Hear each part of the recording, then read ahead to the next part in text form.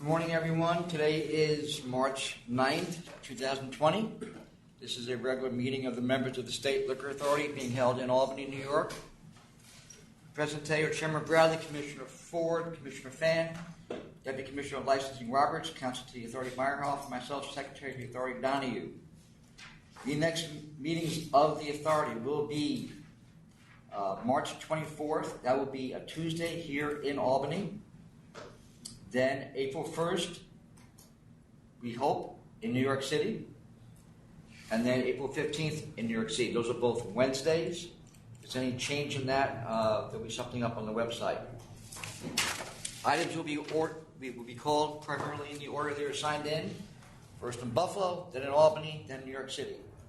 Items whether we have appearances in Albany, where we expect appearances as well in New York City, will be held until we start the New York City portion of the meeting.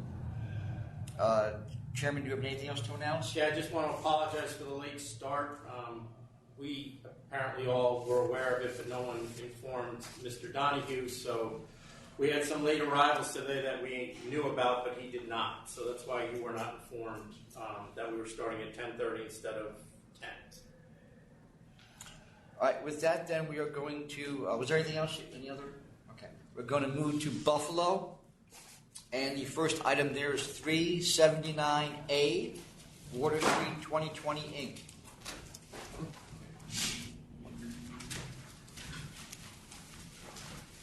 Good morning. My name is Tricia Cifuentes-Inglesi. I am here with Peter Sewell, the applicant principal. I am the attorney representative of the applicant. We had sent in supplemental materials last week. We hope that you received them. But there were some concerns at the last hearing that the method of operation for this particular establishment was the same as its previous iterations at the location, which is just not the case. It is true that there is live music. It is a live music venue. It is true that it is dancing, and it is true that there are third-party promoters, but it's not the same. They do not intend to be a nightclub. They do not intend to be the late night party venue. If you are coming to this establishment for live music, you are there because you are there to listen to the music. They are not letting people in after 11 o'clock. They're going to have all of their live music concerts end by 1 o'clock. So in previous licensees had issues from noise disturbances. By letting out earlier, there's going to be less of noise concern. And they also have people on the outside. They're hiring the RPD event specialists to come in for those larger events to make sure people get to their parking spots, disperse faster, so that there's no issues that there had been in the past with previous licensees. In addition, Mr. Sewell, he is using third-party promoters, but it's not every promoter. He is turning people away if it is not the type of music that really is conducive to an older crowd, the 30-plus crowd. And Mr. Sewell can speak to that a little bit more as to the types of clientele and the types of and the age of the people that they're really targeting the music towards. But the idea is we start early, we end early. We don't have the issues that they'd had in the past with the nightclub atmospheres. He's also capping his shows. So yes, there's 1,500 that is capable of being in that particular venue, but he's capping it at 1,000. So if there's the larger shows, they will open up, both sides. They can have more room, but there's only going to be 1,000 people that are going to be let in, which would also significantly reduce the likelihood that there's going to be an issue, a disturbance. Mr. Sewell has spent a significant amount of money to renovate the space so that the national acts will come to the space. It's not going to be the smaller local. It is going to be those national acts with the pre-ticket sales that allows for a lot better planning, both with his own security, his own personnel, but also letting the city know, letting the RPD know ahead of time who's going to be there, how many people are expected, and to better prepare for the large numbers. Do you have any questions for us? Yeah, he was part of this licensee when it got canceled. And your whole premise here is basically, through him, telling us that he's not going to be the same place it was before, yet he was involved in the place before. So now he's still picking the promoters. He's still doing everything that he did before. And I'm sure when he initially came in here, that's what he told people. He didn't tell people that this place was going to be full of disorderly conduct. He didn't tell people that it was going to be a focal point of police attention. But lo and behold, that's what happened. And the bigger problem I have is in his letter, he acknowledges he was an absent owner. That he was out in San Diego while all this was going on. He had brought in another owner to be the operator at that point, and yes, he regrets not being more involved at the time. But we also learn from our mistakes, and Mr. Sewell is 2 years ago. How much did he learn in 2 years? Oh, he wasn't. He was a landlord. He owned the building, but he was not associated with the business since 2006. Okay, so 10 years. Yeah, so he's just been the landlord for the past. But the problem I have is it's the same situation. You're telling me, oh, this is what we're going to do, even though we listed everything that's a problem. We're going to close it at 1 o'clock. Well, he has karaoke down. He has DJs down. How is it you're going to bring in national DJs? Yeah, and actually nowadays, or are they going to be local Rochester DJs that are going to bring the same type of customer that caused the issue that was there before? So he has been in Las Vegas for the past number of years, and in Las Vegas, that is where the music is. It is bigger than the concerts and the live musicians. DJs are the new act, the new concert act, and that is what he's planning on bringing in. And he's so you're going to fly DJs across the country so that 1,000 people can see them? How much are you going to pay these people? It's the same basically as the live music acts. We fly them in not only from the country but around the world. And so you're going to charge your customers $300 a piece because that's the only reason they're coming across the country. Not $300, but $40 a piece is a reasonable price to see a national level DJ.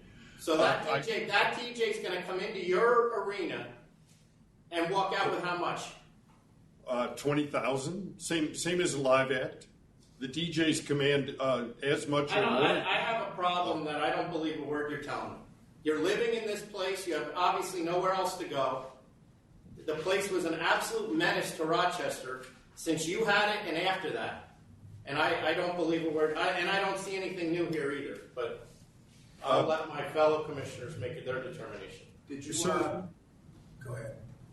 If I might address for 1 second, it is true I'm living in the building. I do have means to live elsewhere, and after the board brought up that concern weeks ago, I've since visited the City of Rochester Building Department. I've obtained a CO approval pending architectural drawings and zoning approval. So it is a permitted use, and I will be proceeding with that and finalizing that so that I'm living there.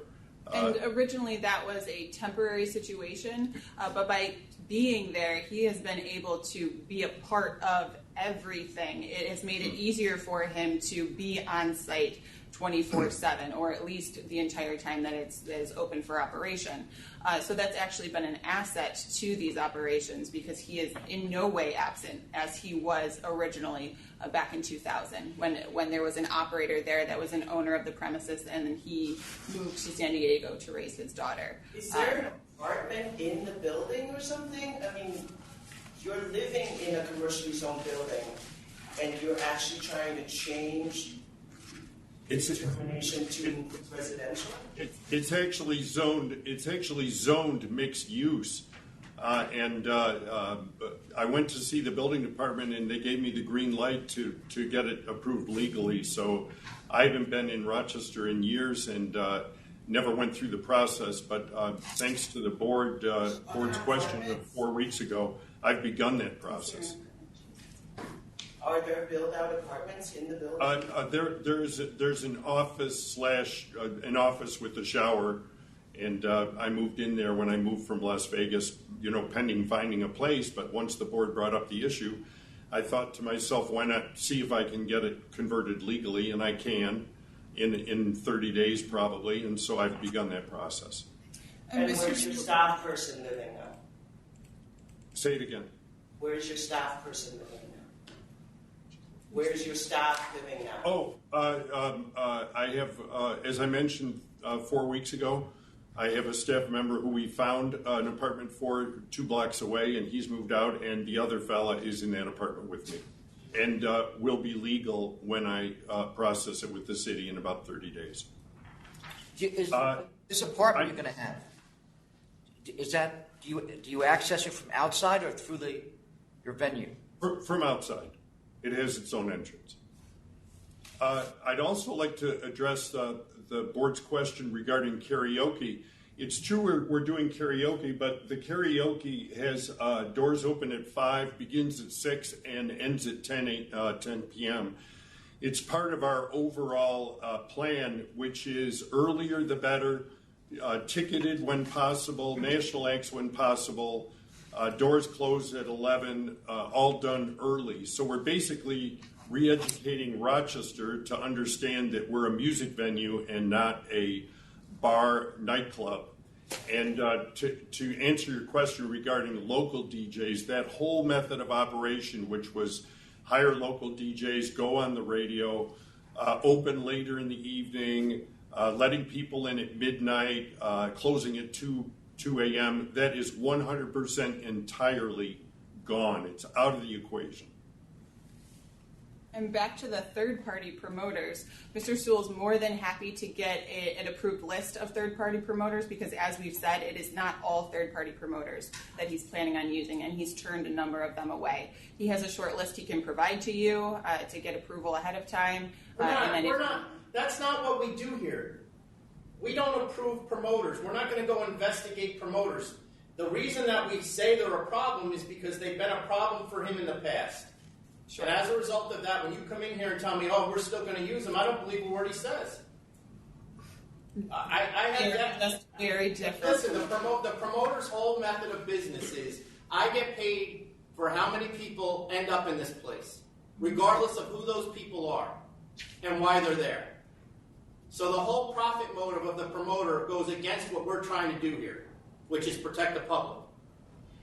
I understand that. And public safety is Mr. Sewell's number one concern, which is why he has gone to great lengths to hire extra security, to hire the RPD for the special events. And a lot of the profits of the business have been going towards... Excuse me, hold on for a second. He's going to hire the police?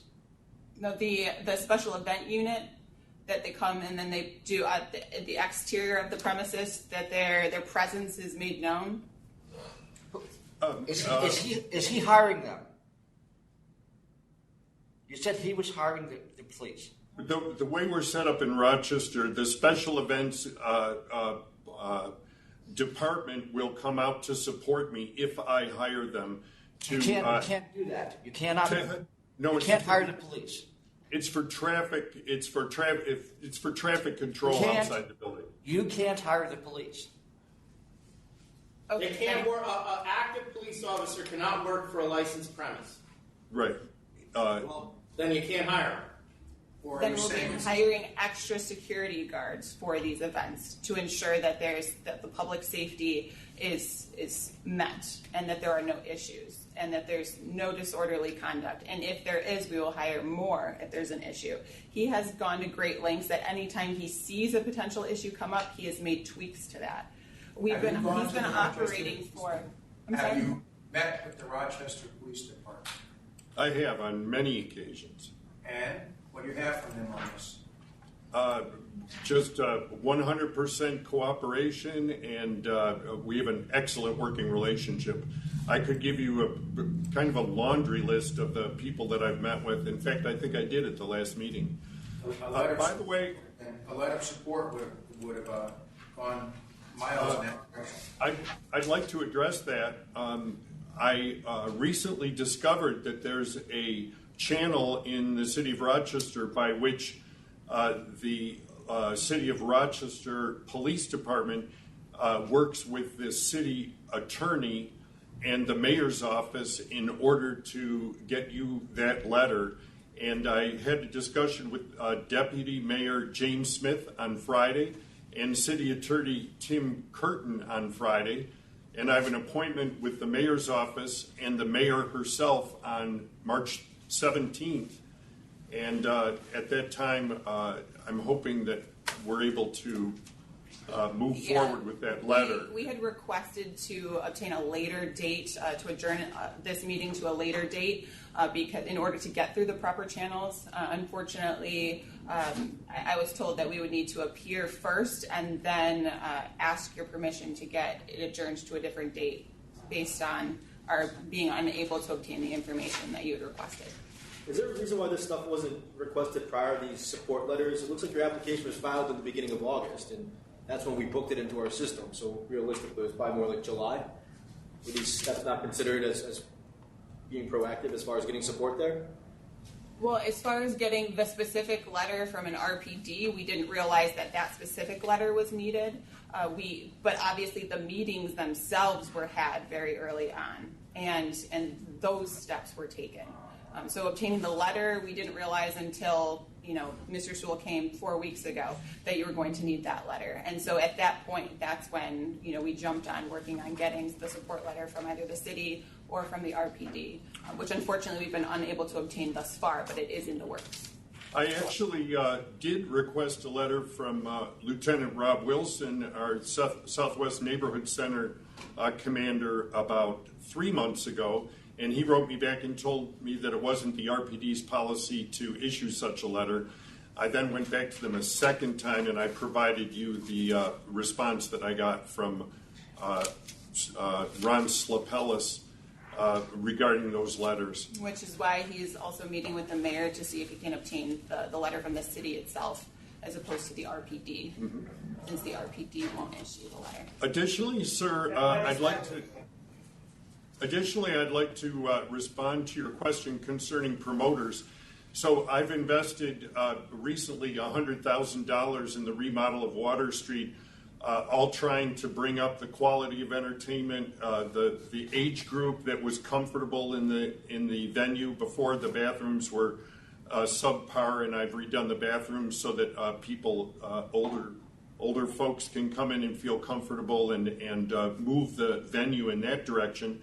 And so when I go to this short list of promoters that I'm using, all of my promoters have 3 or 4 kids. Their wives work in the school, they work for the fire department. They're just really terrific Rochesterians, and I go to them and I say, I have a short list of promoters, and I want you to understand that if we have issues at your shows, you will no longer be a promoter.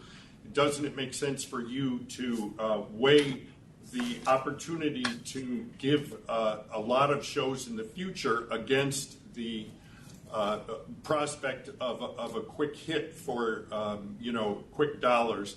And that was always our problem in the past, was that the promoters that were coming in were looking for a quick dollar and not looking for longevity and toward the future. And so that's a big part of our plan going forward. Earlier shows, better promoters, etc. Let me interrupt you, Mr. Sewell. Where are people going to park? There's a 2-story garage across the street from you. That garage is not available to us, but in my letter that I've submitted last week, I detailed 40 spots behind the building, and then we have signage that goes around the block, and 200 spaces down the street, 2 blocks away. Nell will be there making sure people know, or directing traffic as to where to go if the patrons leaving. So you have 15 security guards, 50, did you say 50 employees? And 1,000 patrons, and you have 40 parking spots. Well, 2 blocks away, the way the city of Rochester works, we're inside the inner loop. And if you're inside the inner loop, people find parking and or garages. So we have a city garage that's 2 blocks away, and then we additionally have this parking lot that's on the other side of the river 2 blocks away with 200 spaces. So people are used to walking 2 blocks to get to Water Street. They've been doing it for 30 years. So I understand that you are concerned as to whether or not these meetings have happened and whether there's city support. We would really appreciate an adjournment so that we can get that information and that support that you were looking for in order to make sure. That wouldn't change my mind. So Are we ready to vote then? She has Can I another just have question. one? So you're planning to book the ads through your own booking agent, and the promoters come in after that to help you promote your events? Is that? It's pretty much all of the above. Let me give you, for instance, I'm doing an Irish show for the Hibernians on Saturday, and they came in and asked to use the venue after St. Patrick's Day for several hundred people. And for that, they would be considered a promoter, and they already had the bands booked, and they were looking for a spot for their event because they got canceled from the Radisson at the last minute. This is the U.S.'s largest fraternal organization, the Hibernians, and I took them on as a promoter, and they had already booked the bands, but it was at the last minute, and I wanted to help them out, and so I took the date. And this event already happened? Or No, it's happening on the 14th, Saturday the 14th. Oh, I see. Every place in upstate New York celebrates St. Patrick's Day. It's come weekend. We've done several fundraisers. I detailed this in my letter. We did a fundraiser for the RPD. We raised $15,000. The members are ready to go ahead and vote there. I don't know. I'm not comfortable voting for this unless I get some letter from PD. That's how I feel about that. If we could get an adjournment to a later date, we would be able to supply that.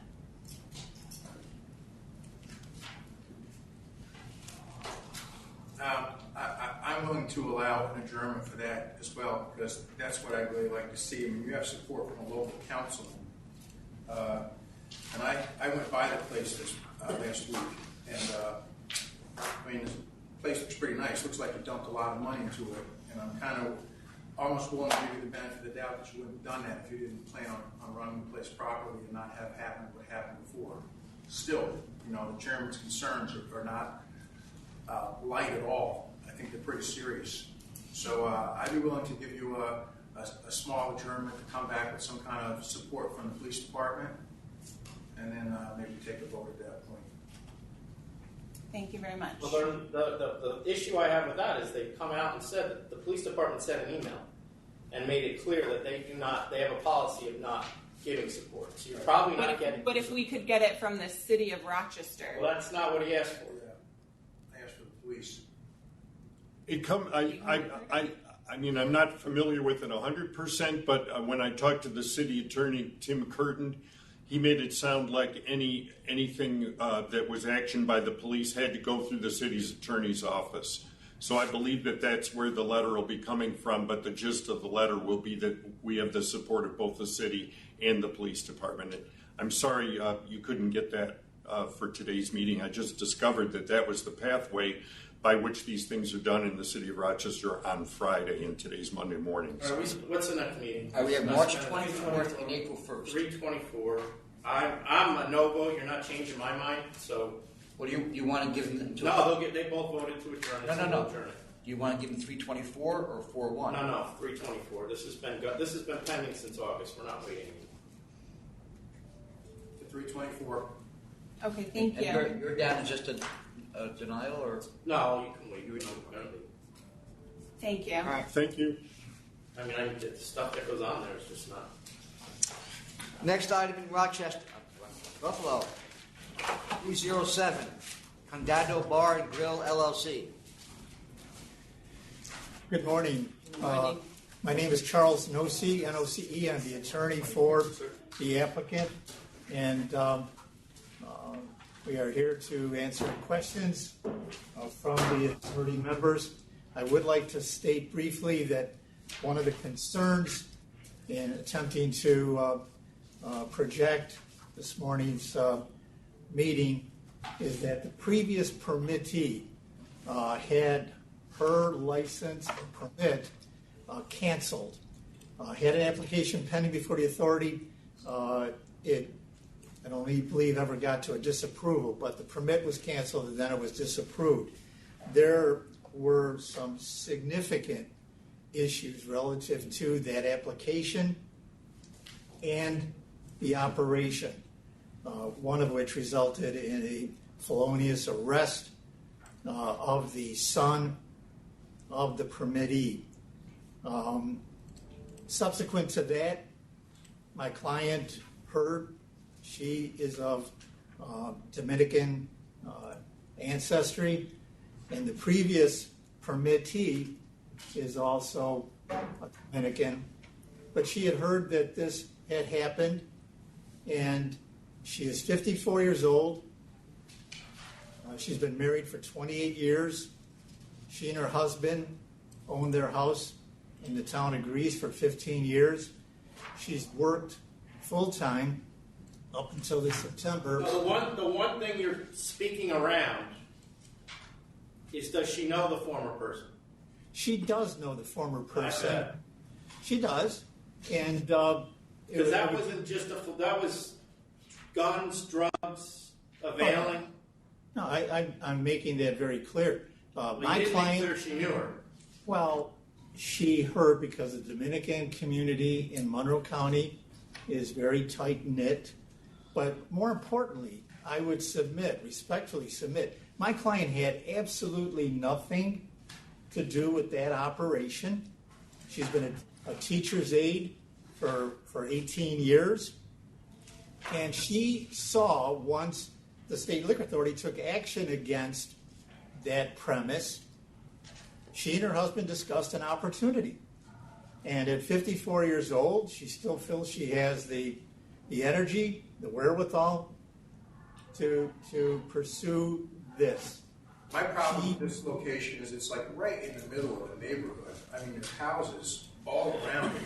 And you're talking about having a DJ, jukebox, live music, patron dancing. I just think it's too much for a residential neighborhood. Well, it's a mixed neighborhood.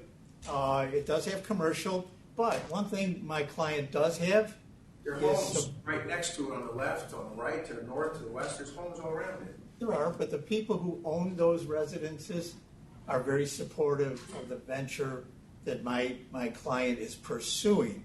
And my client has cooperated 100% with the City of Rochester Police Department, was issued upon application a conditional permit to run the business there, and they did a thorough investigation of her character and her ability. And this location, if I might say, and I've been a practicing attorney for 46 years, has been an on-premise establishment. I'm not just talking about the previous permittee, but for probably 50 years. I remember when I was back in high school, this place existed. What kind of live music? It was going to be acoustic, nothing where there's concerns about doors being opened and neighbors not being able to. It was going to be very low key, and that's why acoustic was something that was stated in the application. Is she going to keep her job? No, she is not. No. She right now she has been working part-time as a teacher's aide. The people over at the church in the suburb of Rochester called Shalat, Holy Cross, they are very sorry to see Juana leave. But since she put the application in August, she has been working part-time for the first time as a teacher's aide at Holy Cross. If granted the license, this will be her last year. Where did she get the money to open this place? She has exhausted, she and her husband, their IRA. She bought the property. For how much? $179,000. She assumed, members of the authority, two first mortgages. One for $139,000, the other one for $38,000. The mortgagee, who consented to the assumption after he did a credit check of my client, is somebody who is in the real estate development business. His name is So James. whoa. So she basically put no money down. No, she invested almost $11,000. I have a closing statement. So somebody loaned her for a bar restaurant, give or take $177,000. At 10%. At 10%. I don't understand your question. My question is, she's a teacher's aide. Yeah, She has no experience in this business whatsoever. that's not true.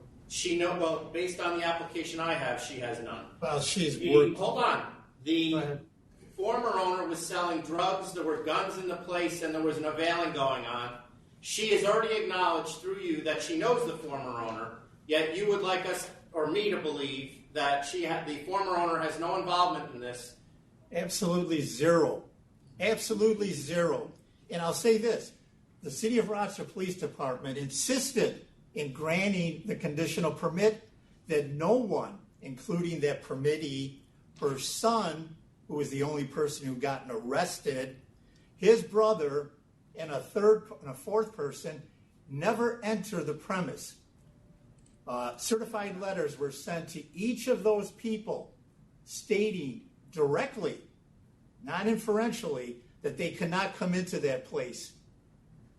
And that will be enforced. My client understands, firstly, the responsibility. What's her other experience in the restaurant business? There was a restaurant that both she and her husband worked at about 10 years ago in Rochester called Oasis.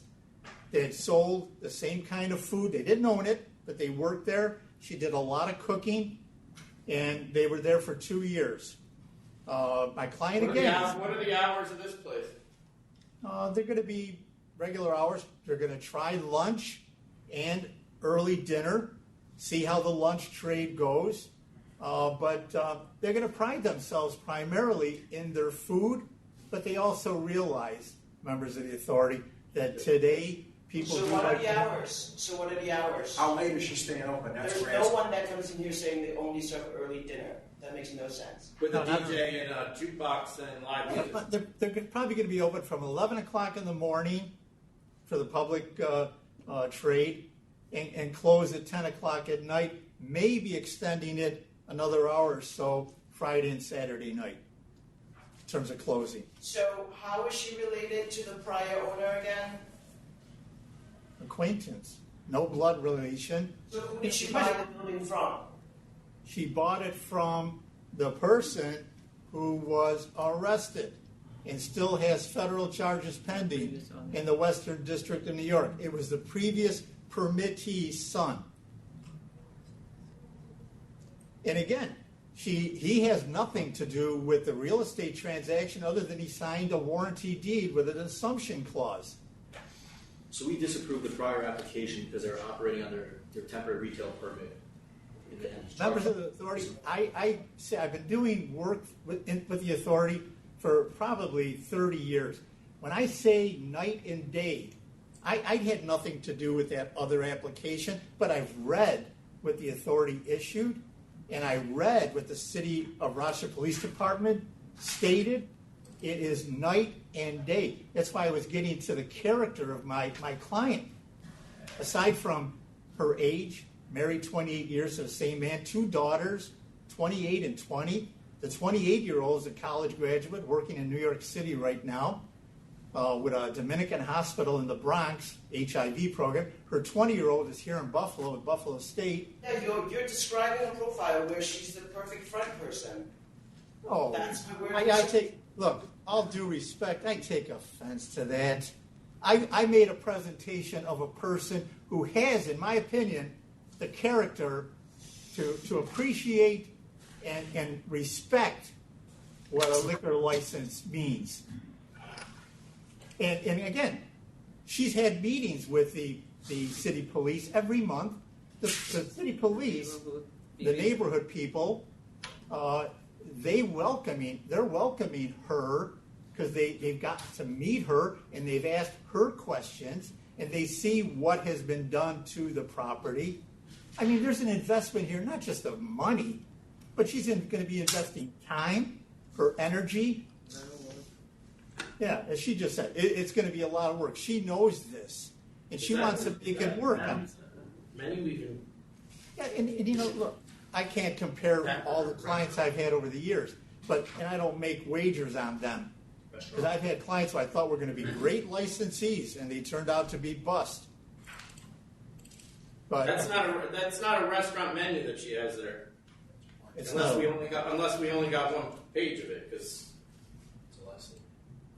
Well, she's also having to had wait to hire people because in terms of her application, it was submitted in August, it was filed in September, and people don't want to know, are you going to be opening, when you're going to be opening? But she has already been compiling a list of people. People What have does been. your husband do? Her husband was working for how many years at the factory?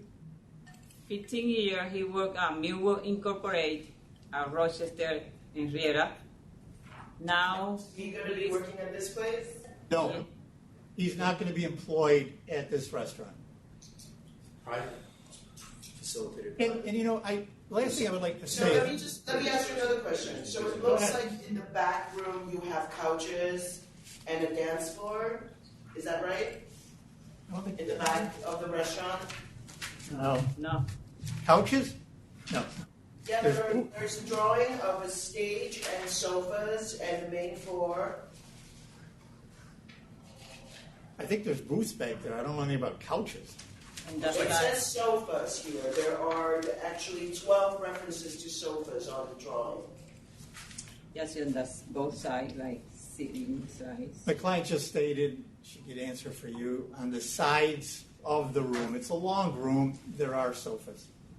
Okay, but your drawing also showed absolutely no tables, and you're telling me this is a restaurant. Well, aren't these tables? Yeah, there is. Yeah, it's a restaurant. Commissioner Finn, I think those darker blocks with the four Oh, so the legs 5 coming are tables? tables, yes. I believe so. I've been in the establishment 5 or 6 times. There's tables in there as we speak. And I just want to say, you know, I've been an attorney a long time, and I don't know when the authority implemented attorney certifications relative to applications. And I could probably say, because I don't have a box score, I've probably only done it 5 times in my career because I've always felt like, I don't know if I want to put my name, my reputation on an application with a certification. I had, and I'm saying this to you this morning, I had no hesitation or reservation to do it in this particular case because I've known these people. When they bought their house 15 years ago, I represented them. That's when I first met them.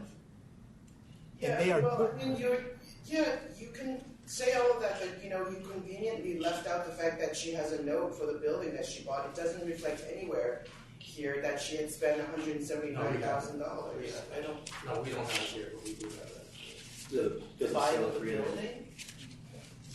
Okay, well, I'm sorry. So it was disclosed.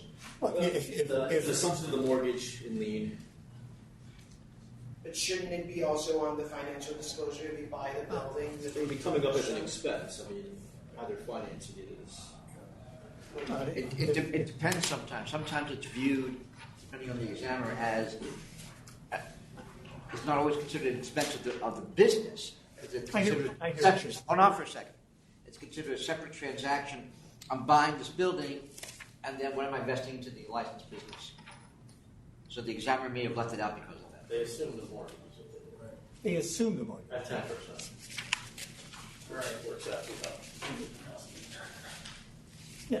Again, if there's something that in the authority's opinion might. So you have no. So you plan to use no security guards. Yeah, that was stated because first of all, the clientele, the patronage that is the target, is not going to be young people. It's probably going to be something closer to 35, 40 and up. It's going to be a family-oriented, primarily directed to the Dominican community in Monroe County and others who might find the foods that are offered and prepared in this type of venue appealing and giving people an alternative to the general type of foods that are in restaurants. Are you going to have a manager at all hours? There will be, my client will be there at all times, and if it's believed that there's need for a manager, because no one has that crystal ball to project, then that would be pursued with Well, vetting your through the application state. says that we will have a manager, so if I approve it with a manager, you're gonna need to have a manager, so which one is it?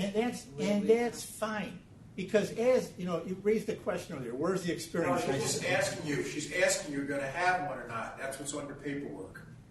Not opposed to that, and the answer would be yes. Okay, My but client- how do you plan to monitor the back room where the dance floor supposedly is? If from the front of the restaurant, you can't really see the back room. Let me say, again, only because I've been there, and I know dimensions are on, it's not that deep of a room. Dimensions are actually not on, but okay.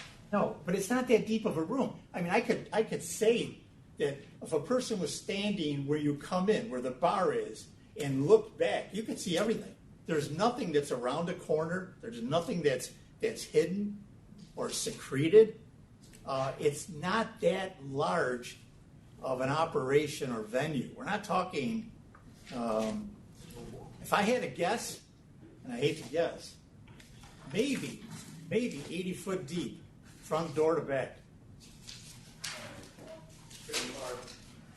Are there French windows or anything? I'm sorry. Is there a French window or anything in the front of the establishment? No, parking lot. Okay. But you do have windows that open to the outside. Yes.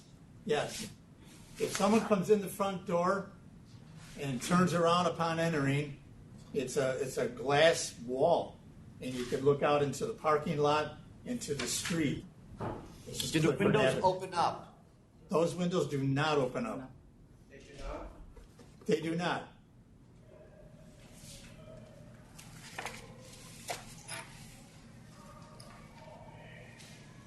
Is there a backyard or anything? A backyard? More. Yeah, there is.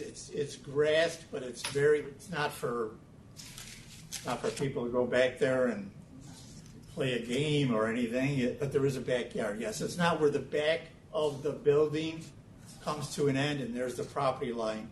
It goes back. I do have a survey map that was provided to me by the mortgagee, and that details the dimensions of the lot. What is the other part of the building that's on Woodlawn Park? It's like an L shape. What's that part of the building? It's the deposit. Part of the deposit. Part of the what? The deposit where we put like everything we buy, anything we need to put in there Storage. for So the it's just, restaurant it's just storage. There's a garage door to it. Looks like that's just storage. Correct. storage. And as I alluded, years ago, this place being an on-premise establishment, before that, it was a gas station. There's a door in the kitchen. Yes. Where's that go to? They had a kitchen door. The An exit kitchen- door. There is, going to the front of the bar one, and the other one go to the back to the where we prepare the food and everything, and go through the bar to the restaurant. You're- So Is that the other building I'm asking about? Is that exit goes into the other building? Oh no, we had to walk outside to the parking lot. You've got an exit door in the kitchen. Where's the door go to? Does it go outside or to another building? I see it goes outside. No, that's it go and the kitchen go to the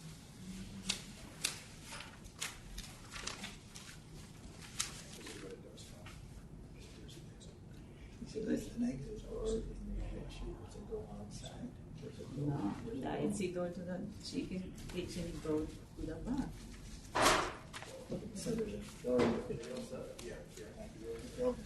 You ready to vote? Yes. All right, the members ready to vote. Commissioner Pham? With the following conditions, I will vote to approve.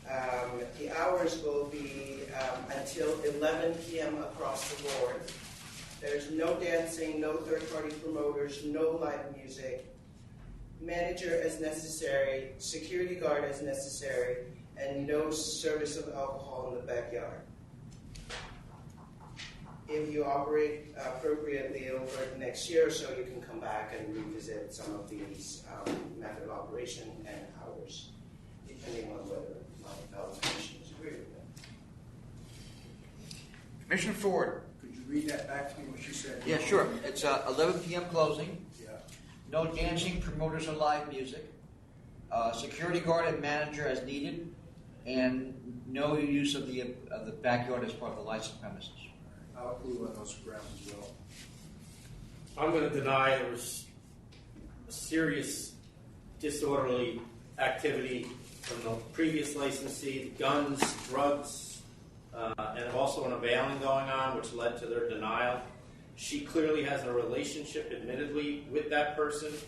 There's clearly concerns I have about the financing of this. She paid $177,000 or $76,000, all on a 10% loan, which I don't know how that's going to be supported at all.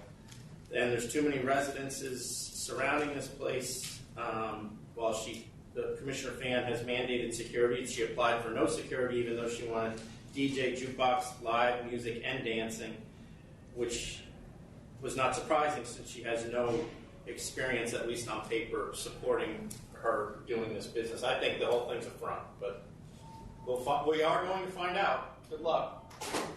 Thank you for your time this morning. Michelle, I have nothing else in Buffalo. There's no one else signed in Buffalo. Thank Okay. you. Go to Albany now, and the first item is 288, Lightbox Events, LLC.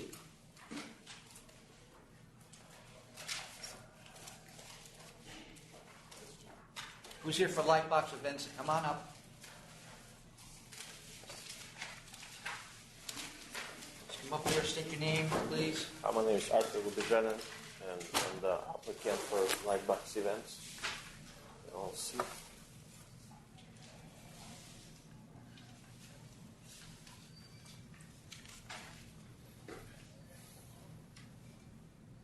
So what are you trying to do? It's a venue for about 100 people, and mostly for like birthdays, baby showers, and hopefully some other events. So I don't know what this is. It looks like you applied for a catering license. Well, you did apply for a catering license, but it appears that you plan on being open every day. You have menus here that looks like you're going to serve individual customers, which you can't do if you have a catering license. You can't be open every day. You can only have private events. Yeah, it's for private events. Well, then why is mostly your menu Friday and menu Saturday. set up like a restaurant? I think that's which menu you're referring to, because Well, there was you one. clearly have a bar menu This- looking like you're going to have. These menus. You have lunch specials? How does that work? These are the raw menus.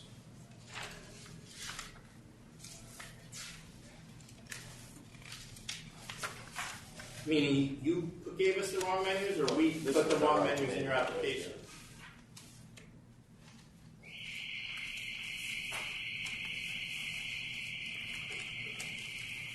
But did he give us those menus? Yeah. Well, I was working with the attorney. He had a and, representative. He had somebody representing him. Who? Lockwood.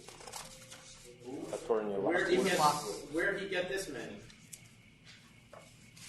You understand my concern. It looks like you're going to run a bar, restaurant, and then periodically close it for special events. That's not what you applied for. No, it's going to be just on the weekends for events. And you're going to use promoters? How's that going to work for private events? If somebody wants to rent the venue to do an event, But you realize it's private events, so a promoter typically goes out and through social media just attracts as many people as they can.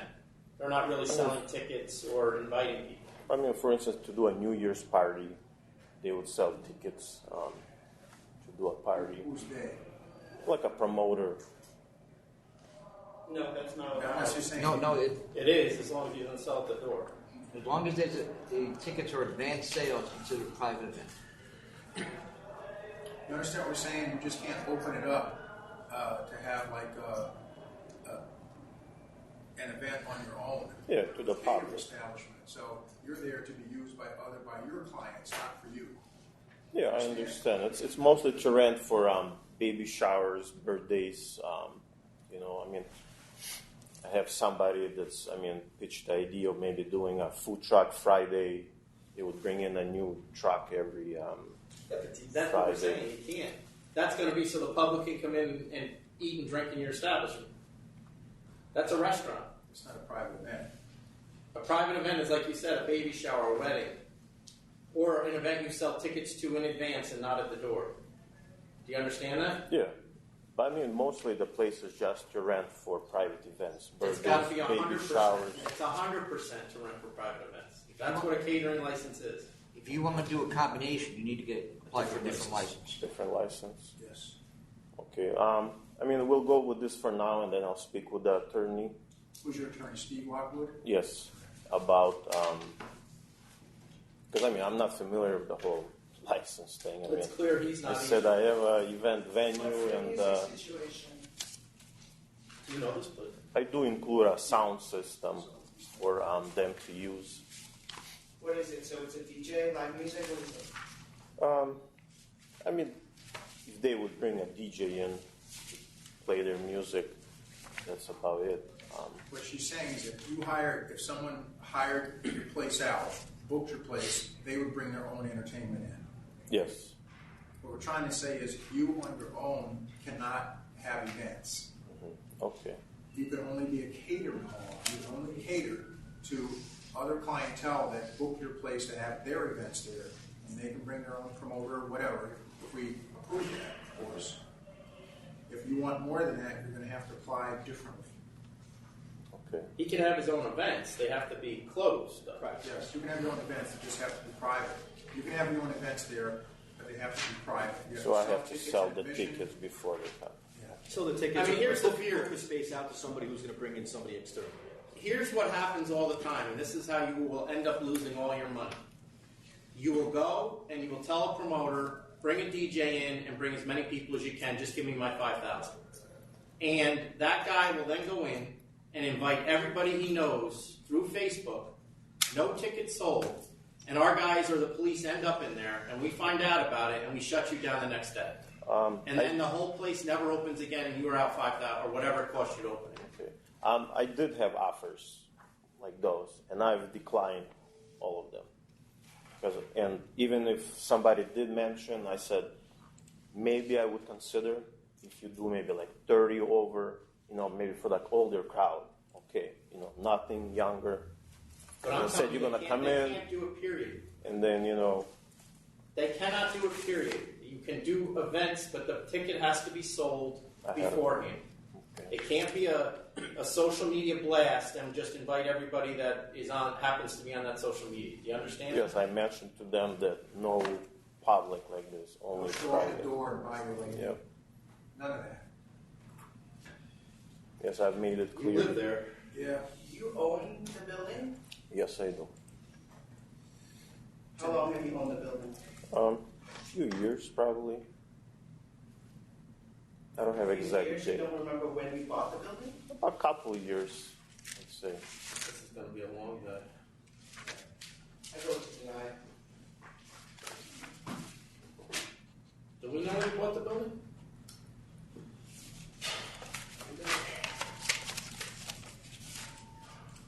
Yes, the board, you guys requested papers stating that I had the money to purchase it, money to remodel. I provided those. And,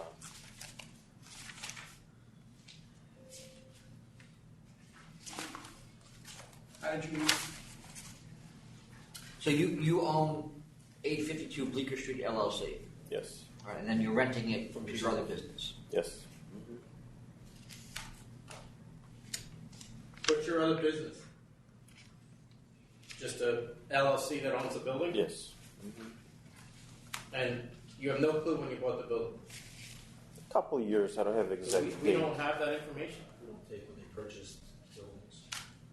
These states agreements between tenant and landlord, but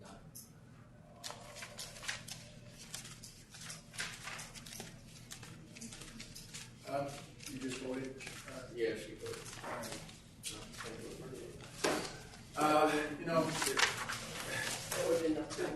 application You're just not has allowed to do that. some unclarities to it, if that's such a word. So I think you should get, I'm going to vote to deny too. I think you should get back with your attorney and clear some things up, and possibly ask for reconsideration, because I'm just not clear either, and I want to help you, but I just can't vote to approve. So I'll vote to deny. I'll vote to deny on the same ground. All right, so you're going to get a decision in the email. Yeah, I mean, there's got to be and just for your information, there's got to be a more set business model. You don't have one. Your menus are all over the place, and it looks like you're looking to serve individuals, and you can't, and I don't know that you know that until you walk in here today. So No, I did provide a catering menu. you did, but you The one also before- provided the other one. Well, I mean, I think, like you mentioned, the attorney doesn't really know much Well, yeah, but this he's not here, process. so- So you'll get the decision, and then you can ask for maybe reconsideration, and your attorney will have instructions about that, all right? I'm not denying prejudice. Yeah, I don't think that you're trying to do anything wrong. I just think that you don't know exactly what it is you're trying to do legally, and you need to find that out. No, I'm trying to rent a place for birthdays, baby showers, bridal showers. Yeah, but then you wanted food trucks, which Well, somebody it doesn't- pitched that idea, but I know, but what he's saying is you don't know in your mind what you're allowed to do and what you're not allowed to do, and that's what you need to clear up before you come back in here. Because you have a license that has very, very strict limits on it, if you're going to get that. And I don't think you understand what they are. And I don't think she does either.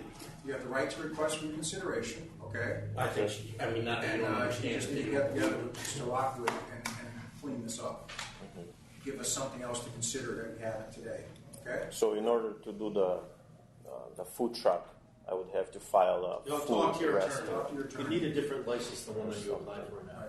I mean, something just came up, but I mean, if I'm not allowed to do it, I'm not going to do it. I'll just keep on renting for the baby shower, bridal showers. You need to go talk to your attorney. All right, next, Tom. All right? All right, now we're going to move on to the items where we expect, you're in Albany, but we think there may be appearances in New York. Just before we get started, for those who are in New York and missed the beginning of the meeting, the next meetings will be March 24th, that's in Albany, and then we're planning on April 1st in New York City, and then April 15th. If there's any changes to that, we'll let you know. All right, the next item, 278, SOT Wines LLC.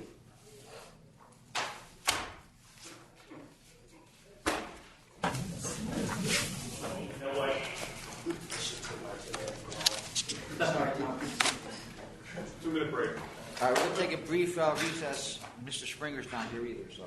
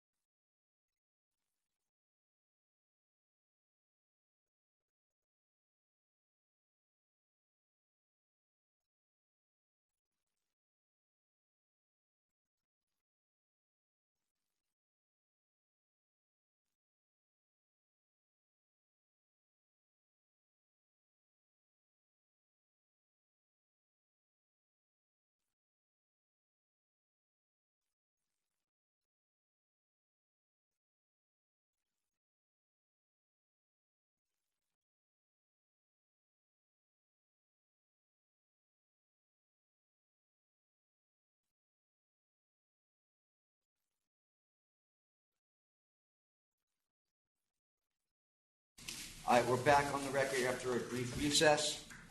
The next item is 278, which is SOT Wines, LLC. Have anybody in New York in this matter? Yes, good morning. Joseph Levy here on behalf of SOT Wines. I have with me the principal, Aaron Foster. We have opposition. Yeah, opposition is up here too, but this is a request for reconsideration, though. Okay. So, am I good to go? Hold on. Yes, yeah, the applicant. Yep, go ahead. Okay, again, Joseph Levy here on behalf of SOT Wines, LLC at 227 Knickerbocker Avenue. As mentioned, this is a request for reconsideration, denial for a retail wine and spirit store from back in September. I have with me my client who owns another licensed premise in the neighborhood of the on-premise variety, who lives in the neighborhood, who there was mentioned by the sitting members at the time was a great applicant. There was just a potential issue with the location. I hope the members had an opportunity to read not only the reconsideration request, but also the most recent submission as of last week.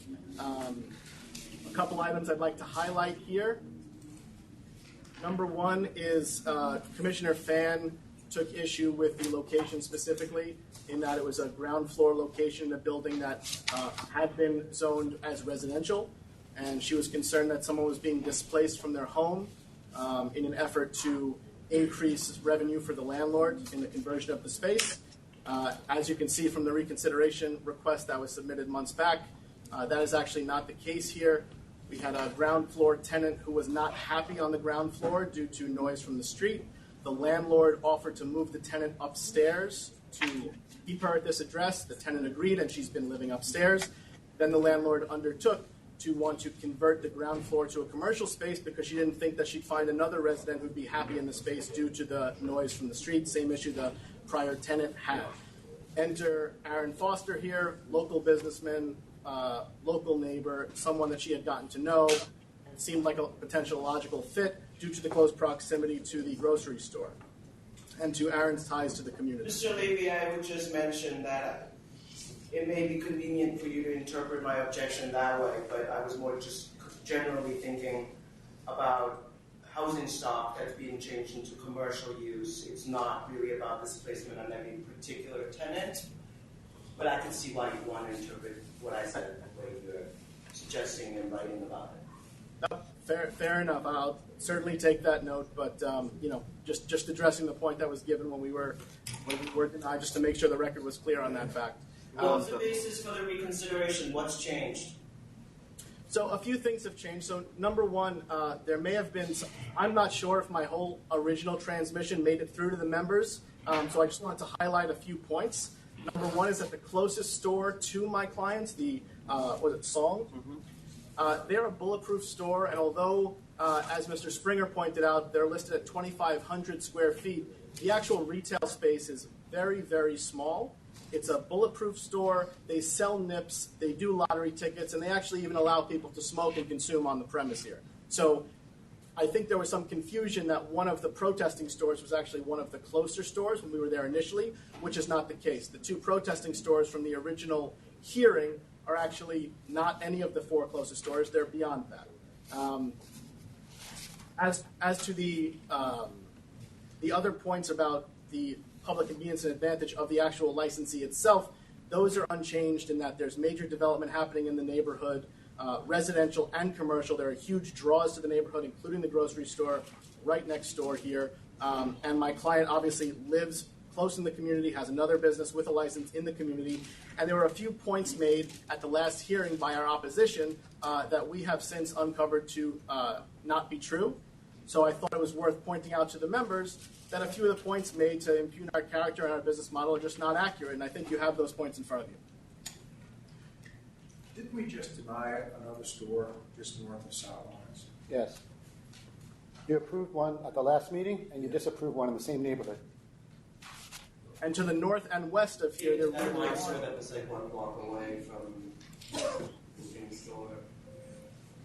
And the one that you approved, Rooster Group, you gave a stipulation that none of their inventory overlap with two of the 7 closest stores here, which I actually think are closer than what your lamp shows based on Google Maps.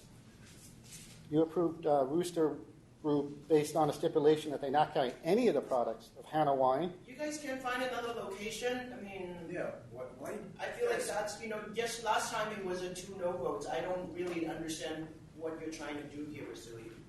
Sure, I appreciate.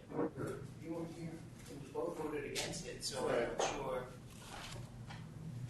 Yes, we did have 2 votes because one of the commissioners was not present at that meeting. And Commissioner Fan, I do appreciate your concerns. We were certainly not trying to misinterpret your concerns from the last meeting. I would say that we've listed in our application significant development in the area, significant development within very short walking distance, lots of new units opening.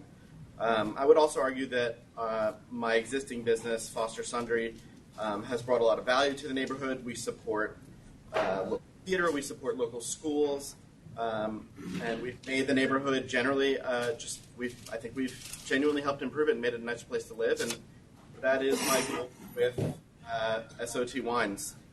You look at this store down the block, and I acknowledge that it is relatively close.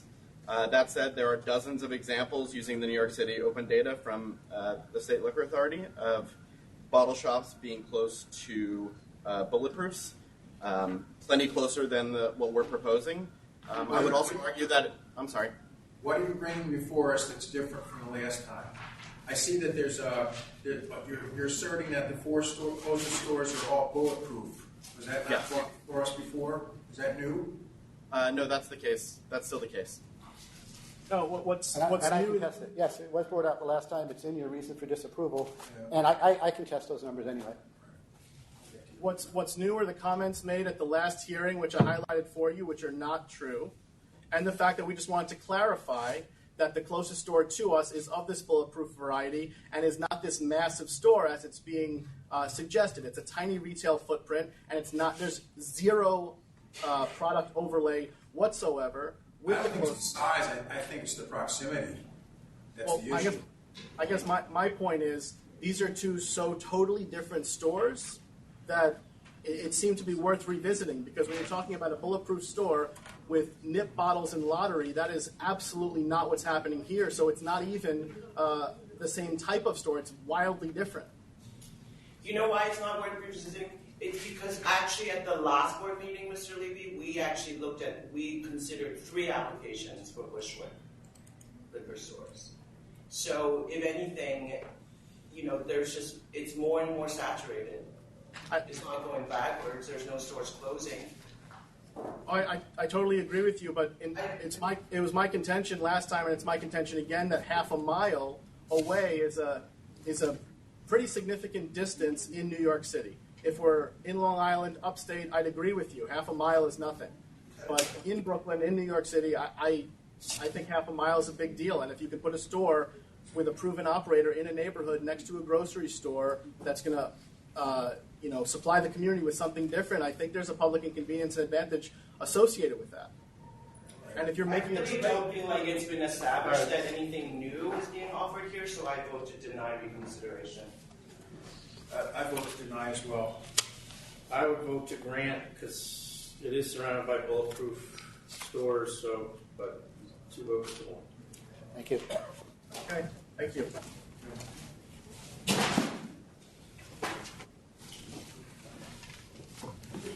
Next item, 281 Leon Hospitality, LLC.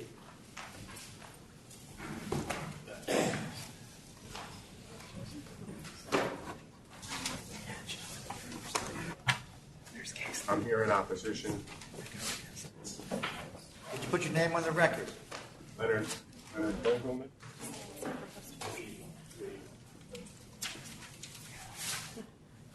With me, I have the 3 close stores who are also in opposition.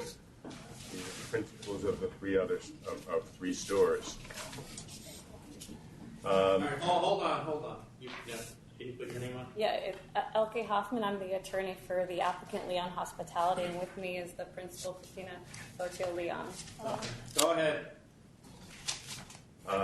In my submission, I indicated on the bottom of the first page that there seems to be quite a discrepancy in the distances reported.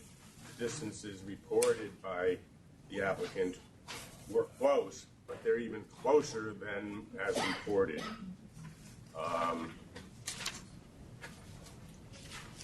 The first store, the closest store is Jones Street Wine, and its distance is 145 feet. The second store, Portuguese Wine House, is shown. Which one is? Wait, oh, okay, I got it. Go ahead. I'm sorry. Okay. The second store, Portuguese Wine House, is listed at 400 or 500 feet. The third store, Christopher Wines, is 440 feet. The fourth store, Just Adventure, is 585 feet. So there's 4 stores within 585, and there are 7 stores within 865 feet. I have a question about the application filed by Leon. It states that the proposed premises is 2,800 square feet, but that the area devoted to retail space is approximately 1,000 square feet. And I don't understand how someone can want to have lounge areas. Obviously, there's a wine tasting area, that's fine, but why they need 2 different lounge areas with their rented space being only at 2,800 feet and only about a third of it being for retail sales. I would think that for the purpose of your clients, less retail space is good news for you. Okay, I can't disagree with that.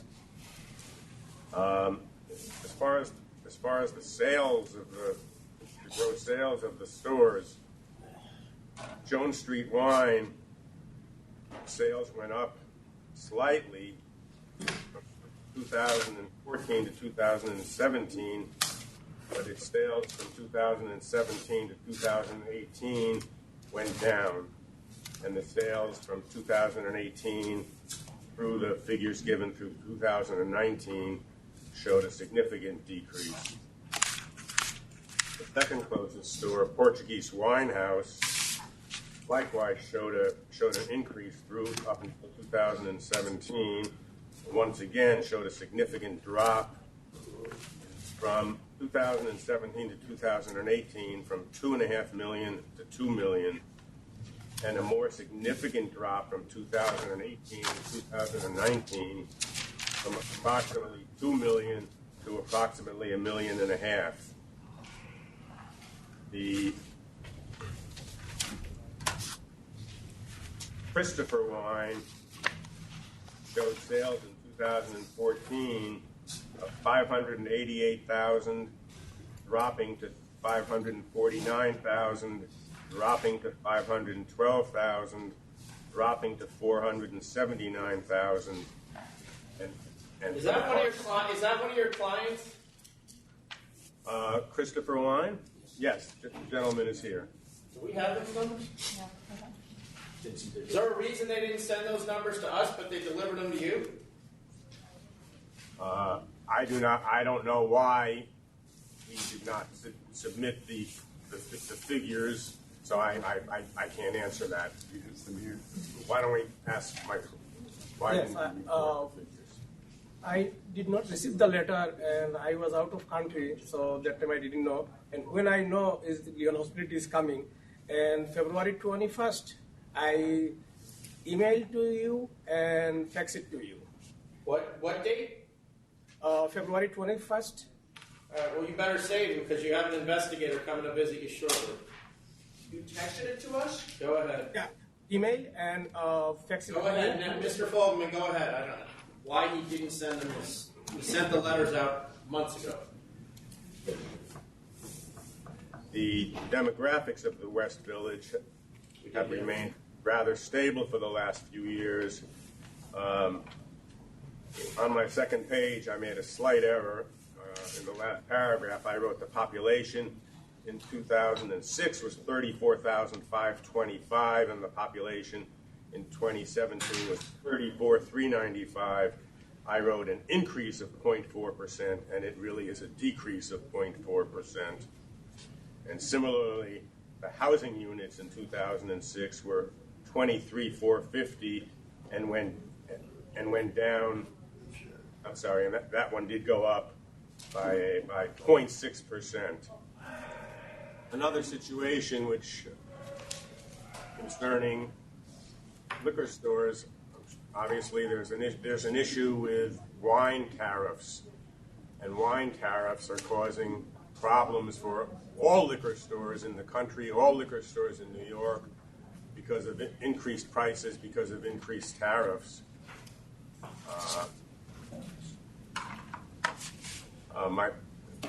My three clients all do delivery, and 2 of the 3 do have a website. I think the most significant thing, though, is really the extreme proximity of the nearby stores, and therefore we believe that the public convenience will not be served. You're saying Jones Street is down the street and around the corner, correct? Jones Street wine?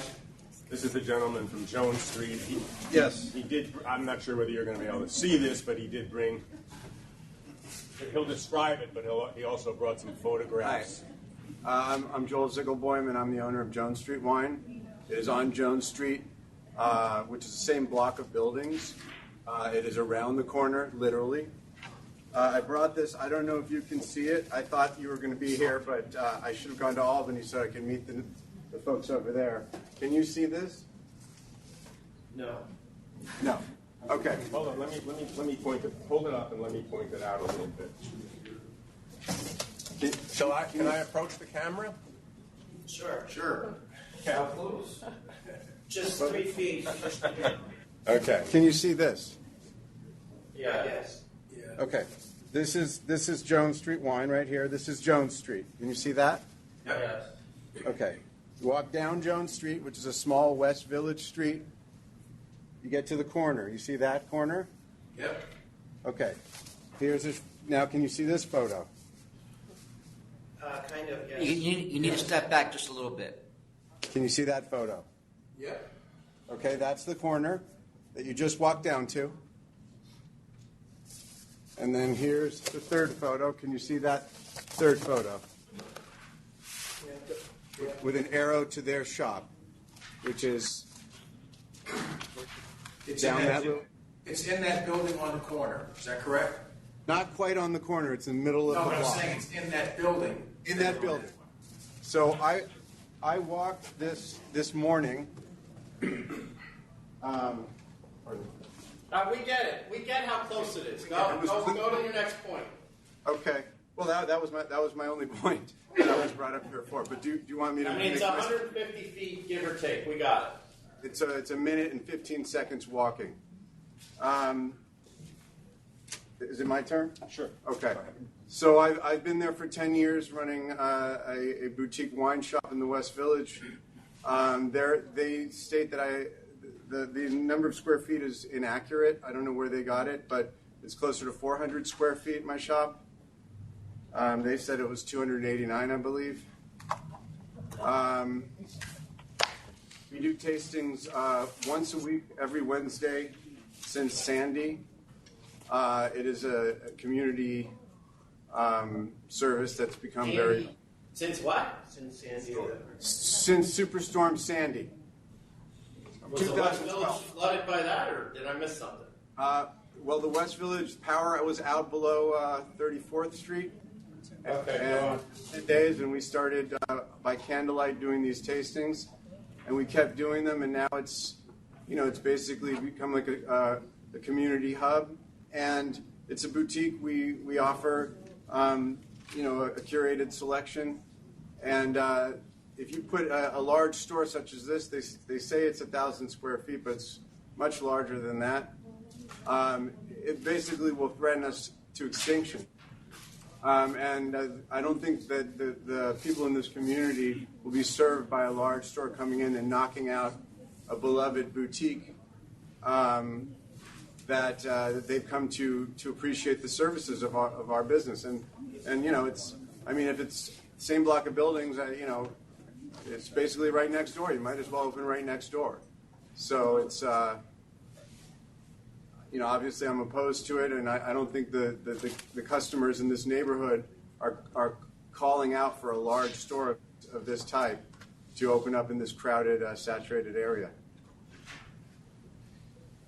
Okay, thank you. Next is Paul Nanny of Portuguese Wine. Yes, hi. I own the Portuguese Wine House, which is at 98 7th Avenue South. I've been the owner for 12 years. The store has been there for 85 years. We pride ourselves in being a local neighborhood store that we provide a broad selection. We have almost every SKU that's available. We provide service to our customers, and we are a convenient location. The business in our neighborhood is extremely competitive based on the number of stores, and if the applicant is approved, I could be forced out of business, which would severely inconvenience my customer base. So therefore, the public convenience would not be served if the existing stores are forced out of business. Thank you. Thank you. Thank you. Sure. Commissioners, I would just like to add one thing to complete the record, to complete the sales drop from 2019, because we have the entire period now. Would you like to know that? Sure. So the final sales were 437,816, which brings a 7% drop in that year. I think as one of the other What's the total? 437,816 for 2019. And there have been 2 stores granted in this close area since I've owned the store, and I think both have impacted sales. There's a limited number of people in this neighborhood. It's a static population, and you can't just keep dividing the customers up. Just opened one on Hudson, I think. Correct. And the one that's not here, Pride, which I opposed about 5 years ago, and that's on Christopher on the other side of 7th Avenue. That definitely took a bite out of me, and also Portuguese Wine House felt that one as well. And I was told at that time by the commissioner, who I believe is not there anymore, that it was a close call. Christopher on the other side of 7th Avenue. Well, you know, this is literally on top of me.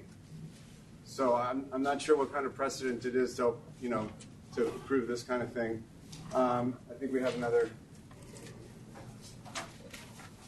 Joseph Levy here on behalf of Just Adventure Inc. At 315 6th Avenue, approximately 600 or 615 feet away. We are here in opposition as well. I have the general manager of the store here with me. The West Village, very different neighborhood than Bushwick. There's only so much development, gentrification, growth that can happen in a well-established neighborhood in the city like the West Village right now. I think you have a good mix of boutique specialty shops and generic shops in this area. You've got 4 within about 600 feet. So I don't know what a new applicant would be bringing to the neighborhood in terms of products or in terms of convenience based on location alone. Thank you. Is that it? Thank you. Yes, that's it from the opposition. All right. Again, good morning, Chairman and Commissioners. With me is Christina, the principal of Leon Hospitality. I certainly don't need to remind this committee, the Liquor Authority, that the standard is not keeping other stores in business, but serving the interest of public convenience and advantage. This store is located on West 4th Street. It's a pretty major commercial foot traffic thoroughfare between two subway stations. It sits right on underneath the big, large building you see is a co-op. We actually did receive a letter of support as well from the co-op board that I can give you. And so this store does bring something very different. It's a very convenient location, and Ms. Leon will explain in far greater detail than I could exactly what the neighborhood will offer as far as product and education, explain the layout of the store, and I think it puts it in such context that I think it does show that this store is a benefit to the public in the West Village. Thank you. Hi, I'm Christina Fodio-Leon. I do want to address some of the comments, but I also just want to give you a little bit of context, as Elke said, for why I do believe this is so different. I also have some of our team here in case you guys have any specific questions. Our architects, Michael and Jacqueline Shark, who have worked on some of the more innovative hospitality projects in New York, including the flagship Shinola store in Tribeca, and general manager and wine director Bruno Santana, who's worked in wine retail for almost 20 years, is an advanced som, and is someone who I would have never embarked on this project without the partnership of. We also have another partner, Brett Taylor, a collaborator who would be a fine wine consultant for the store, who's also an advanced som. He's not here today. But from my perspective, I am a former resident of the West Village, and I actually lived in the building directly next to 188 West 4th Street, 3 Sheridan Square. My background is in marketing. I worked at large advertising agencies, and then I moved to a small brand studio where I worked on both brand and retail design projects for clients like Warby Parker and Nordstrom and Shinola and Whole Foods. It's definitely a unique perspective to have merged with wine, which is something I got into through my husband, who is an advanced som and owns a successful store in Brooklyn. And through him, I just began to see wine and spirits in a very different way. We traveled the world, we visited winemakers, we spent our honeymoon in Oaxaca visiting mezcal distilleries. This became my life too, and a thing I was really passionate about. And in 2016, I left my full-time job to make a big career transition. I started working as a cellar rat in a winery. I studied for my WSET certification, and I started working in wine retail stores, bringing a marketing perspective to that. And I think having that unique perspective, having lived on West 4th Street, going from knowing nothing more than kind of your average consumer about wine and spirits to becoming a professional, I felt almost immediately, as soon as I started digging in, I immediately felt the absence of a retail store that matched that desire in the neighborhood. And so that's what we're talking about, is this thing that I was inspired really organically, I've been thinking about for a while, and then when I saw 188 West 4th Street, I felt like this was the perfect location to open the type of store that does not exist right now in the West Village, and that I believe is really needed.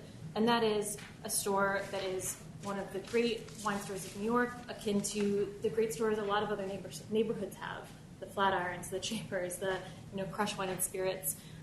It would be a store that would carry representation of all the major wine categories. And we actually included some information in the packet for you guys about a lot of the categories that are really missing or severely underrepresented in the West Village at the moment. So it would cover all those things, but in terms of selection. But really importantly, I also believe that it could be a hub for education for people who are curious and want to dig a little bit deeper than what's offered with the existing set of stores. I think this is particularly important in the West Village, and I think it's really important context to consider that although perhaps the demographics haven't changed, what has changed are expectations and the landscape for food and beverage there. There is extremely high food and beverage literacy in the West Village. People who live there are surrounded by iconic food retail like Murray's and Florence and Ottomanelli. There are 10 Michelin-starred restaurants within half a mile. And within the past 5 years, the trend in new restaurants and bars that have been opening in the West Village and have been successful are places with very focused and specific points of view on beverage. Wine, there's a restaurant right around the corner, and their entire wine list is only wine from coastal regions. We have bars surrounding this location that feature or focus specifically on the art of Italian drinking or a very deep whiskey selection. What I really see is happening is that there is a whole set of very learned consumers and certainly collectors and people who are connoisseurs and lovers of wine and fine spirits who aren't being served at all by the current West Village landscape, which is predominantly liquor stores or grab-and-go stores with a ubiquitous selection and a lot of commercial brands. So what I actually see when I look at these numbers is what I felt when I lived there, which is that people who are really engaged and want to dig in are leaving the neighborhood right now, and they're going to other stores that are attracting them. I feel like what we have the opportunity to do is to create something that would bring those people back to the neighborhood. I think it would be additive. I don't see it as being competitive to what these other stores offer. Our selection would not overlap much at all with what's already on offer in the neighborhood. On top of that, we can walk through some of the details in a moment. Michael will take you through the plan, but putting education at the heart of everything we're doing is a completely different kind of retail concept for the area, for a very different kind of customer than who's being served. So your husband owned Leon and Son? Yeah. Okay, and where's that? That's in Clinton Hill, Brooklyn. And how big is that store? It's about 700 square feet. But very, it's actually a really interesting comparison. I mean, he opened it 5 years ago, and in 5 years, his sales have more than doubled. And so I think that national off-premise retail sales. You half the money to do this. He's not loaning me. He's not. No. Thank you. So who is? My father. That's your dad. And who was involved in the liquor store in Michigan? My husband owns that. He owns that? Did you work for that as well or not? Well, so when I left my full-time job, I started kind of helping him. My background is marketing, like I said, and retail strategy. So I worked with him developing his websites, figuring out, brand positioning. With the Michigan store, that was an incredible experience for me. It was in my hometown. So I got to see every step of what it takes to really open up a store and be by his side. I actually helped design the store space, and I developed. Is he from there as well? No. So how did that end up? It's a very personal story. My mom was very ill, and we thought that it would be we'd be spending much more time there. And, oh, okay. Yeah, he had a desire. Well, he had a desire to create a way for us to be home a lot more. She did end up passing, so it's now a store that he's managing. He has his hands full. So is your store concentrating on wine? Is that Wine and craft spirits. Yeah. I'd love to actually, if you guys don't mind, I'd love to introduce our architect, Michael, and we could walk you guys through the plan. So just as he's getting up here quickly, I just want to kind of ground you guys in the floor plan here. And the big picture of the store is everything is rooted in treating wine and spirits with the same kind of respect we pay to food. So what that means is that you'll see a real focus on how things are grown, how they're made, and how those things are really relevant in culture. And functionally, Michael will talk through a few of the big differentiators from the existing stores, one of which is that, like I mentioned, the selection spans major categories currently gaps. We are aiming to flesh out categories that, with a combination of the sort of benchmark referential producers that define those places alongside the more innovative, progressive producers that are showing the future of it. The second thing is you'll see is that education is quite literally at the heart of what we're doing here. So the space is divided into a few sections. The center section here is an area dedicated to education and tastings. And the other thing that I just want to point out, and Michael will walk through in more detail, but the goal of this is to be, like I said, for customers who live in this area who are curious and want to dig in deeper. They may not have the expertise. Just stand closer. Oh, sure. I'm so sorry. They may not have the expertise that all the fine collectors would have, but they're people who are looking for a little bit more. So our goal is to meet those people and make it convenient for them no matter what degree of knowledge they're at, not alienate anyone. I'll let Michael take you through. Yeah, so hello. So we actually started with looking at the West Village and at the neighborhood. We felt like the store shouldn't be something new and cool, but more meshing into the neighborhood's fabric. And to do this, we were inspired by the spaces of the West Village artists, actually. Artists like Helen Frankenthaler, Robert Ryman, and Joan Mitchell. All these people, they had a rough, kind of beautiful style, typically using very sincere and natural techniques. So to treat the store in this way, we actually start by looking at the building and the historic neighborhood. So the building itself is actually so incredibly perfect for this. It really couldn't be in a different location. It's a landmark building built in 1897. It was designed by architect Charles Rentz. It's a Greek revival style building. It has these really beautiful barrel vaults inside the space.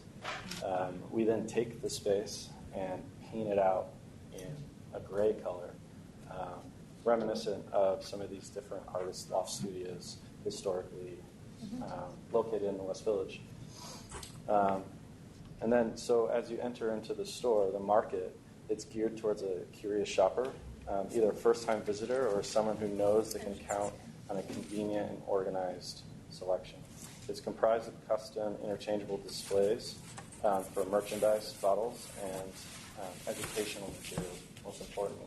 And I would just like to add one thing about this area. Again, this is meant to be convenient for people who are maybe don't have the advanced knowledge but are very curious to learn. And so one of the really important things here is the way we're talking about organizing lines. So not just by regions, which is what you'll find in most other stores, but by occasions or categories. So you might find a rotating selection of what's relevant for that time of year. Springtime reds or overachievers under $15. That type of categorization doesn't exist right now in the area.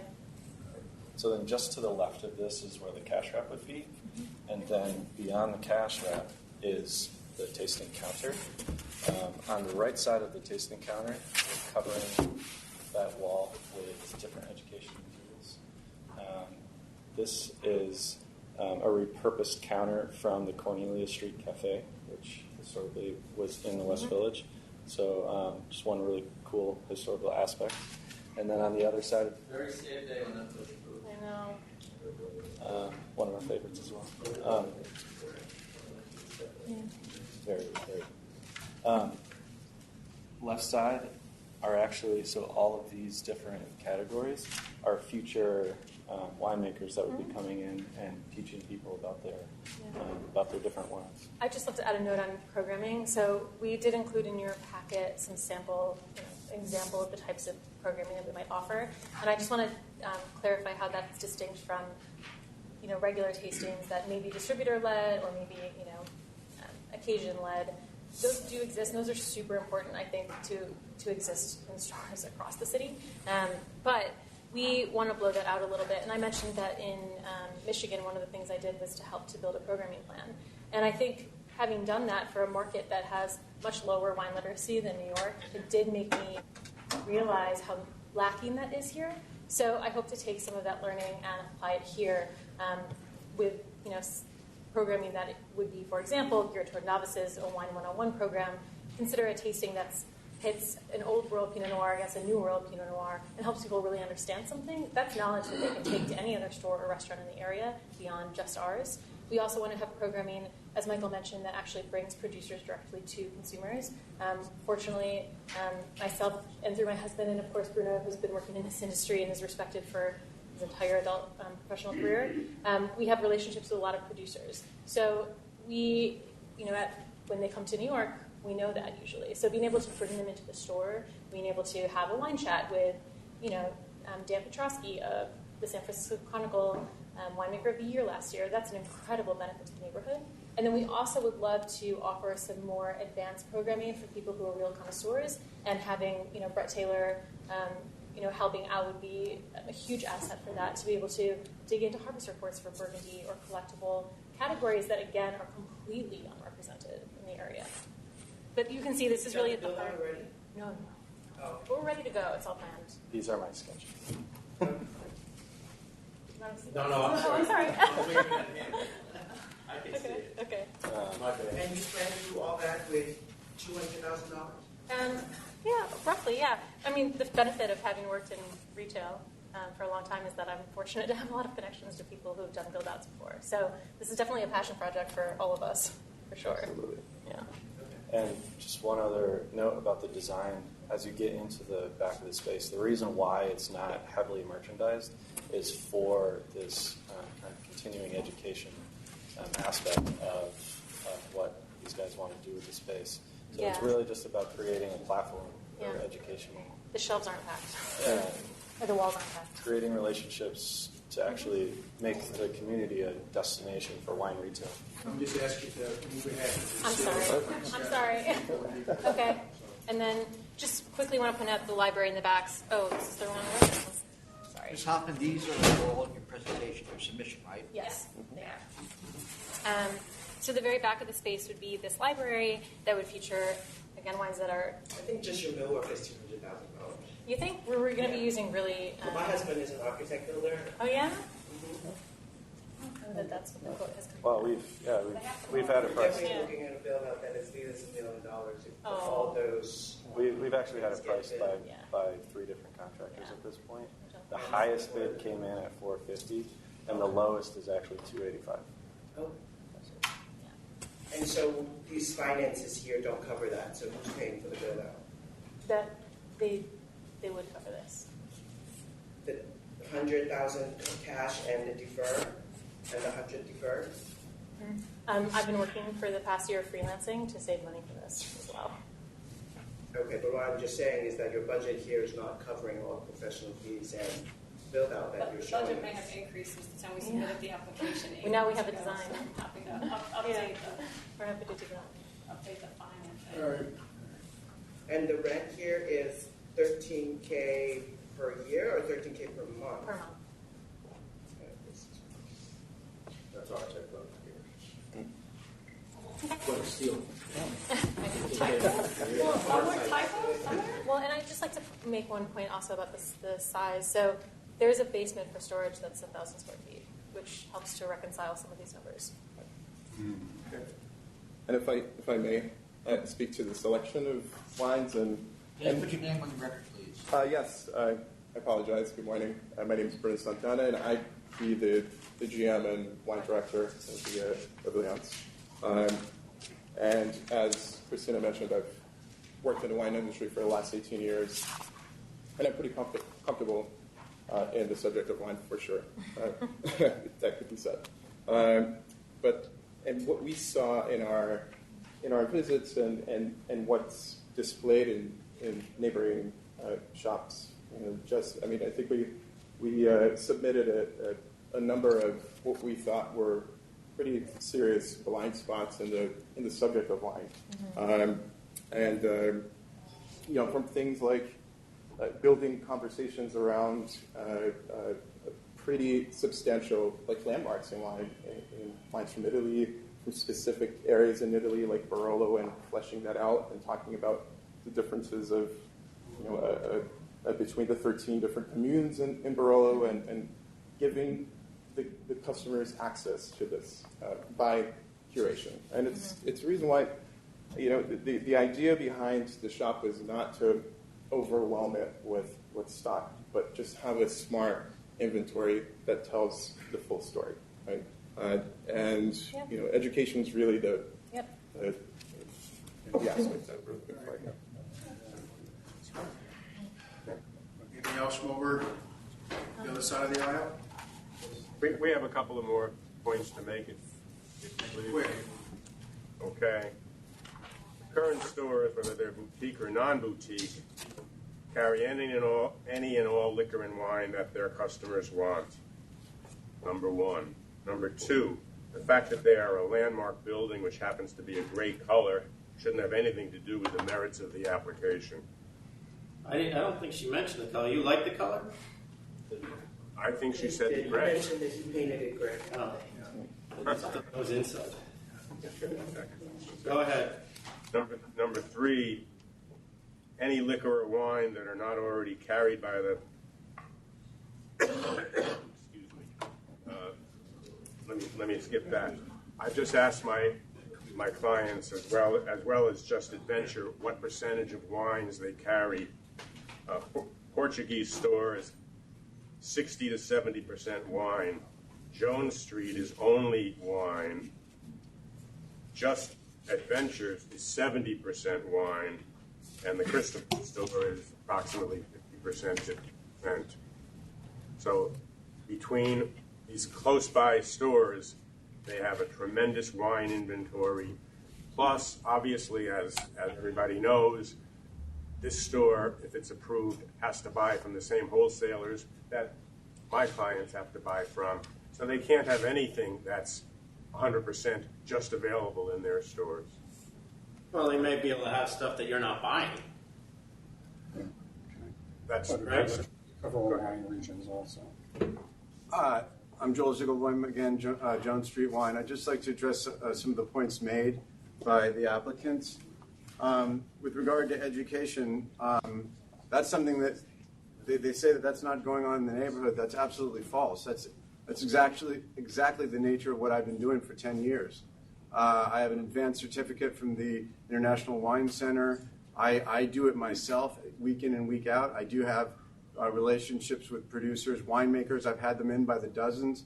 So we've seen this story before. Big architects or whatever, that all these, they've got this big team. It's a lot of dollars going into this thing, but this is not true that education has not been happening. I've been doing it. And as far as, I also live in the neighborhood. I live on Jones Street, and I've been there for 10 years. And as far as people leaving the neighborhood to go to other stores because they're not finding it, that is also not true. The fact of the matter is you're licensing more stores, there's more competition from online, and it's a static number of people. So it's not the case that people are salivating for a new store. We've seen this story before. Big store comes in, and the boutiques suffer. But as far as the product offering, I offer the education and the high level wines, the exact same wines these people are going to offer. Now they may have a larger footprint, and they're going to be doing it right around the corner in a larger store, but the quality of the wines and the education that I've offered, that's the nature of my business. So that is completely inaccurate to say that this is a whole different animal that they're bringing in. Okay, just last point here, if you'll indulge me. As mentioned, I represent Just Adventure. They're 70-30 in terms of wine versus spirits. At any given time, my client indicates that they have between 1,000 and 1,200 SKUs, and they know what they carry and they know what their neighbors carry. And he can't think of a time that a customer's come into the store and looking for something that he doesn't have, and he didn't know what local store to send them to. So between everyone who's here local, they seem to have everything covered, and they have a pretty big selection. Thank you. Ready to vote? She clearly wants to say one last thing. I'm sorry. I just want to point out some of the differences in product selection I'm talking about. I don't really know where to begin here, but okay. So, I guess I'll start, with Jones Street, which I actually have enormous respect for what they do, but I would just like to point out that on their own website, the way that the store is positioned is as having only a few wines at a time, focusing on the $10 to $25 range.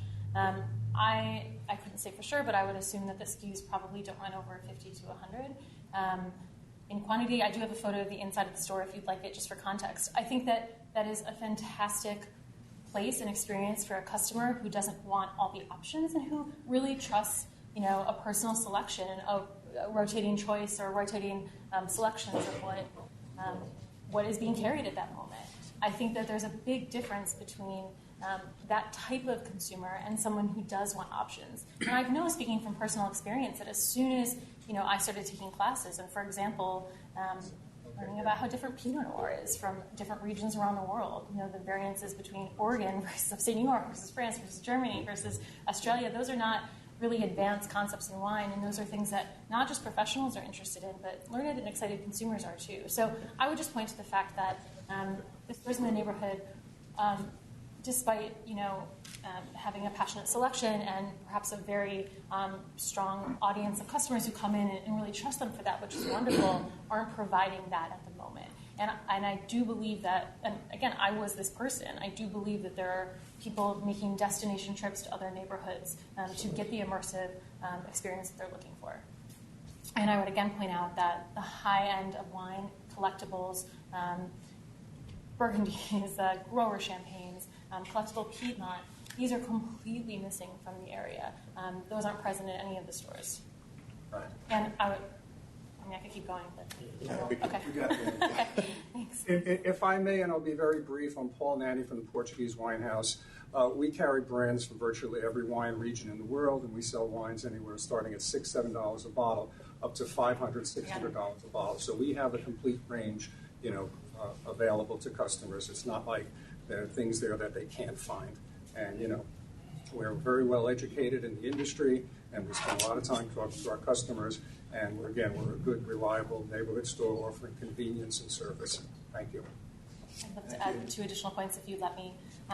Both Casa Oliveira, which is Portuguese Wine House, and Christopher Street Wines, they carry products that are from a standard liquor store. For Casa Oliveira, half of their inventory, all their liquor, is behind a counter, and you need to ask for someone's help. Although they may carry that range of products, which is great for people which is great for customers who are looking for that. That is an important facet of the community wine landscape. It's critical. I mean, we couldn't have a store we're talking about having without something like that nearby. But we're talking about Barefoot, we're talking about Yellowtail, we're talking about big consumer brands that are the bread and butter of what they carry. Same with Christopher Street. I actually feel like they're a completely different retail experience for a very different customer. And I would also just love to add that, we'd be happy to, if it would be helpful to, agree to not buy any of our wine from two of the major distributors, which would be Empire and Southern. We'd be happy to just say that. They would not be happy with me if I told you that. I'm only kidding. We're going to take it. Hold on. Take a 2-minute break. Right, the Portuguese wine house, what she said is not true. Only liquor is behind the counter. All wines are not behind the counter. That is what she said. That is what she said. Mr. Levy, do you have the full year 2019 number for your client? I just need ballpark. Sure, I don't, but the GM and the guy who does all the buying for the store is here. He can address that. Good afternoon. It's just I just need to. Can you just put your name on the record, please? Sure. My name is Bruno, and I work at Just Adventure. Bruno. Bruno. I'm sorry, I'm just asking. Hedler. She's asking for Christopher Street, aren't you? No, I'm asking for Just Adventure. Yeah, this is the general manager of Just Adventure. Yeah, I just want to give an information of. I don't really need input. Do you have the full year number for 2019? I don't have here with me. Gross sales. No, I don't have here with me, but I know it's not much different from the previous years. So about 1.5. Yeah, I would say it was around it was around the same thing, but I'm not by head. I don't know. I don't have with me the correct number. All right, the members are going to take a brief recess to discuss the matter with council.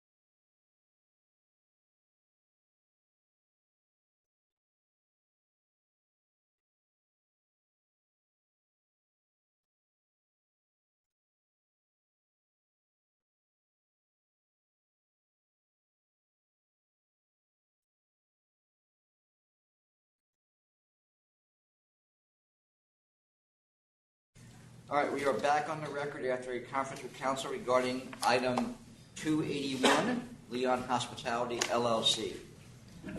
Well, ready to vote? Yeah. I very much appreciate your presentation and believe that your business model may be a successful one. The numbers from the surrounding 4 stores, however, do not really justify a new store. I don't see any growth in any of the closest 4 stores. We just very recently licensed a store on the west side of the West Village, grouping sort of the people that live on West Street, etc. And so I imagine that you can find a new location, so for now I vote to deny. Commissioner Ford. I know that there's a couple of stores, 3 stores or so, literally within hundreds of feet of you, one right around the corner. I think you are extremely knowledgeable. You make a great presentation. If not for the location of the other stores, as Commissioner Ban has noted, they are doing, just holding their own. They're not doing any better, they're just holding their own. So I have to vote to deny it as well. Chairman Bradley. I would vote to approve only because I think the model that you have here is clearly unlike the models of the other places, and clearly it would be invested in pursuing that model, and it would either sink or swim. I don't think that we would find that you would be dealing in Jack Daniels and things of that nature down the road. But because 2 voted against 2, you're going to find another spot. Thank you. Thank you. Thanks for your time. Next item, 280, Perry and Hudson LLC.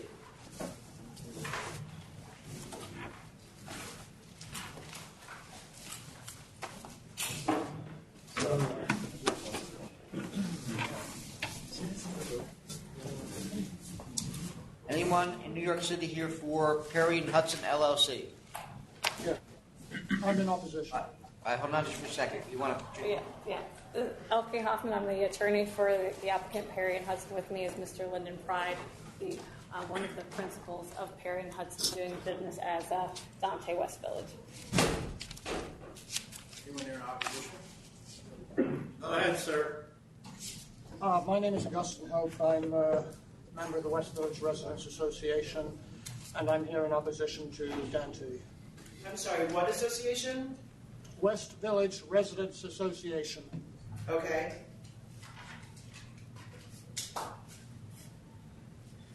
Go ahead. Okay. Just as a note, I would like to thank you all for improving the publicly accessible database by including licensed hours of operation.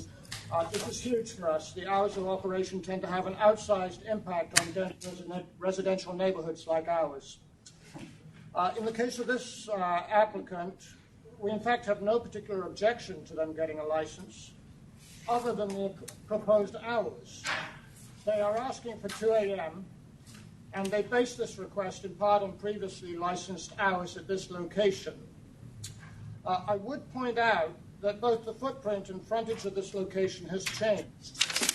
They have expanded it by absorbing the adjoining previously unlicensed space. Unfortunately, another one of the service small businesses that are being pushed out of our neighborhood.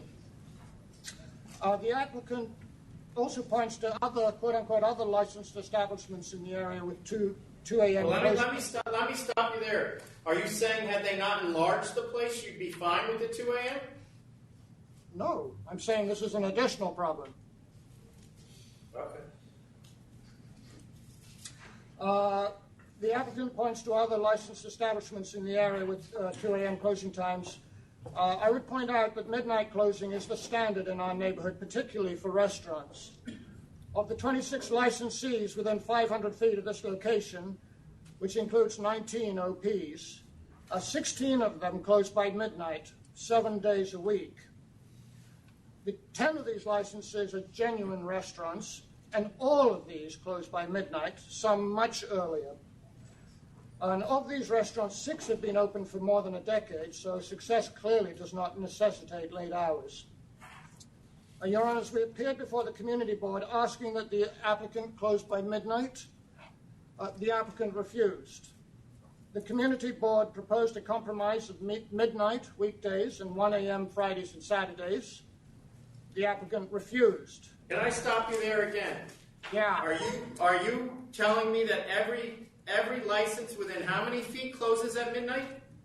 No, I'm telling you that 16 out of the 26. Within how many feet? 500 feet. And what about the other 10? They close by 2 a.m. And the ones that close by 4 a.m. have been grandfathered in, I reckon, because no 4 a.m. license has been issued in, I believe, 20 years. I mean, I'm looking at some of these, and I know they're open past 2 a.m. because I've been in them. Some of them are open, like WXOU Radio, White Horse Tavern. They definitely are open until 4 a.m. All right, go ahead.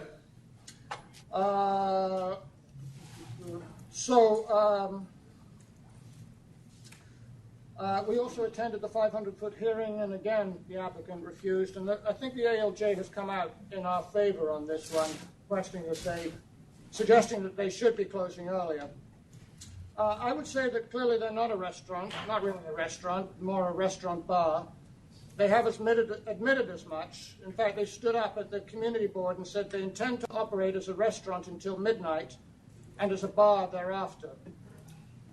So when you make your decision, we ask you to address our concerns. We ask you to consider the community board's findings. We ask you to take into account the ALJ's recommendations.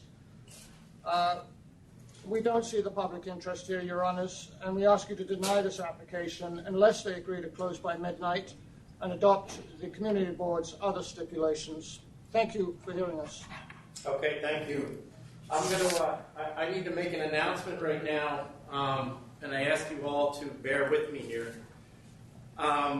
We have just been made aware that an individual who was in the New York room on a licensing matter earlier was potentially, and I say this as loudly as possible, was potentially exposed to someone with the coronavirus. We have absolutely no indication that that person has it. He has no indication that he has it. He is going to get tested. But in an abundance of caution, we would like to take everybody's name and contact information.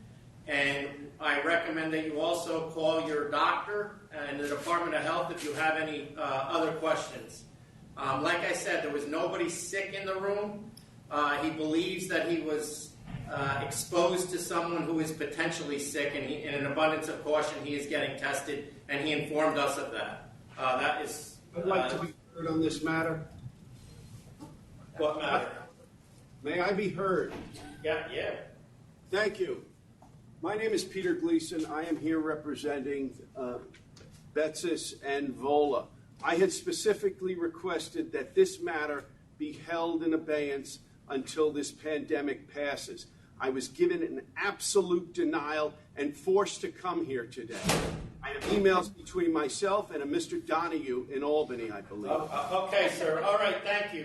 That's really. I understand your concern. I'm more concerned about the people behind you.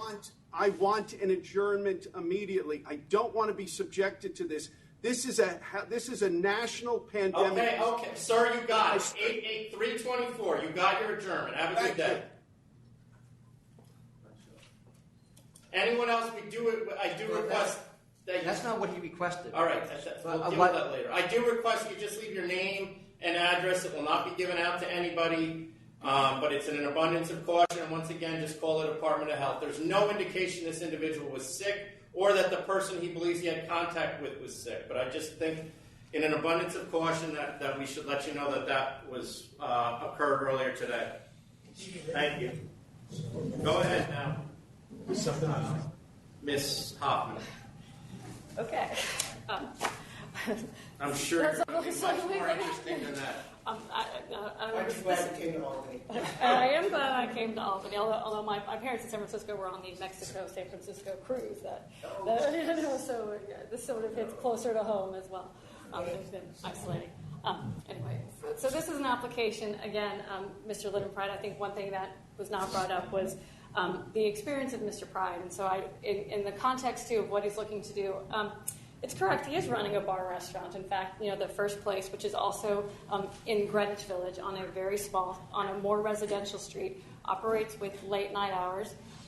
And they do late night dining. And it is admittedly a bar and restaurant. And in fact, it was voted last year one of the world's best bars. And there's no hiding that it is, in fact, a cocktail bar. And he's looking at doing this in the beautiful space of the West Village. The additional space is, I think, less than 200 square feet. It took over a very small sort of newsstand, so it's not a substantial enlargement in the scale. And it is hard to run a high-end cocktail bar and closing at midnight. And the previous place was 2 a.m. The bar across the street is 4 a.m. White Horse Tavern at the end of the block. They advertise 2 a.m. I do think I've seen them open later. You have pictures, too. There is a very heavy emphasis on the food program and, in fact, late-night dining. And you can eat late night. Lindsay can sort of speak a little bit more to the concept here, what's a little bit different. But here you have an experienced operator in a location that has been licensed till 2 a.m. Again, he has no history of complaints in an area where neighbors were also initially skeptical. And I think he's proven so. Yeah, just to talk on, I guess, the food program, we spent over $500,000 on just the ventilation system to be able to provide solid fuel cooking on a wood fire. So the whole premise of Dante West Village is to be able to serve seafood on the grill, but then also a great cocktail bar program, which I think we've seen the residents at Dante, which is on McDougal Street, which is in the same zip code down the road, about 8 minutes walk.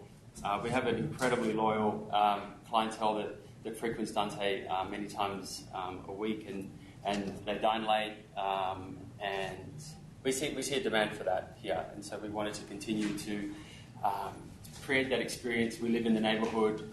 We're hands-on operators. My wife and I run the business. We own the business.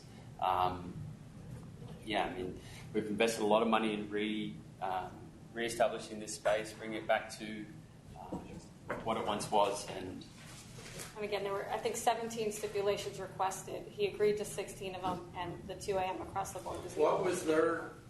It was 12 o'clock they went across the board? Well, the residents wanted 12. And What's the the community community board 12 and 1. And I think not too long ago, the restaurant, the Katana Kitten came before you. They had been, asked to roll back until 2. They came here asking for 4, and you held them back to 2. My client didn't ask for 4, never intended to ask for 4, but you very recently issued a very similar application and held them back to 2 a.m. Anything else, sir? We do not need another cocktail bar in the neighborhood. Gentlemen, we have plenty already. In fact, we have more seats at licensed establishments within 500 foot of this place than there are residents in that exact area. I would point out that McDougal Street is not a quiet residential street. It's one of the busiest bar locations in New York City. below Bleecker Street it's all residential below Bleecker Street, which is where we are. Yeah, no, we're familiar with the street. And the other thing is, we're not objecting to this. We would welcome to them. We are simply objecting to the hours. We think it's quite unnecessary for a successful business. If they want to be a successful business at 2 a.m., we do have a problem with them then. Thank you. All right, thank you. So your kitchen is supposed to be open the whole time when you're actually open? Yes, and it will. If so, McDougal, it says the kitchen closes at 2. It's because if people were to sit down at 1 a.m. and order, there's not enough time. So we allow them to sit. We say open until 12 because that's the time they can sit and order, and they order, and we continue to serve them right through to the end. Yeah. You ready to vote then? Yeah. Commissioner Fan. With the slew of stipulations that you have already agreed to, I don't believe any of you agree today. I vote to approve with 2 a.m. across the board. And that is because you have an existing establishment that is branded exactly the same way. The authority has zero problems with that establishment.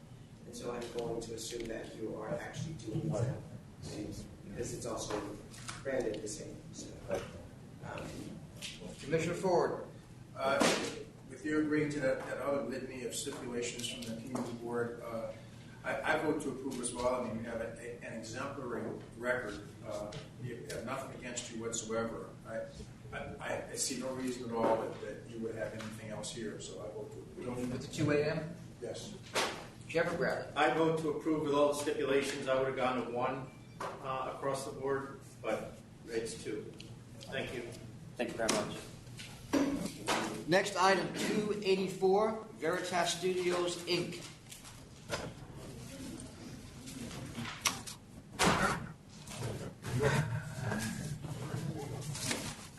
Hey, good afternoon, everybody.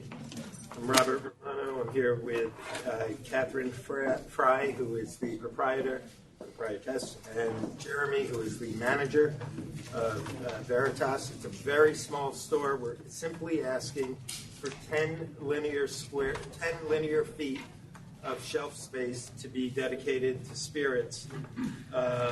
Of that, we would cap a maximum of 35 SKUs, very small, and we would even commit to this board and to the authority that a minimum of 50% of those SKUs would be New York product. And I realize that's a high number, but I asked my clients several times, and they are insisting they're looking to fill those shelves with things that you will not be able to get in the surrounding store. How many overall SKUs do you think the store has? Approximately 350. 350? Okay. It's and currently just wine. I understand. Why are you a wine store? Why didn't you apply as a liquor store back when you opened? I believe at the time it was a stipulation of our competitors not to carry spirits, and so we agreed to that at that time. However, over the past 5 years, customers who shop with us have asked that we include some spirits to our selection and follow the philosophy that we have for the wines, which is basically provided options that aren't available locally in Hell's Kitchen. Not that we have any kind of exclusivity, but the customers appreciate the fact that we're taking the time to curate selections on their behalf. Yeah. There wouldn't be any nips. This is not, they're looking for... But I mean, and Mr. Romano, you know what my concern is that it's obvious that the board at the time, what year was this? 2014. Decided that there was not a need for another liquor store, and because of their business model, told them they could have a wine store. No, that's what they applied for. I know. You applied for wine? No, it's just the one. No, they applied for a wine store originally. He applied as a wine store. Will we go back and, with licensing, go back and change the application? No. Well, I don't. Your story doesn't mesh with our paperwork, but which is fine. It actually. Forgive me. I was not they were not my client back then, so and I did not find out what you had originally. All right, I don't have anything. Again, this is a 10 feet. I don't think it's a major threat or even a minor one at that to the surrounding stores. The products that they would be selling will not be available are not currently available at the surrounding stores. You're not going to find them selling Tito's or Absolute, but you can name a product or two that they make. Yeah, I mean, we're focusing clearly just on those underserved brands that we also feel provide some value for our customers. The majority of our shop items are rarely above $35, $40, so we want to extend that to spirits as well, but just a very, very small selection, probably no more than 30 or 35 SKUs total. Okay. All right, I vote to approve with an 80-20 wine spirit split. Fine. So 80% wine, 20% spirit. Yeah, that's fine. Thank you. Closest store is around $2.5 million a year. The next one is around $1.5 million, more or less. Seems to be holding their own. You're a 250 square foot store. I don't think you're going to have that much of an impact, so I vote to approve as well. Is that same stipulations, yes. I'll vote to approve same stipulations. Thank you very much. Thank you. Thank you very much. Next item is 371, DRI Collective LLC. On this one, I would request an adjournment. On hearing the news, asked to be, she had to leave. So I would ask that we get for an adjournment till the next date. 324. Thank you. Number 370. Next item is 354, Phil and Clyde Petroleum. Thank you. Robert Romano on behalf of the principal, Phil and Clyde Petroleum Incorporated. I'd like to submit. 354. It's Phil and Clyde, case 136269. I'd like to submit a conditional no contest plea in the amount of $10,000 with satisfaction. Should be pointed. Okay. Commissioner Ford?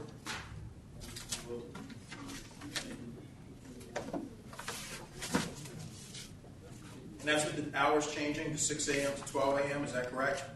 They are now closed under the orders of the police department for 1 year from midnight to 6 a.m., and that seems to have mitigated and alleviated the issues. I accept. Thank you.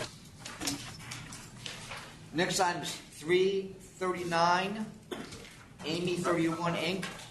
Robert Romano on behalf of Amy 31 Inc. I'd like to submit a additional no contest in the amount of $3,000 of satisfaction.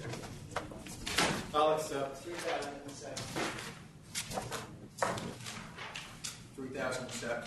Thank you very much, everyone. Have a nice day. Next item, 379C, Urbanite Wine Merchants Inc.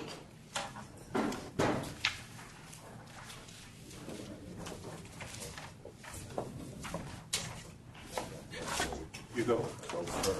Martin Miller. I'm sorry. Yeah, hold on. You wanted to discuss the litigation first with counsel? Yeah, can you just announce that everyone should leave an email out? We're not going to pass anything. All they need for contact purposes is their name and an email. Okay, so the members are going to go into executive session to discuss the issue of appealing this matter. I would just note before we do that, if rather than leaving addresses regarding the announcement the chairman made, if you can leave an email address, that would be sufficient. On the way out. I'm going to mute here so you don't have to go outside. All right. We're in executive session.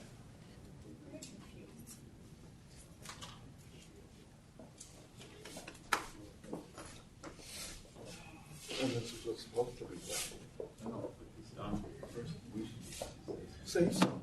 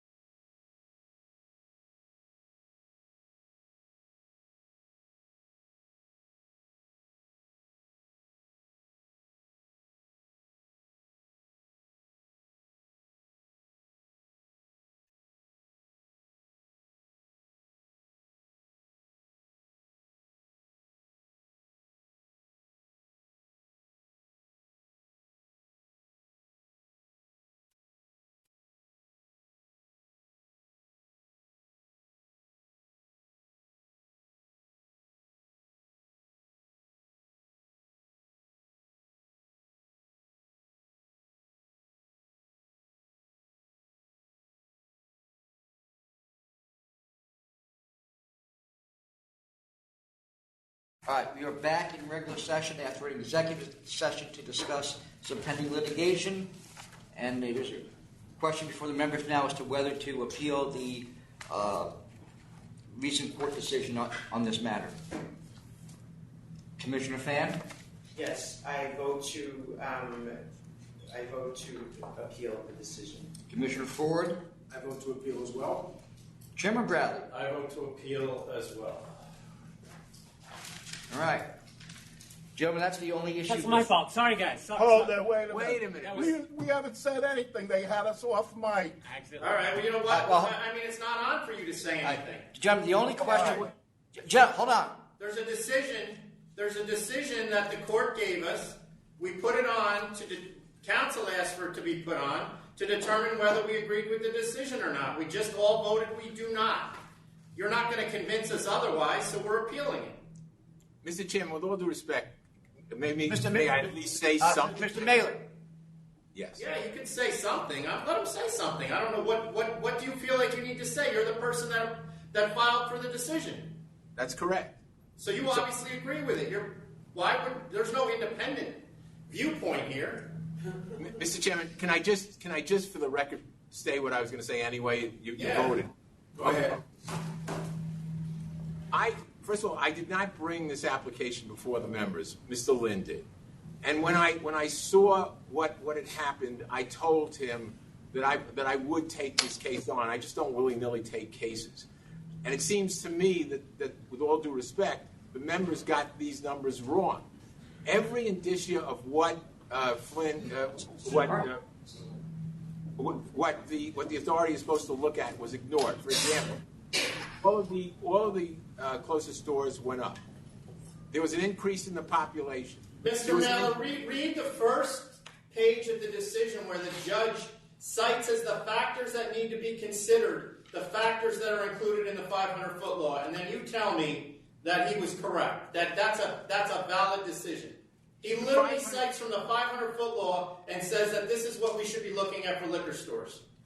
Well, Mr. Mailer, the members have voted to appeal the decision. We're not going to decide the case now. It's going to be decided by the courts. Yeah, the first department. So the first matter. Department, state your argument for the first department. Right. So we have lots of people waiting to be heard. Can we move on then? With all due respect, this is completely unfair. Also, I have not put my name on the record that I'm here. Can I do that? Yes. And I don't do that. Well, it's Charles Lynn, because I came here because the notice of appearance was already served on us when we shouldn't even have been here.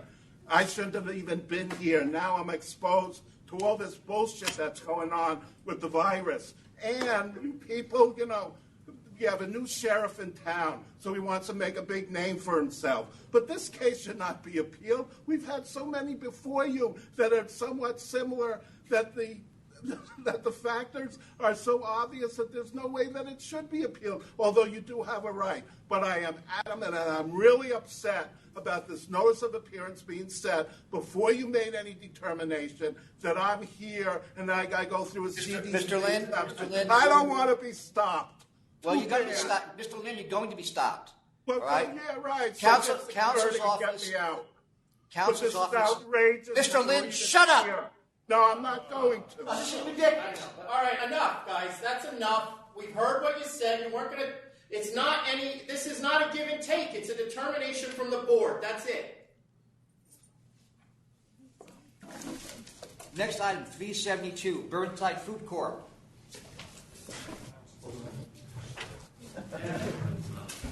Sure. 372.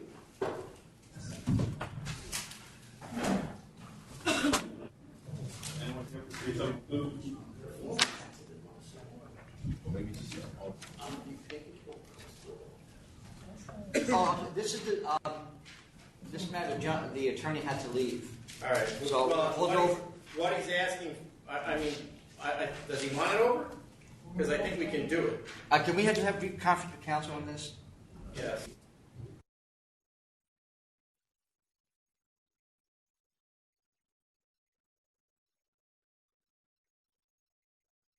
Fine. Put it over. All right, so this is we held over to 324. Next item, 282, Fort Liquors and Wines, Inc. I'm sorry, Tom, what number again? 282, Fort Liquors and Wines, Inc. Martin Mailer Buscemi for the applicant, but there is opposition, and my client is here as well, but I suppose you want to hear them first. Yes, yeah, we do. Thank you, Robert Swetnick, for the opposition. I'm here with representatives from Henry Hardy Liquor, Ben's Liquor, McKay's Liquor, McGovern's Liquor, King's Cellar. Basically, this is an application for a retail store in Bay Ridge, Brooklyn. And as many of you know, Bay Ridge has water on two sides, the highway on one. So it's a very restricted area.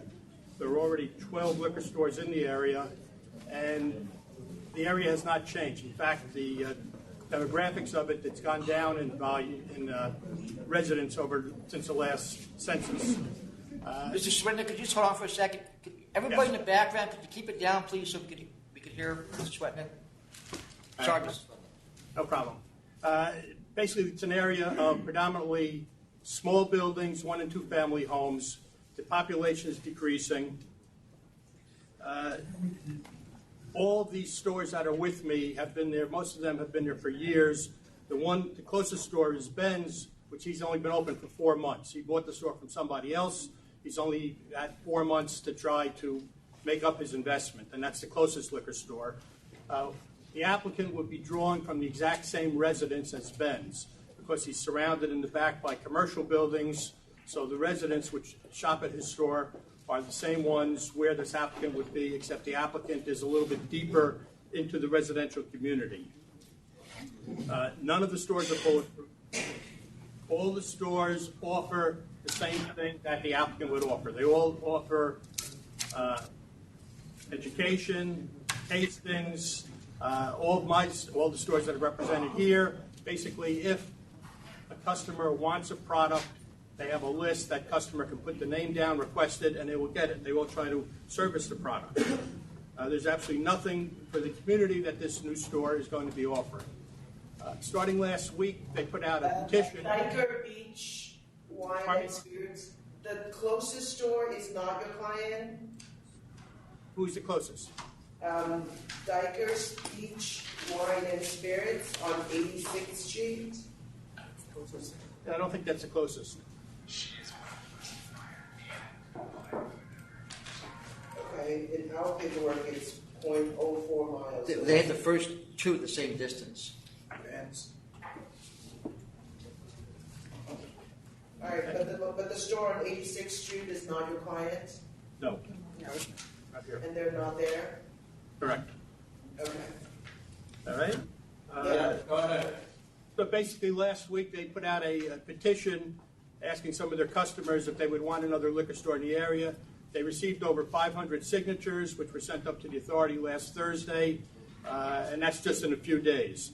So I believe that there's nothing that this new store is adding to the community. The population is decreasing. The community is well served by the existing stores. The sales in these stores, some are declining, some are flat. And obviously the costs are going up. And again, the second closest store, Ben's, has been open for only 4 months and has not even had an opportunity to get any sales or start building up its own clientele. Anybody want to say anything? I don't really She's got a whole want to. list there. Go for it. So I just wanted to say that we're very proud. When you all come up, could you just put your name on the record, please? Raina Anderson from Henry Hardy's Wines and Liquors. And my sister, Gloria Anderson. So we just wanted to say that we're very proud of the selection of wine and spirits that we carry. We have all different options from organic to kosher, sulfite-free, all around the world. We do tastings every week featuring winemakers and wine education. Myself and other employees have been students at the Wine and Spirit Education Trust. We offer free delivery. We have do gift baskets. We do a lot of fundraisers for the community. And we have a vintage temperature-controlled wine cellar. So basically we feel that we are meeting the needs of the community. Yes. Yes. Yeah. So it's just that when we had the petition, we had people coming in and saying that they didn't feel that they needed a new store in the neighborhood, and that we're already sharing customers, and the neighborhood is oversaturated with stores. they didn't want it at all? Yeah, we live very nearby the store. The store has been around since 1933. We're literally right down the block or up the block from Ben's. It's 1 block away from our store. On the other side of him as well. So anyway, that's okay. Okay, thank you. Hi, my name is Jenny Ye. I'm here with Ben's Liquor Store. So my parents had, as Mr. Swetnick had said, have only been operating the store for about less than a month before they got the letter that another store would be opening so close by. And they put their life savings just to start this new opportunity, and they haven't had the opportunity to, like Mr. Swetnick had said, to build their clientele. And when they bought the store, the business was already struggling. And like Frena, we've already had we've added a lot of SKUs and a lot of wines and liquors to the store. And if any clients or customers had any requests, we would take heed and put in an order, just so like they're aware. A new store would only create competition as like supply would exceed demand, and it would just cause all the neighboring liquor stores in the vicinity to suffer. And we've all been like working really hard to meet the community needs, and a new store wouldn't create value for the community. So. Thank you. Thank you. How you doing? My name is Raj Mitani from McGovern's Liquor. I've been here in Bay Ridge since 1987, and I've seen this neighborhood change over decades, from Italian to Irish to Greek, and now it's, especially around where Ben's Liquor is, it's very Middle Easternish, or a lot of Arabic people. That also takes away from original, back in the days, heavy drinkers. A lot of Arabic people don't consume alcohol. That's also going against us, along with there is plenty of competition there. We do offer delivery, we have online sales, we have in-store pickups. We offer every single product that you can imagine in every category, whether it's French, Italian, Portuguese, New York. We, in fact, take pride in offering New York products, from whiskeys to wine. And we have our own app, so we deliver right to the customer's door, wherever it need be. I don't think this new store is going to put any more, besides putting more pressure on the existing stores, it's not giving any more help. If anything, it's going to hurt the other businesses. Thank you. Thank you. Exactly. Okay, no, go ahead. You're not. Sergey from King Cellars. I will know it only so we provided the numbers, and the numbers in my store not totally flat, but they decreasing, business decreasing. And we do everything. We do tastings, we do free deliveries and education, and we have a trained staff to help our customers. What's your store? King Cellars. Kings. What is it called? King Cellars. King Cellars. Kings. Yeah, corporation is SNL King Cellars. So how close are you? It's editor. What was your question? How How close? close is he? I don't believe I have a exact number from the top of my head, but I can look it up right now. All right, go ahead. Try not to repeat what everybody else said. Go ahead. Yeah. So my store shows decrease in sales, and I'm not repeating what everybody else. Thank you very much. Thank you. Thank you. Okay. All right, I believe all the opposition is done. With respect to the last two stores, they aren't even close to where this applicant is. But with respect to the four closest stores, I was in the area. I walked the area. This particular applicant is on Fort Hamilton Parkway. There are no other stores on Fort Hamilton Parkway. This is a traditional Brooklyn neighborhood, meaning it's a walking neighborhood. Most of the people get around either with public transportation or walk to and from where they're going from. There is a bus stop right there that has 4 different bus routes that meet at that area. This is an ideal spot for a new liquor store. I don't have to elaborate. I did it in my papers. The fact that competitors are coming in and complaining about the fact that it might increase competition is not what this board is supposed to look at, and I don't have to elaborate too much on that.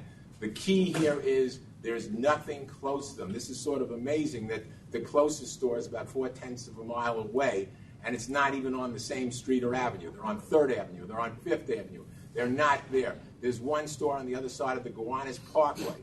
All that this applicant is asking to do, and he will be bringing in products that are not currently being offered by the existing stores. All he's asking for is to allow another store that will not in any way impact those other stores in the sense of being so close or so up on the other stores as to create conditions that the authority believes might lead to problems. This is not the case here. This store was looked at, or at least this location was looked at very carefully so as not to be right on top of other stores. And if you look at Exhibit A that I presented, you will see that they're not. I'd also like to state that there are generalizations being made.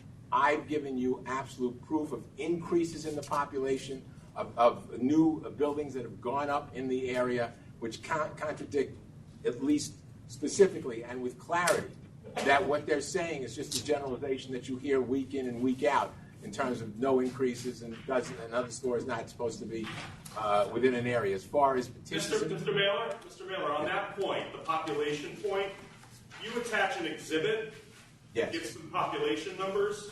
Yes. Where did the exhibit come from? I have a service that the service... I mean, it looks like a word process page, and it says at the bottom, data provided by U.S. Census Bureau and Geolytics, Inc. Yeah, that's it. That's the organization. I understand the source. But is there a reason why you gave us a word process page instead of some report from Geolytics? Okay. The person that I deal with was leaving GeoClinics, and he was able to get this information, but he did that himself. What is it? I have another question about it. Go ahead. What is it that Geolytics does? Because I've seen references to this Geolytics website, and I've gone there, and they do something with U.S. Census data, but I don't understand exactly what happens to the U.S. Census data in between the 10 years that censuses are taken. Is this just a projection based on prior U.S. Census data, or is it based on something else? It has to be a projection because the census doesn't meet except for once every 10 years. So it's yes, it's based on trends. It's based on a trend of data that the data ended in 2010. No, but from my understanding, and I can't go within the organization itself, I don't know how they do it. They have a pulse on all of these areas. They apparently, however they do it, indicate why there are increases. I'm not making They this don't up. even indicate it on their website as to how they get from 2010 data to 2019 data. Do you know? I don't think anybody can tell you how. I mean, unless he's standing here, I don't know. No, I don't. Okay. It's not me. Okay, thank you. Now, if you'd like, could you please hear the licensee or the applicant explain what he plans to do within the premises that will in some way distinguish him from the other stores? Sure. This is the proposed manager of the premises, Mr. Patansis. Good afternoon, and thank you for having us here, members of the authority. My name is Franklin Betances, and I will be the general manager and buyer for Fort Wines and Liquors. I was born and raised in Bay Ridge, Brooklyn. I've been in the wine and liquor industry for 13 years. I've managed Old Brooklyn Wines and Liquors in Carroll Gardens 5 years, and Brooklyn Barrel in Park Slope for 8 years. I have a passion for wine and liquor, and growing up, my father was a grocery store owner, so servicing people is in my DNA. What we plan to do at Fort Wines and Liquors is provide our customers with impeccable service, inform them about the brands we are selling and why we believe in these brands. We want to educate our customers on pairing wines with foods, seasonal wines, and we're planning to have a table that sells wines under $10. In addition, we also want to give back to the community, donating to elementary, middle, and junior high schools. Since Rob and I are fellow Brooklynites, we are committed to supporting local brands such as, I'll only mention a few, Barton Iron Applejack, Widow Jane Bourbon, Kings County Bourbon, Hill Rock Rye, Hudson Whiskey, Beto Winery, Raphael Winery, Pellegrini Winery, Brotherhood Winery. These are brands that I'm very familiar with and that I've been selling for years. Also, this is only a portion of the New York State brands which we are planning to sell at Fort Wines and Liquors. Thank you. One other thing in response to what Mr. Meyerhoff said before, you didn't ask the opposition where they got their numbers from, Mr. Meyerhoff. There's no support. There's no support for the opposition's position. I just wanted to understand what the substance was behind your numbers. Thank you. If Mr. Swetnick has something to say about where he got his, I do, and it's from the U.S. Census webpage, and if need be, I can give it to your associate here so he has it, which shows a decrease in the census during that period of time. During that period of time, there is no census. That's the point he's making. Well, the census was in 2010. Anything after that is a projection. They're working on one now for 2020. Correct. But what they show is the population there. But there's not an official census, but there never is for the 10 years in between. Right, but the point being that they're all estimates, wrong or right. We have no idea. Let me just make it clear why I asked the question. Some of the websites that lawyers who practice before the authority cite actually describe how they go about determining the numbers in a neighborhood. The one that Mr. Mailer cites doesn't appear to do that unless I missed it, and that's why I was asking him if he could explain it to me. If you relied on a particular website and you want to put it on the record, let me know what it is. Factfinder.census.gov. Also note that, just continuing that, while we're not saying that the principals of the applicant may not be qualified to operate a liquor store, what we're saying is that the community is more than adequately served. Anything that a member of the community wants to be provided is provided by these liquor stores. The principals of the current liquor stores all reside in and around the area, so they have the same Brooklyn pedigree as everybody else. There's absolutely nothing being offered to the community by an additional liquor store. It is a small community. Many of these liquor stores have been in the families for more than one generation. Two of the people here, I believe it's the third generation of their liquor stores. They service the community in every way. They're members of the community, and there's nothing being offered by a new liquor store. Finally, regarding Ben's, they've been there for less than 4 months. That's the closest one. They're only a few blocks away, and they have not had an opportunity at all to build a client base. All right, you're repeating yourself, Nelson. Thank you. All right. Is the applicant there? Yes. Good afternoon. All right, so why do you want a liquor store? Well, I've been in the restaurant business before, and we got into the beer and wine part of it, and I started learning the wines, and recently I've gotten out of the restaurant business, which was also located in Bay Ridge in the same area. And, What restaurant is that? Nature's Grill. Been in Was the that a area. licensed premise? That was for beer and wine, yes. It wasn't in my name, though. What does that mean? It was in my partner's name. So you weren't a disclosed owner? No. Okay. And I've just become, very interested. I really like the business. Currently working at Con Edison. I'm going to be leaving there soon and retiring, and wanted to get into a new aspect. And I'm really interested in this area.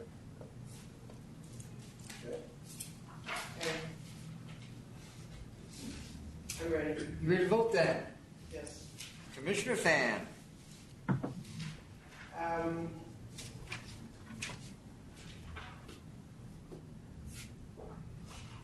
While one of the postal store didn't submit numbers, all the other ones that submitted numbers are showing a consistent decrease in gross sale numbers. I do not think there is a need for another liquor store in this Bay Ridge area, and so with that, I vote to deny. Commissioner Ford. I don't really see the need either. First closest store, we don't have any numbers on. Is that still correct? Yes. Okay, so can't take that into consideration. That's a disadvantage to our decision making. We don't. The second closest store, they seem to be hovering around the same, and the third closest store seems to be decreasing. So I'm sorry, I just don't see the need, so I vote to deny. Chairman Bradley. I would have voted to approve. One of the reasons being that the closest store didn't feel the need in its infinite wisdom to supply us with sales numbers, so it's impossible to analyze that. And it would appear to be that they're fine with the situation now, and that the competition and the demand in the area would require a new store, so I would have, I vote to approve, but because there's 2 votes to deny, it's denied. Thank you. Thank you. Thank you. And before you announce this, I'm getting a lot of response to the announcement I made before, so I'm going to clarify. Just so everyone is clear, the person that is in the room does not have symptoms, is not sick. They believe they were potentially in contact with someone who has indicated to them that they sat with someone who has been tested positive. So the person they were even in contact with has not tested positive. 3 steps removed from it. Yes, 3 steps removed. We're taking your information. The person's not there anymore. And the person has not been there since they indicated to us of the situation. We're taking your information so that we can contact you when that person indicates to us that they have received a negative test. If you want to know what you should do, I suggest you contact your physician or the local Department of Health office, and they will tell you what the protocols are. I know they're very public, and I'm sure you'll see things posted in the building as you leave. But once again, the person in the room was not sick, was not feeling sick, and the person that they were potentially in contact with is not sick or feeling sick. It's the third person that has been tested positive. Will you be contacting us when you get test results from the person who's in the room? By email, yes, we will if you leave your email. We may not. We are. I've been told that's what's happening. Thank you.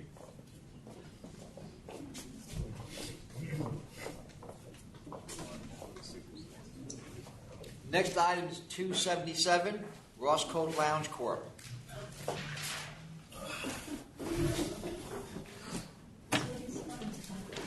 Good evening. I'm Kenneth Ross, the owner, Roscoe Lounge, 11715 Warwan Avenue, Richmond Hill, Queens. I'm here for reconsideration from December 18th hearing. Ms. Fan had said, Commissioner Fan had said, concerning the situation that we had on November 17th, we had a letter from the precinct showing that we wasn't responsible for whatever had happened. We get a letter on the 19th, submitted for reconsideration. My main concern submitting this again so fast is because of very, very hard financial hardship. You may not have been found responsible, but the violence is still occurring out in front of your building. It wasn't in front. It was like doors down. Well, they were your customers. Yeah, it was waiting for Uber. Since then, just because the charges weren't upheld doesn't mean that the violence didn't occur. It doesn't disappear just because you're not charged with it. If we leave you open to 4, there's nothing that you've done that's going to indicate to us that violence is not going to continue to occur. But my concern is like the precinct, if I wasn't operating at a good establishment, the precinct would have given me that letter. Next thing, I upgraded my security company since that situation, I have the owner, which is a retired New York police officer, who is operating my security company from the past 3 months. We're very up there with our security. I put all my investment that we made. Yeah, but you rented a place that had a seriously violent history. That's why your hours were limited, because not only did you, and you have a track record with this as well before you rented this place. That's why your hours were limited, and now violence has occurred. So indicating that we were correct in limiting your hours, now you want us to give you more? But at least just competing, maybe just like up to 3, just to compete. Well, those are decisions you have to make before you lease the place. Commissioner, may I speak? My name is Dan Wynn from Triple Security of New York. Like Mr. Ross said, like 3 months ago, we took over the security. We had concerns about outside when the customers were leaving. There was an issue last year. Since then, there hasn't been an issue. We actually escort most of the clients outside and in the night, and we wait with them while they catch the Uber. There's several parties that catch Uber, wait for Uber at that time. My team of security guards has been very successful to making sure that people get home safely after they spend a night at the location establishment. We also have concerns with the public and the community as well. So we are out there making sure everybody gets to their cars or get to the destination of going home. I understand your concern. I myself have dealt a lot of nightlife, and it's been tough to try to get everybody to leave in the past. But I would say Ross Cole Lounge has been the community and the people that come in there are from the community. He doesn't promote. He doesn't get promoters. So we don't have outside people. Everybody there is usually from the community. So since that incident happened in November, we took it over and we monitor every single night of what goes on. We have meetings with our security staff of any issues that happen of that night. So we are concerned. We are concerned because I'm actually a local neighbor myself.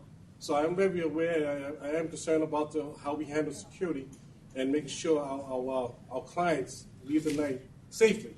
So nobody wants to go out and end the night and get hurt. That's the least of our problem.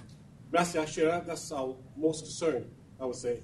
And I'm here to represent him and to try to see if it's possible we can have additional hours of service. And, Sir, let me interrupt you for a second. Sure. The chairman and I summarily suspended the last license that was here. Okay, for this type of stuff. We allowed this gentleman to reopen here. This incident occurred, the call-in was at 2:10, closing time was 2 o'clock. This is at 2:10 in the morning. And you're asking us to extend to 4 a.m. when the same thing is happening here again that happened before. So I ask you, what do you want us to do? If you were in our position, what would you do? What case do you have? Well, sir, he had changed. Could I come in? I've been open 14 months now, with only one situation just because of that. 14 months. It's not just one. Yes, seven people slashed in front of your establishment. Yeah, but we was closed. They was waiting on an Uber, which, I upgraded my security company. And as I said, I brought him here to prove that. Give myself 1 hour just to pay my bills or to compete with what's going on in the neighborhood. I would really, really appreciate that instead of just being on the losing side for the past 50 months. What time do you open? What time do you open? I opened at 12 p.m. I had no sale until 7 p.m. Now I open at 7 p.m. I open at 5 to 6 p.m. I have no sales until 8 p.m., maybe $100 sale. Nobody comes out until 11:30. We start closing up at 1. Yeah. Well, you knew that when you bought At least 1 hour more will really be appreciated, at least, so I could compete with the customers in the neighborhood and the other locations. Like Mr. Ross said, there's a lot of locations around here. Until 4. So they can go over there. So they'd rather go there up to 4 o'clock than stay until Mr. Ross. He's just trying to compete and pay his bills, and he hired us to come in to monitor the security, and we work with the local police and with the commanding officer and the special ops lieutenant to make sure that we are all across the board the same level to ensure the customers, the safety of the customers as they leave and as they enter the facility. All right, we're ready to vote. I understand your circumstance, but there have just been recently people hurt at the location, and so I'm going to vote to deny. And probably not a surprise, but I vote to deny as well. Chairman Bradley. I vote to deny. I mean, until the violence out front, or I realize it wasn't inside, but it can't even be out front. If you have a period of time, and I mean at least 6 months, where there isn't any incidents, regardless of whether you're to blame or not, then come back to us. Yeah, but it's been 14 months now I opened. But you had an incident. In 9 months. See, here's the problem. The place is a bad history. It's huge. There's 325 people in there. Clearly, because of the past history, you're getting some of the same clientele that caused the problems before, and they caused the problem out in front of your place. And we're here to make sure those problems don't happen. So until you stop it, I don't care what you have to do, as long as it's within the law, but until you stop it, you're not getting more hours. It's not happening. So, sir, you say at least 6 months, so we're talking sometime in July or... You want to apply July, assuming there's no cases, then come back to us. Have at it. Yes. Okay, thank you. All right, next item, 304, All Night Skate, Inc.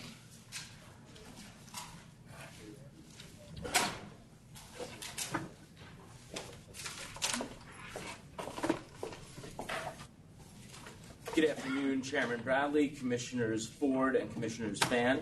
My name is Kenneth Belkin. I'm counsel for All Night Skate Incorporated. My address is 225 Broadway, Suite 715, New York, New York, 1007. With me, I have 3 out of the 4 applicant principals, to wit, Daniel Waits, Olivia Yu, and Mitchell McCann. The applicants are here because of purported community opposition. They have engaged in a massive public outreach campaign since filing their application in July.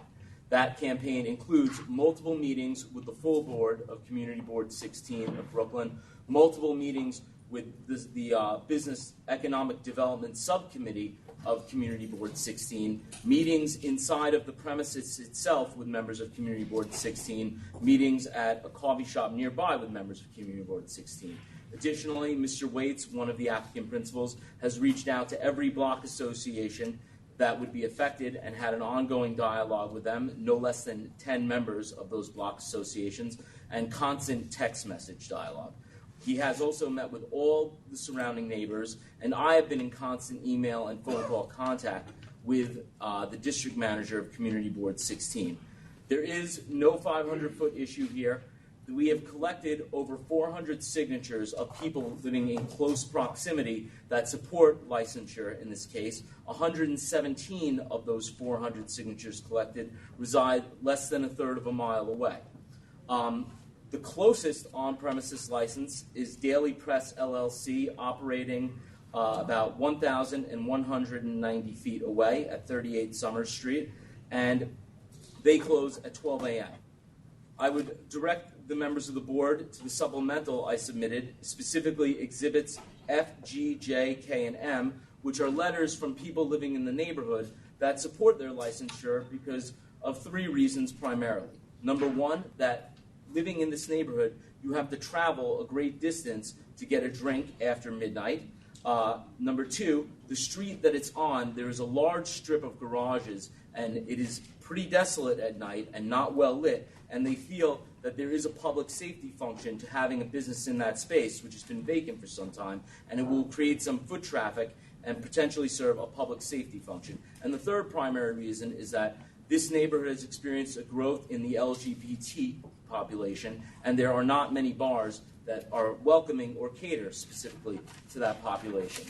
I would also make reference to exhibits H, I, K, and J, which are letters from various people who are familiar with the applicants in question here and know them from their managerial experience of another licensed entity, Skips Covert, under SLA serial number 1306127.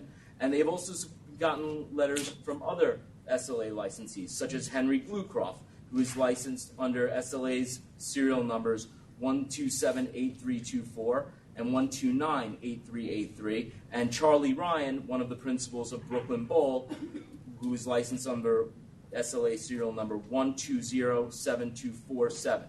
Additionally, 2 out of the 4 principals are principals to entities that are currently licensed or previously licensed. Specifically, Mitchell McCann, who was previously licensed under Little Empire Incorporated, which is SLA serial number 1289038, and also has a letter of support from his former business partner, Linda Thatch, Exhibit N in the supplemental, who is licensed under various licenses. Additionally, Olivia Hugh, one of the other applicants, is currently licensed as a principal under TYP LLC, doing business as Old Timers.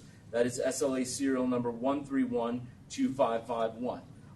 The applicants who are currently licensed have never been before the authority on any disciplinary matters. All of the applicants have a wealth of experience in the service industry going back years and have never had any issues. And we talked about the community board objections. Let's cut to the chase here. Yes. The community board objects to being within 200 foot. So can we go off before we get the answer to that? Can we go into a... All right, we're going to brief conference with council on this matter.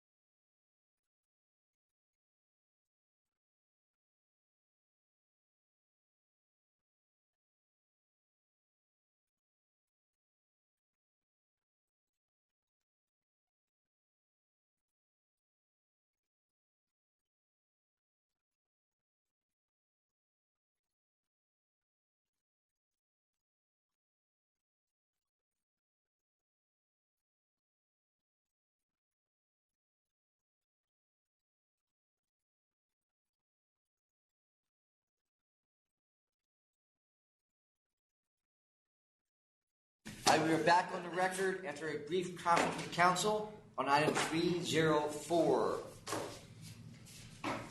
So we're going to have to put this over. I realize you listed the church, and you indicate that it's 209 feet plus a couple inches, and you also indicate that it's not used exclusively as a church. There's no reason we should not believe you. However, we do have to confirm that. Unfortunately, our guy that goes out and measures the distances did not get notified that he needed to do this one. We do not have our own measurement. So as a result, we're going to send somebody out to do that and put this on for 324. While doing that, he's also going to confirm that the church is not being used as a church exclusively. Okay, are you back on? Are you guys, Jonathan? Is the sound on there? Sorry. Sorry about that. What would be the next hearing date? 324. Okay, understood. If it's not good, we can push it out another one because it's on us. Yes. Okay, right. Understood. Thank you very much. So 324? Yes. Okay. I'm saying, did you say you could do it earlier? No, I can do it later if that's 4-1. not convenient. Okay, understood. No, 324 will be fine. Thank you very much. 302 St. Vince Group LLC.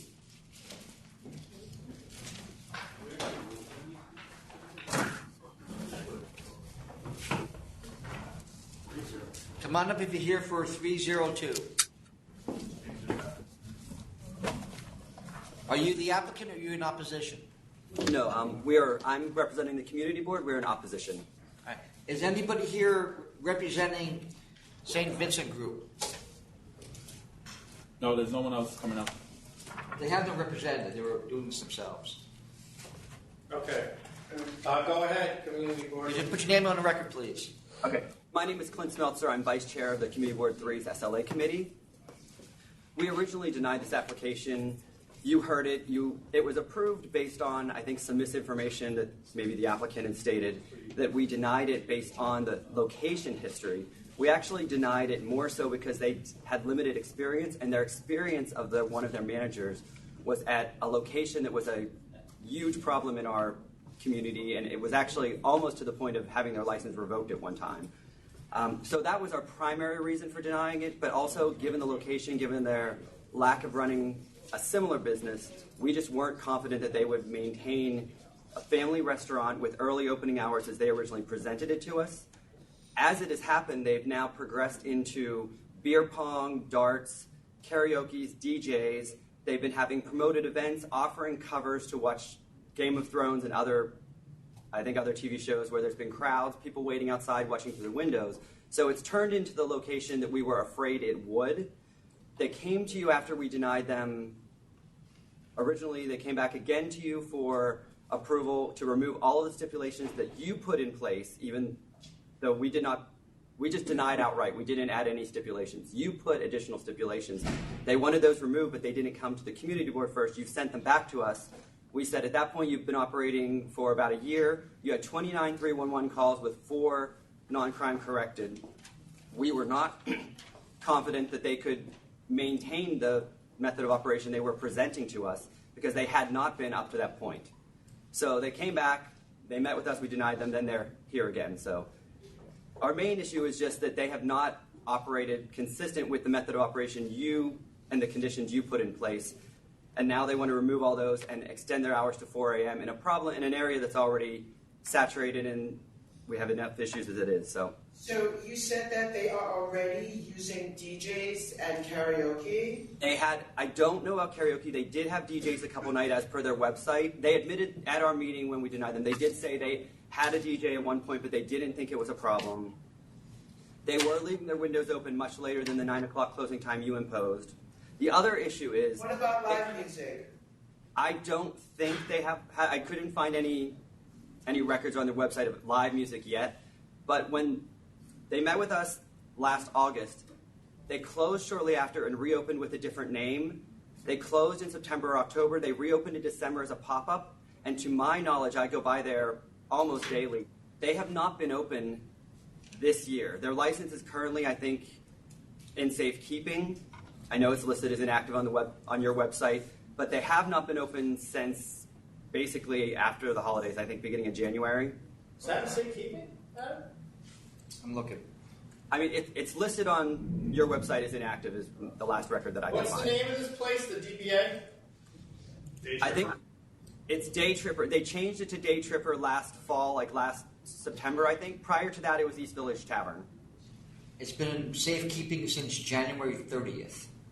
Before then, it was briefly in safekeeping in November for a week for a pending sale, but then it was taken out. That's what this is. The guy doesn't want to buy it unless he gets the extended hour. All right, thank you. All right, I vote to deny. Thank you for coming. Well, we got to hear from them. No, not That's not the applicant. the applicant's not here. Oh, all right. Sorry. No applicant?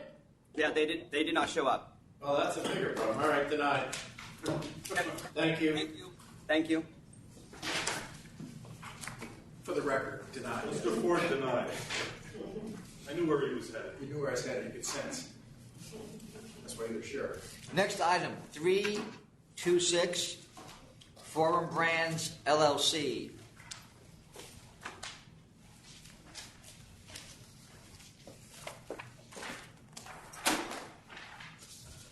Good afternoon, Martin Mailer, Mailer Buscemi for the licensee. It's a CNC. The amount was listed in the CNC. Unless you have any questions, we're here to answer them. The licensee is with me, and I'll answer whatever you'd like. I just.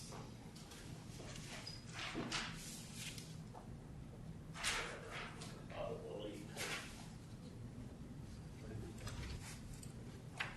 right, I would accept. Commissioner Ford? I accept. Chairman Bradley? I'll accept. May I ask one thing for this? There was an application pending for a removal. He has to get out of the premises he's in right now.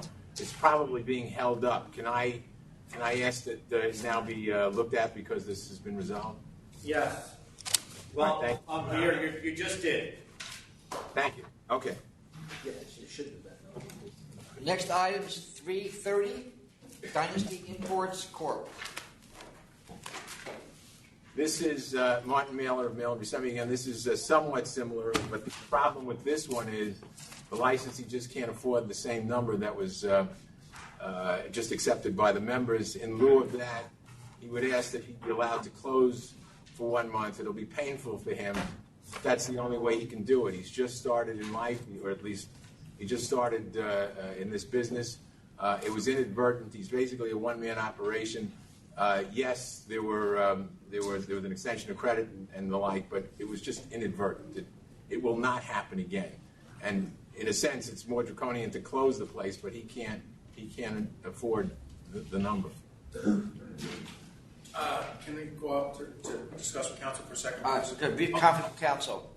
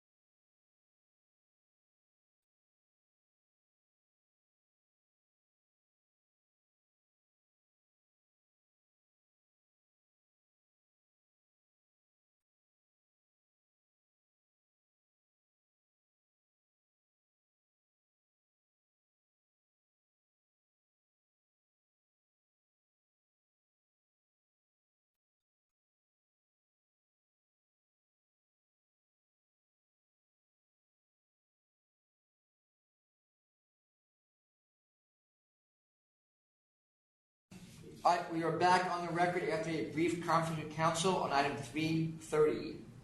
Are you truly the only employee there? Only one who works there?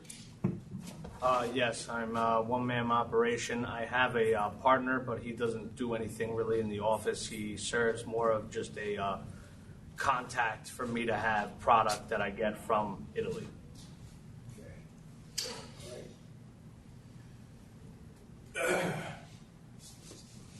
Well, anyway, I'm willing to do $25,000 and no suspension. I accept. Well, he's only one. Yeah, 2 hours. I'll go with that. I'll go with that. All right, 25,000. Good luck. And you're accepting that as a counteroffer, essentially? Oh, yeah. Yes, they are. Yes, he is. Thank you, Okay. President. Appreciate it, council members. Thank you. Yeah. Welcome. Yeah. Okay, we'll take a brief recess.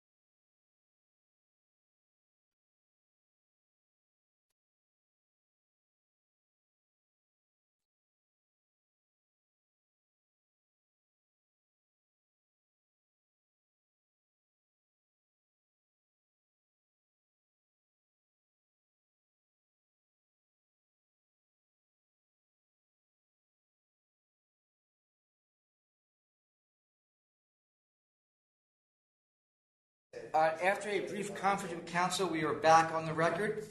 And the next item is 351, PJ Wine, Inc. Martin Mailer of Mail Buscemi. It's a CNC, and I've written the proposal. If you have any questions, I'll answer them. 351. 351. Sale for resale. Yeah, I'll accept. I'll accept. Chairman Bradley. I'll accept. Next items 309, 310, 311, 312.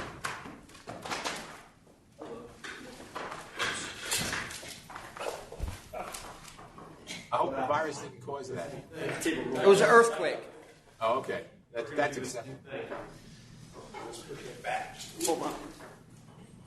Oh yeah, the wheels are not on it. The wheels, I locked the wheels. No, they didn't. Ours aren't either. Let's lock them again. May I ask a related question? When are you going to be down here on the third floor where it's all, I guess, deal? You missed the announcement. I did. Okay, so we are anticipating resuming meetings in New York City on April 1st. That's if the room is ready. I understand that. Congratulations.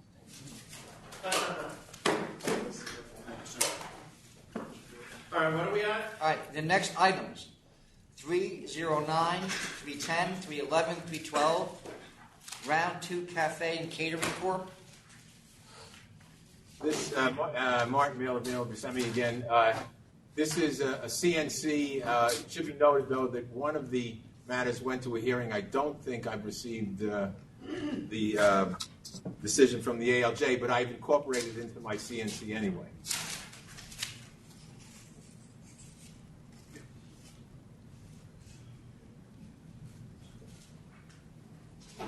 But I don't think the decision's gone out yet because you submitted the CNC. No, I just pointed it out. I pointed it out in my CNC. 22.5, I would accept. I'm countering at 30. There were 4 March operations there in a year. That's just absolutely ridiculous. Mr. Chairman, may I just comment on that? One of the reasons I think that the council's office accepted this thing was that we showed them that there's a place next door. It's unlicensed, and that's why the police have been there. And the police actually, the only hearing we had, the police admitted that they're there many, many times because of the unlicensed place next door. That's just for the record. I understand what you're saying, but it's Well, it's for the record, but then it looks like did you represent him in the 2000 in the 2008 the April 2018 case? I believe I did, yes, sir. Well, all those charges were sustained. What did that have to do with the next door neighbor? Well, at the time, focal point. Mr. Chairman, I understand what you're saying. I'm just saying it's come to light that it was because the police even admitted that it was the. I get what you're saying, and I'm not denying that somebody may be having an illegal club next door to them. But the point I'm making is that all of these charges from April of last or 2 years ago were sustained, and that had nothing to do with the neighbor next door, except maybe the police started looking at them closer because of the neighbor next door. As a result of that, they tightened up the security. There weren't any problems. Mr. Chairman, I'm not here to argue the case. I'm here to point it out. When did they tighten it up? The last charge we have is a focal point from September of 2019. The first one we have is from May of 2017. So when did they tighten it up? The focal point, the last one, the one that you're referring to, deals with the place next door. The police said that. So, again. So then you go to hearing and show us that. But based on what you lost at hearing already, I beg to differ. Mr. Chairman, I do not want... I said I'm at 30. I don't know where Commissioner Ford is. I was going to say at least 25, but... all right, I'll go 25. 25. 25. All right, I can't... All right, I'll bring that to my client. I have 20 days. I realize that. Well, if that decision comes out before you bring it back to us, that decision counts. Well, I don't think it's being looked at. In other words, I don't think the ALJ No, is. it's stopped and it's stopped. We have a couple of matters on this calendar, next coming matters, where there are offers being made on cases that went to hearing, and in discussions with the counsel's office, hearing bureau agreed to hold off on issuing the decisions. Until when? Well, until you decide. So in this case, now until this is done, so we're going to go ahead and issue the decision. It's not done. He didn't take it. Well, after 20 days, we'll go ahead and issue the decision. Okay. Mr. Mailer, you understand that, 20 days?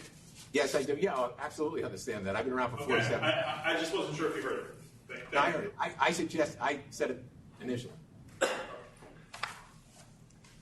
right, the next item, 295, Stars Banquet Hall. I'm standing up for my partner. This was his case. The ALJ dismissed all of the charges. Yeah, okay. I'll dismiss. Dismiss. 295. Yep. Yeah. Dismiss. Thank you. Next item, 275, Woo Lounge, Inc.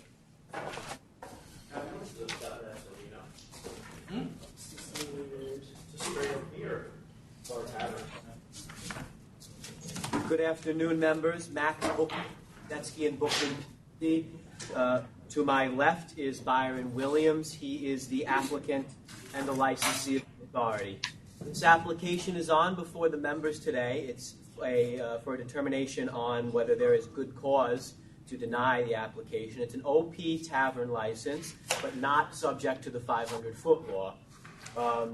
Mr. Bookman, just before you get going too far, I know you submitted some paperwork on this. There was an error on the one-page memo the board got. Yes. Okay, hold on. There's a note there about a Mohammed elder. Yeah. That was carried over. Now, it is true that Mr. Williams has a canceled license. I know you disputed that, Mr. Bookman. Yeah, we did. Which license was that? We did dispute The license in Schenectady was canceled. When he turned in, he had pending charges when he turned it in. All right. His understanding was that we did, but all right. Thank you for that clarification. Yes. Yeah, and the third correction was that the memo had us as a restaurant, but we had always applied it as a tavern. Okay. Go ahead. Thank you. So, because the application is not subject to the 500-foot law, but there was questions by licensing, it's before you for a good cause determination. So, what we did submit an argument in support of the application. I hope the members had an opportunity to read it. Just to summarize the points that we felt were most important. This premises has been historically a nightclub, at least going back to 2001. It's a two-story structure. The entire structure is entirely devoted to the premises. Nothing else is happening in this building. And it's on a stretch of Atlantic Avenue in Brooklyn, which is a very sort of commercial and manufacturing or commercially oriented stretch. There's auto body shops across the street and not a great deal of residential, certainly not on our block. Since 2001 up until last year, in various forms, the establishment has been operated as a black-owned nightclub focusing on black members of the LGBT community. It had gained some notoriety in that regard, and there was an NBC News article that I attached to our submission. If you're not familiar with the establishment, the former owner at least felt that he was one of the last, if not the last, black owner of a black-focused LGBT club, at least in Brooklyn. The prior license was canceled. I happen to represent the prior licensee in that proceeding. By the time the authority had brought charges, and if you look at the charges, they're extensive. There's no disorderly, there's no sales to minor in those charges. A lot of the charges were basically consistent with a business. Okay, I was muted for a minute. I'm back.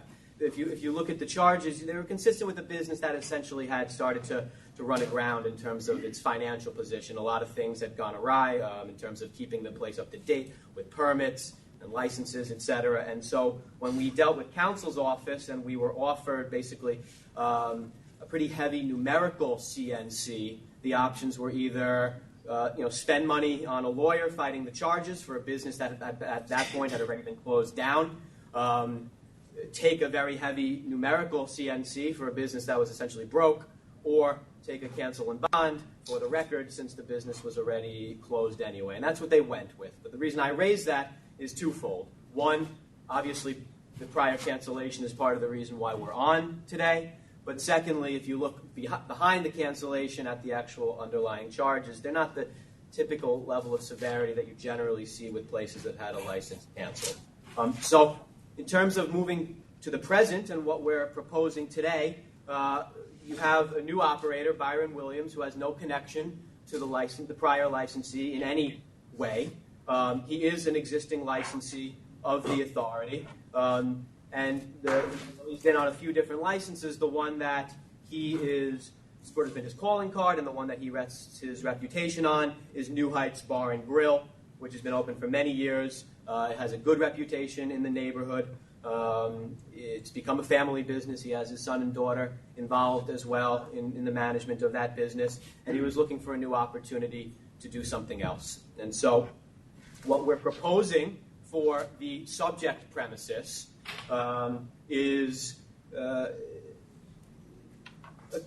continuation of the tradition of a black-owned nightclub at the subject premises, but with a few changes and improvements. And if I could just have a minute to focus on those changes that we think they're important. So first, although this has been an historically gay nightclub, we're not going to brand this as exclusively gay, but it will remain a safe place for members of the gay community, especially the black gay community, and we're going to have some nights that are LGBT nights.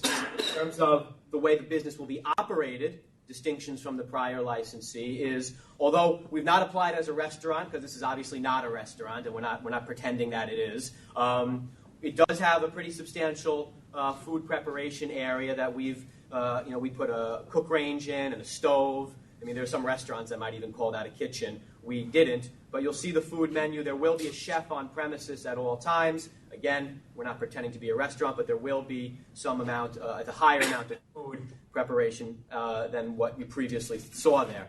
In addition, method of operation says restaurant with 7 employees, 3 security professionals, and principal manager. He said to us already that he applied as a tavern. Is that true? Yeah, so I didn't know where they got that indication from licensing, but in reviewing my file from the 30-day notice. It's a typo in our thing. I don't know. I looked back. The initial application did say tavern on it, so I'm not sure where. That's what I'm saying. So it's a typo on our end. Your initial application said tavern. Okay, my apologies. That's right, and that's all we ever intended to be. Again, this is not the type of establishment where we're trying to convince you that a place is a restaurant when it's not. I should mention, before getting into just the security distinctions and supervision distinctions, we went to the community board on this. The community board had no objection to this application. The feedback we got from the community board was that they were glad to see that someone else was taking over this business and that it would be reopened and someone would put a little bit of money into it after it had sort of fallen into disrepair over the years, such a place that had sort of importance in this community. But in terms of the security and supervision distinctions, we list a few which we think are important. One of them is we're having a 25 and over policy, which we plan on implementing through a top-of-the-line ID scanner. This is the one that, although the authority doesn't recommend certain brands, we know you can't do that. This is one that we've always felt was pretty top of the line and appropriate for a business to use. We included information about it in our package. We also improved the lighting. I mean, this is not the smallest space, but it's also not the biggest space in the world by any stretch of the imagination. The occupancy is, I think, 150. But we've brightened it up, and we included photos in our submission to show you the types of lighting that will be on during all hours of operation. So if you're envisioning a very sort of dark space, that's not how it's going to be. It's going to be brighter and lit, and we think that's going to assist in sort of promoting the type of atmosphere that we want. Is he going to have a manager? Because I see that it's one place it says no manager, but then I'm sorry. That's when I was reading the guy that's not affiliated. Okay. So we're not, though. I mean, on our application, we did indicate that the principal will manage, and so what Mr. Williams' plan is, should you approve him for this license, is that he is going to step back from his day-to-day duties at New Heights. He feels that New Heights is in a position where his children, his son and his daughter, who he's been training for many years and who've been working there under him, can begin to manage that premises on a more full-time basis. We may even, it's a little down the road, but we may even add them to the license as principals if it comes to that. And he is going to devote his efforts and his supervision to this establishment. Mr. Williams, why are you interested in running an LGBT purpose establishment? Before he answers that, just to clarify, so it's not his premises is not exclusively LGBT. The previous place was. We're going to have LGBT nights, but it's not going to be exclusively LGBT. But he could answer the question. I feel that the community need it. It don't have it in the community. Do you have a clientele that is, or are you planning to build that? I'm planning to build it. That's also I would say there's sort of So you have no experience in the LGBT community? No. Okay. I would just say that there is somewhat of a built-in interest in this establishment from members of the LGBT community because of what it was for over the years. I think some of them will be interested. I just read in your documents, Mr. Bookman, it's like historically black-owned nightclub catering LGBT. I thought there's some kind of real, connection to the community. I mean, the community certainly is interested in it reopening, but I mean, to be clear, Commissioner Fan, I think that you got the answer from my client. He has not operated gay bars or clubs in the past. So you're hoping to build a relationship with that community, is that correct? Absolutely. But hopefully with not some of the things that have gone on here before. Right. I mean, you had a place, Reflections, that kind of turned into a strip club. Many years ago. He was arrested.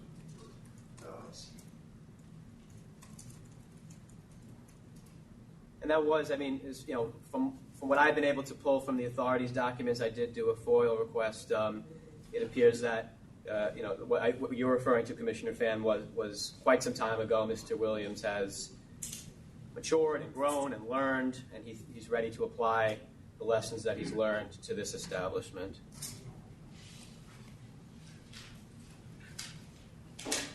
What kind of events are you planning to run for the LGBT community? What kind of events? He hasn't gotten into that level of detail yet. He plans on having LGBT nights where that is sort of what is promoted, but he hasn't gotten into any sort of more level of detail than just that. Look, if he doesn't have an intent to serve that community, it's fine. You don't need to come in framing it as that because he doesn't really need that to get the license. Well, we've not framed it. You frame it as that and that only that, and keep selling that. And then I ask you what the actual plan is. There's not one event that you can name. Commissioner Fan, I disagree with the characterization you just gave that we said that it would be only that. We did not say it would be only that. In fact, in my papers, I made clear to say that it would not only be that. You said that it would be a safe place and all of these things. Yes, and it will. You can't just say that. There are strategies, there are actually business operations and methods to serve the population. Understood. I mean, I think you do your client disservice when you try to pick a hook and think that it's going to get him through, and that's not even what he's intending. That's not the case, Commissioner Fan. I think he's a sufficient applicant with another establishment that's running, and he should go on those merits instead of trying to find a way to get in through the back door. I respectfully disagree with that. Any questions, Commissioner Ford? No, I'm good. Ready to vote then? Yep. Commissioner Fan. What are the hours? What we had proposed to the community board was opening at noon, 7 days a week, and closing 2 a.m. Sunday to Wednesday, 4 a.m. Thursday to Saturday. All right, I vote to approve. No promoters. We're okay with no promoters. No promoters. I'm okay with live music, okay with recorded music, okay with DJ jukebox, karaoke, I'll even give you dancing, but no promoters. Security guards and manager will be part of it, and I will do 2 a.m. across the board.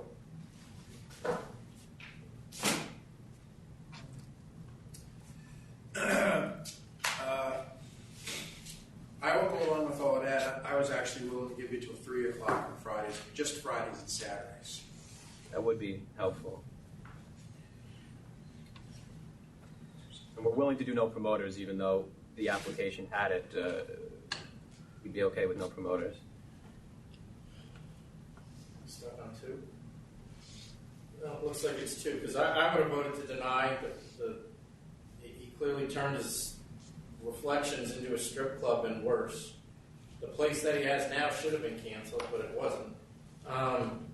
That place, New Heights of New York, has paid $32,000 plus in fines, most of which have been since 2017. And then that taken into account with the history at the place he wants to open, which is obviously storied, although not violent, but certainly storied. I would have voted to deny just because it seems he's got his hands full dealing with the one he has. Well, hold on. We have a denial. We have a conditions at 2 a.m. and I got to work it out. 3 a.m. So we don't. If I deny, do I get to vote on the hours? Because I would go with. No, you deny. All right, then 2 a.m. I'll go with 2 a.m. across the board. Thank you. Because I wouldn't know if you were denying 2 a.m. or 3 a.m. Oh, good point. I just made that up. Kind of points. All right. Next item, 276, Momo NB3 LLC. Yes, Max Bookman, Pazetsky and Bookman for the applicant. This is a request to change method of operation. We had initially stipulated with Manhattan Community Board for certain closing hours after operating. This is, by the way, this is Dave Chang, Momofuku in the back of Time Warner Center Mall in Manhattan. Never any complaints, never any issues. We asked for slightly later hours after it's been open and operating for some time. Even though we're not required to, we preemptively notified CB4 of our request. They found it so minor that they chose not to comment. Nevertheless, this is, I guess, their lack of comment created enough ambiguity that this has been put to the full board. When we got the full... Let me stop. Is that why that's here? Yeah, the original community board steps that went on, we had requested that we get approval for no objection from the community board before we went to 2 a.m. I think that just came in today, which I'm sure we'll talk about, but it just came this morning, I think, the letter. No, you don't need to say anymore. All right, I'll vote to approve. Vote to approve. And waive the, you need a restroom waiver too, and we'll give you a restroom waiver. Thank you. It's in a mall. The restrooms. Community board came in support? The letter is They didn't comment. No, they're okay. No, I'm saying the letter said it is in support. Okay. I vote to approve as well. Okay. Thank you, member. Next item is 287, Radio Polo 2 Inc.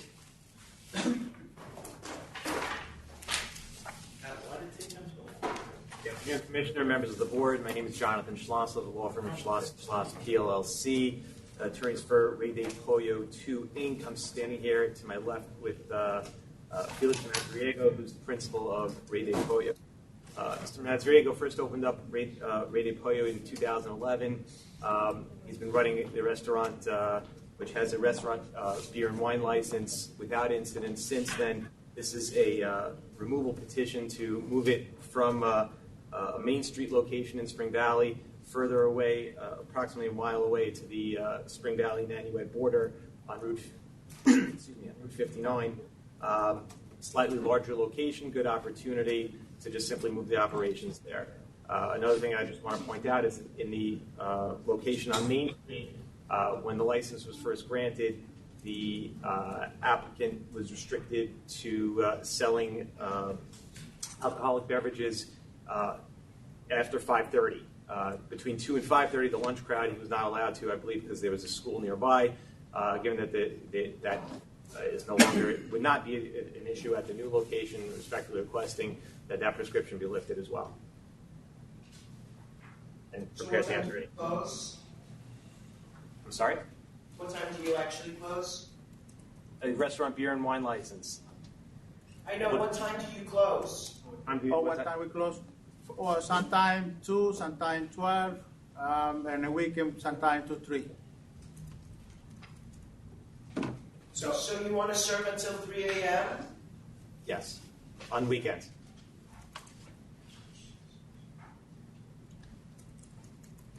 So is that all you're asking for, is to extend it?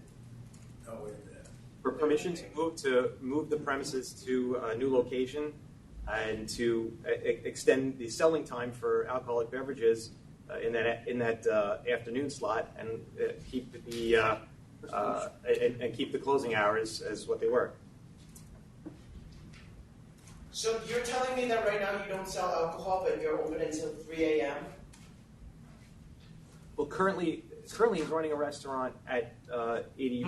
They're licensed. I know, but they have to stop selling alcohol until at 5:30. The license has. I'm sorry. No alcohol was allowed. It says no alcohol was allowed before 6:30 p.m. Monday through Fridays. And before 6. This was.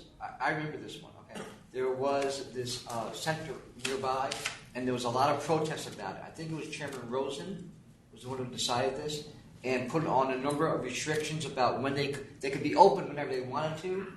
But as far as start sales until the right, and there were a number of restrictions, but because of where this was in Spring Valley, this was on. But the other issue is Spring Valley itself. Right, and this is on. Your current place is on Main Street, which has been the center of a lot of problems in Spring Valley. And this, let's be honest, this is not a restaurant; it's a pool hall. It is both. It's absolutely both. And the new location is far removed from that Main Street strip. I mean, what do you got? 3 pool tables? I mean, Gary, is that a pool? Does that constitute a pool hall? Barely. You're a pool player. Barely. Note as well that they are asking for live and recorded music, yes, DJs, and dancing, karaoke. They did not have all of that in the existing place. That's correct. That's correct. That's what we're asking for as part of the application. I just didn't finish getting it out, and I apologize. I misspoke. I said 5:30, and it was indeed 6:30. That was my mistake. Where on the diagram you're going to have live music?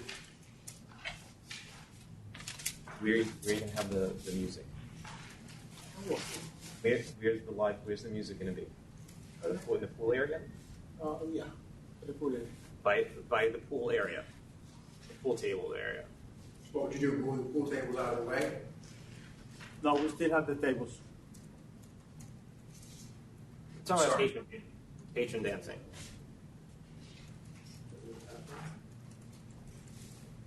I'm looking for 3 pool tables, 23 by 31 and a half feet. You're going to have live music and dancing. Are people dancing on the pool tables or what? No, we have enough room in the front either.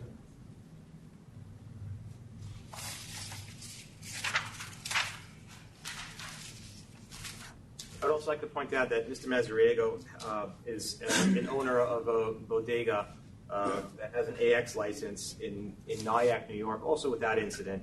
This is a responsible owner here that really is just looking to move out of the Main Street area and get a little further removed from the downtown Spring Valley area. It's closer to Nanuet by the Thruway.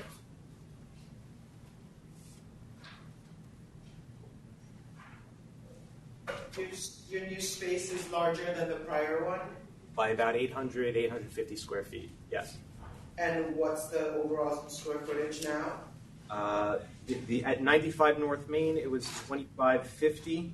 At 80 East Route 59, which is the proposed place, is 3,500 square feet. An irregular Z-shaped bar.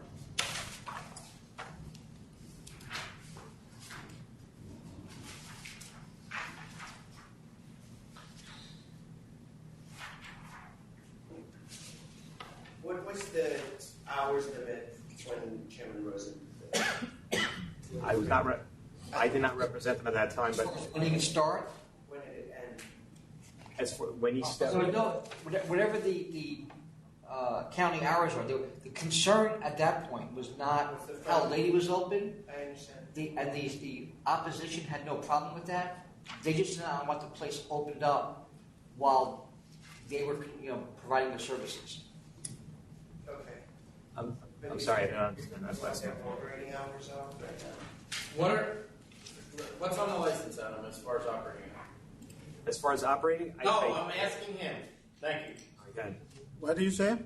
No, not you guys. We're talking to each other. Sorry, I don't think it's clear from the way we're talking. There weren't any restrictions as far as how late they could be open. Only restrictions on the time of alcohol Right. service during that time, during lunchtime. So it's 4 a.m. Essentially, it's Whatever it counts.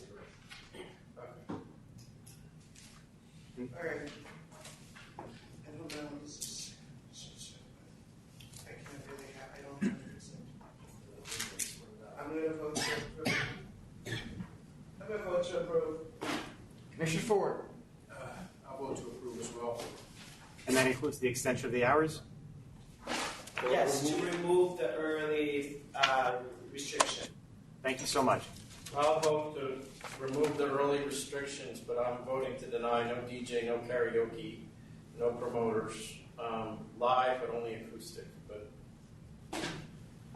go ahead. Thank you. Thank you very much. Next item, 301, Fresh Wines and Liquors Corp.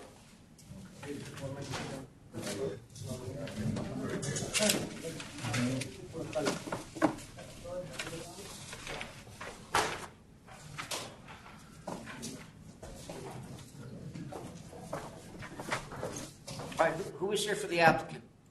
Good afternoon. My name is Rena Mazora. I'm the accountant and expediter of the applicant, Mr. Rafael Mayer. Good afternoon. Do we have opposition? Yes. All right, come on up.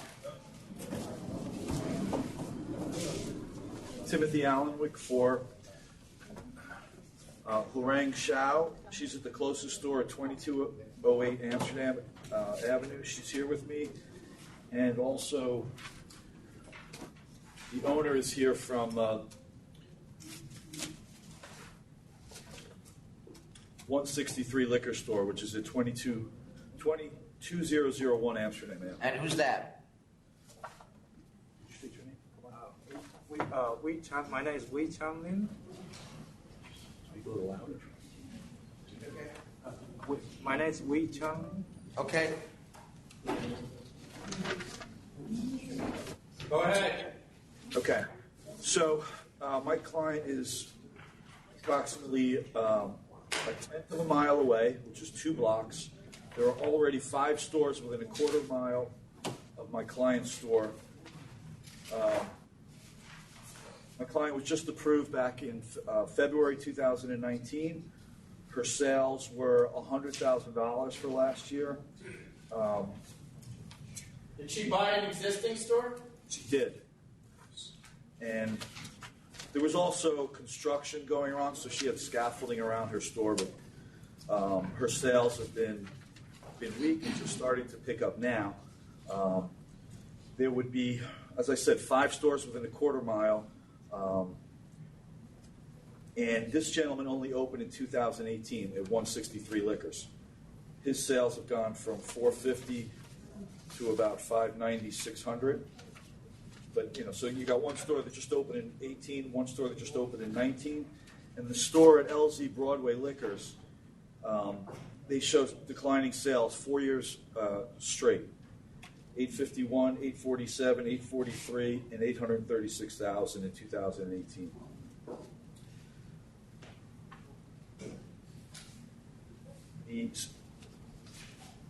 The other issue here is there appears to be a church that's right at about 200 feet, 2141 Amsterdam Avenue. There's a Pentecostal church. So, 2141 to 2150, it appears to be at the corner of the same block across the street. So I think this neighborhood has a lot of liquor stores at this point. There's new stores here, and we think just the new store added to this is going to make I don't think will be overcome by public convenience and advantage.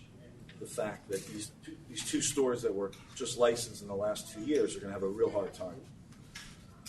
Are any of these closest stores closed that you're aware of? We sent letters to 7 stores and we only got four back.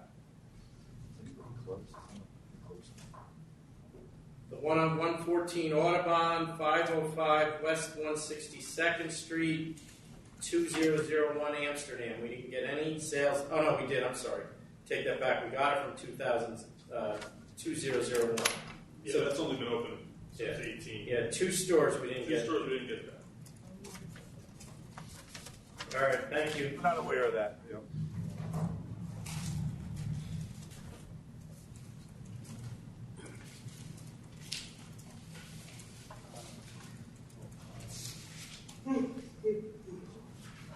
Go ahead. Thank you. Commissioner, Chairman, the location of the store is on the ground level of a building owned by the principal.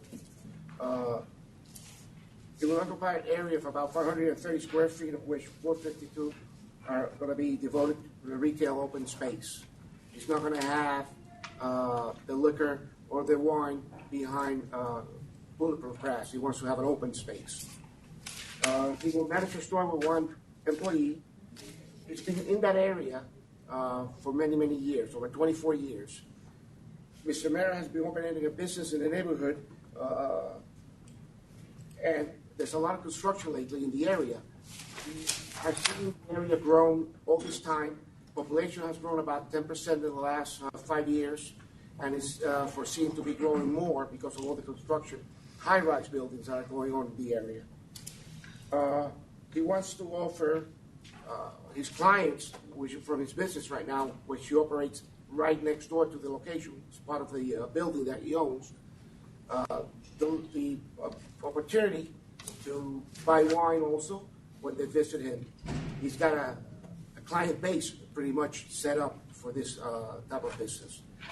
There are about 250,000 people that live in this area, in this zip code, and he expects this to grow. I would like to turn this over to Mr. Mera, who knows the area very, very well. Good afternoon, Chairman, Commissioners. Good afternoon.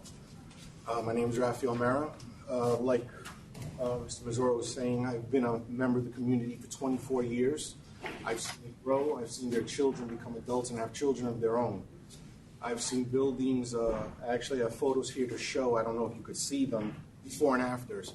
You could go from I don't know if you could see this, an empty lot, to 3 high-rise buildings. This is directly across the street from me.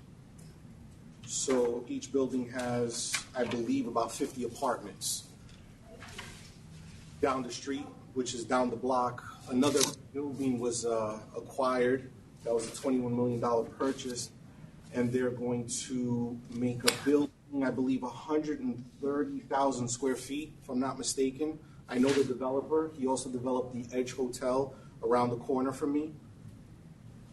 The growth is very big in my area. Downtown is moving uptown. The sales are, I see them all the time. I've been there long enough. I know what's going on. Is there any questions you have?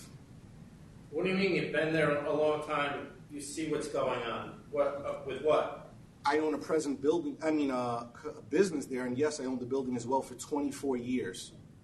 So I've seen the whole geography change. Oh, all right. I thought you were talking about your competitors. No. I've seen competitors come and go. Like I said, I've seen the children become adults and not their parents themselves. I am a true member of the community, and I'll be there forever. Why a liquor store? You know, I've seen what's in the area, and I myself as a client, I don't buy anything in the city because all I see is when I walk in, I see bulletproof cages almost. I find myself going right over the bridge to Jersey, which is a 5-minute drive. I walk in, it's pleasant, it looks like a loft, and I said, this is something beautiful. Why don't I do this myself? And for the clientele that knows me and knows me for years, they always encourage me. They say, Ralph, we actually love you, man. We trust you. Do something else, man, and we'll be there for you. So that's what inspired me. And also, every year I take my wife to Dutchess County, and we visit the wine festival there, and we have a great time. And again, that's what inspired us to do this. Are the other stores, stores that didn't answer, Ernesto Fernandez and AC Wines and Liquors, are they Bulletproof stores, do you know? I want to say yes. I've only walked into, I'd say about, again, I don't go to many of them. I have seen the gentleman that's 3 blocks away. It's more like 4 blocks away. I'm on the middle of 166th. The gentleman that was just up is closer to 170th Street. So it's not down the block. That is Bulletproof. I do believe they're almost all Bulletproof, yes. I actually have a designer that put together what my place is going to look like. It is a beautiful open concept, brick, wood floors, nice butcher block counter. It's kind of like going into your own cellar. How big is the store? Not that large at all. It's 530 square feet with some storage in the back. Are you closing the auto body shop, or are you running both businesses? No, I'd be running both businesses. It's an auto parts store. No mechanical work is done there. We're just retail. Okay. But they're both going to be running right next to each other? Yes, ma'am, under the same roof. It's a family-run business. My father had his auto parts store in the Bronx. My grandfather had his 50 years ago on 11th Avenue. I'm 3rd generation in that, so I've been in customer service my entire life. Okay. And you live in Westchester? Yes, ma'am. I commute How far every day. is that from the location here? That is exactly 39 miles where I live to my place of work. I do that drive every day. On Yelp, Ernesto Fernandez liquor store doesn't come up, but another store at that address does. Vargas liquor store, Vargas. And one of the Yelp reviews says the nicest people behind Bulletproof Glass. So that might be the help. Anybody gonna name you show one license of that? Right. That address. If you feel free to Google my place, you'll see quite a few things. Ralph Soto Center, New York City. That's okay. Gotcha. Okay. All right, thank you.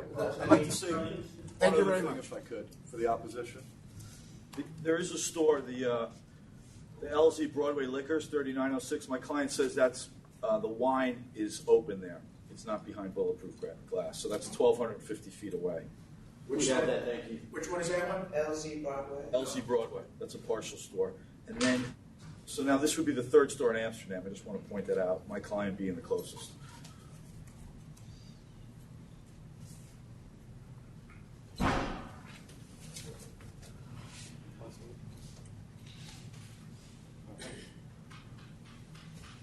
Ready to vote then? Yep. Commissioner Fan. We didn't get numbers from a number of these stores.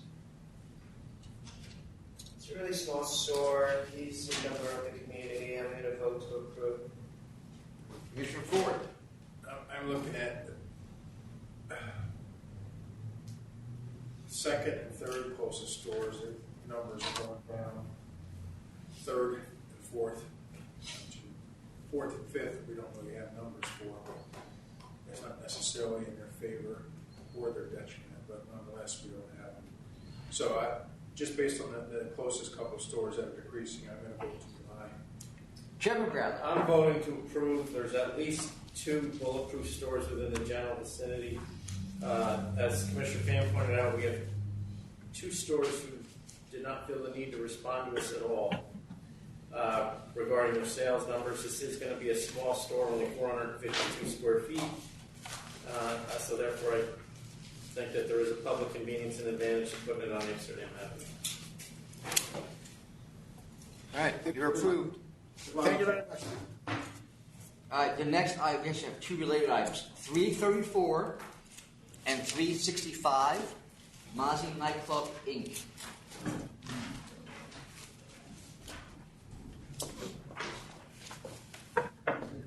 Good afternoon, Mr. Chairman, Mr. Migliaccio, the licensee, is present. My name is Kerry Katsouris, and I represent the licensee. Barry, you have anything you want to say? Yeah, I was just going to say that we've asked the board to return the case to the hearing bureau. This is on item 334, right? Item 334. There was some confusion in the pleadings, and I believe that confusion led to a ruling on one of the key charges, the focal point charge, that is against the weight of the evidence. And the ALJ made it clear on the record that the reason he was ruling that way was because he was interpreting the focal point case as being pleaded to only 1 day's events, when it's fairly clear from the record and from the most recent pleading that it looks like the ALJ just got that wrong. So for that reason, and because the rules permit the board to, the rules permit an amendment to the pleadings at any time before the board has ruled, we've asked the board to send it back to the hearing bureau for further proceedings. Right. But just to be clear, this is not, you're not asking for an amendment of the pleading. The pleading was already amended and put into evidence, but the ALJ either neglected that he put it into evidence or used the prior pleading. Because both pleadings, for some reason, both pleadings were put into evidence. The original pleading and then the amended pleading, and the ALJ ruled on that one charge as it was pled in the original pleading. Which is then null and void once there's an amended pleading. Correct. Yeah. The only reason we're not just saying that the board should treat the second pleading as controlling and in evidence is because there's a notation in the ALJ's opinion on accepting that pleading into evidence, and then it just says count 32 next to it. So it's not clear what that reference meant. We think it should be up to the ALJ to explain that and then enter further ruling once the points are brought to before the ALJ. And also, if there's any grounds on which the hearing should be reopened, the ALJ could consider that. Although counsel's office doesn't believe that should happen, it's certainly an application that the licensee could then make. Okay. So we're ruling on sending this back to council? No. You're acting on counsel's office request to send it back to the hearing bureau for the hearing bureau to address the issues raised by counsel's memo. Council says they. And I'm assuming, Mr. Katoris, that you want to do these at the same time, so if we do send you back, you want the other one adjourned. May I be heard for a moment? Yeah. My client has been summarily suspended since September. He's been out of business for the most part up until today. May I suggest that the 6-month suspension, which has already taken place, if the members of the board would consider that, together with a $75,000 fine, and call it a day. Well, I don't know about my colleagues, but that I'm not willing to do that now.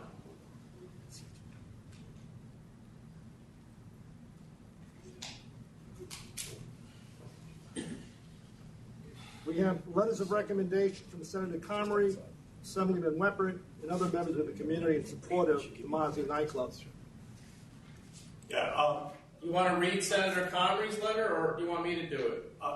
Because he says that there have been no substantiated incidents with regard to shootings, drug sales, drug use, underage drinking, after 4 a.m. sales, stabbings, prostitution, etc. Do you think that that's accurate? Not totally accurate, no. So someone either he didn't get the right information or someone didn't give him the right information. But I don't believe that, knowing Senator Comrie, I do know him a little bit, that he would try to mislead us. I don't believe that for a second. I believe he was misled. Mr. Chairman, I do not know Senator Comrie, but I have a great deal of respect for him as a leader in the Queens community. As do I, and I don't think that the full factual analysis was given to him, so I will take his letter, but I don't know that he actually knows the facts that we know.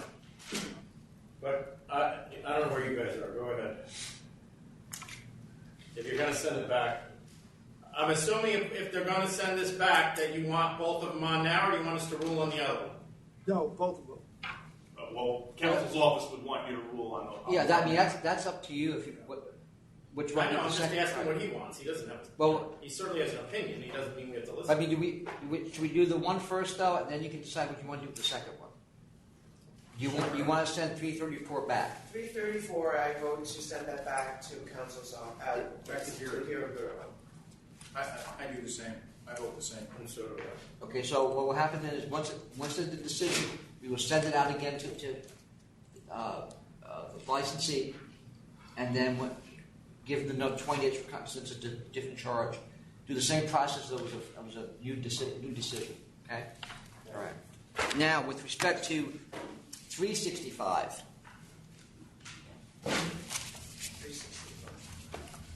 So we have both matters heard at the same time, please.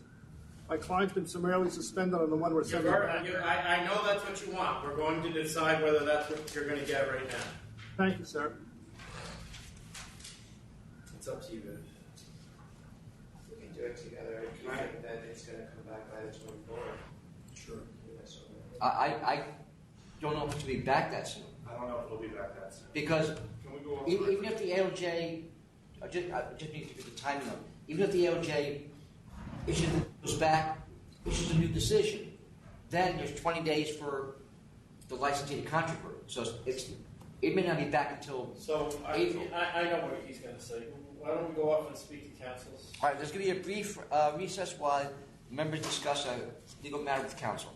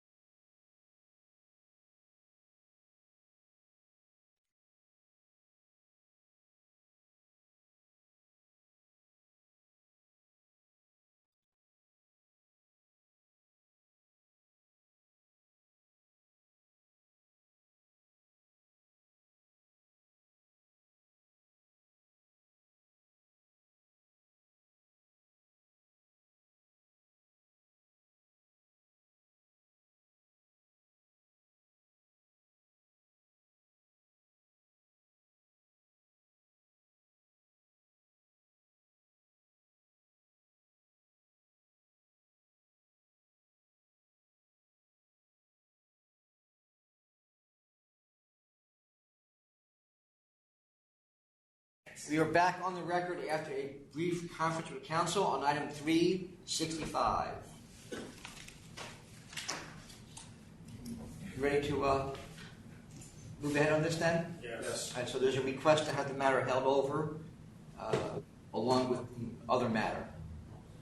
Or do you want to proceed with... I just don't see any point myself in doing that. But. Yeah, I'm going to go ahead and vote on matter 365. Commissioner Ford? I would be okay with holding it over, but Okay, that's 2-1. Okay, then we'll... I guess we'll vote.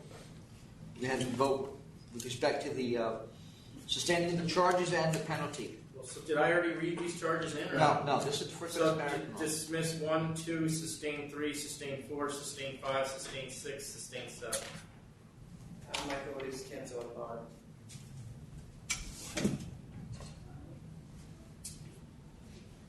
Commissioner Ford? Yeah, my vote would be cancel and bond as well. And I might cancel and bond. That's 10 sustained disorders in less than 3 years. The guards are hitting people with mace. The pattern of violence at this place that they're contributing to the violence is undeniable, so I'm canceling bond.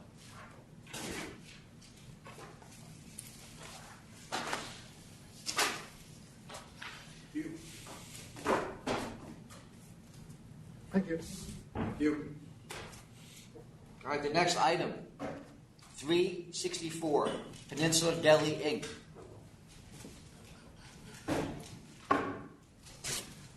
Good afternoon. For Howard Arbor, Louis Chisari, 64 Hilton Avenue, Hempstead, New York. Good afternoon, Commissioners. Do we have sound? Yeah, I can hear you. Oh, okay. Your Honor, I don't know what happened with this with Mr. DeLuca before Mr. Arbor was retained, but I can tell you, in fact, this place is an actual deli. It's a courthouse deli. It's right by, it's 2 blocks away from District Court in Nassau County, and it's right down the block from Hempstead Town Hall. I believe from my client that they came in as they were closing up for the time, like 20 minutes before they closed and had shut down the hot tables. There was still food available. It is a deli. All right, I will withdraw cancel and bond and take your $5,000 CNC. Thank you. So I. Your Honor, would the Commissioners consider $3,500? Hold on. We're waiting for Chairman Bradley. Is there a kitchen at this place? Yes, there is in the back, Your Honor. Yeah, which he doesn't close down because he has to make the food for the hot table. And ultimately, at the end of the night when they close, they shut off the stoves and stuff for the next morning. All right, I'll vote for 5,000 too. Is that what you think happened? That's what I just can't imagine. Well, I was going to look to see what the police report said as far as when the. Anyway, so you're good with 5,000? Yeah. All right. 5,000.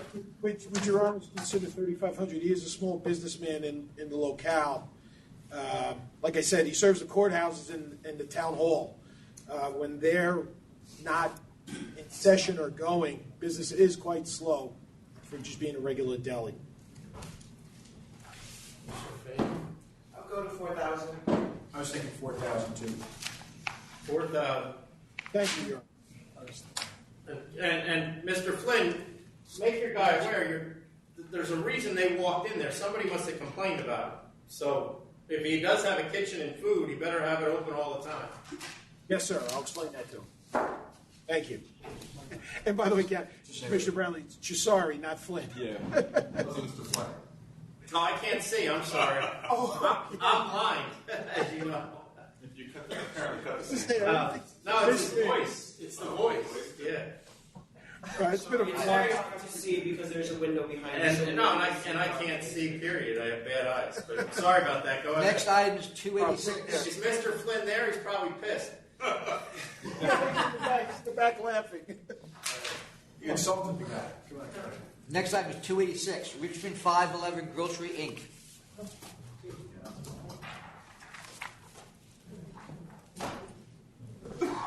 Timothy Allenwick for the applicant. Good afternoon.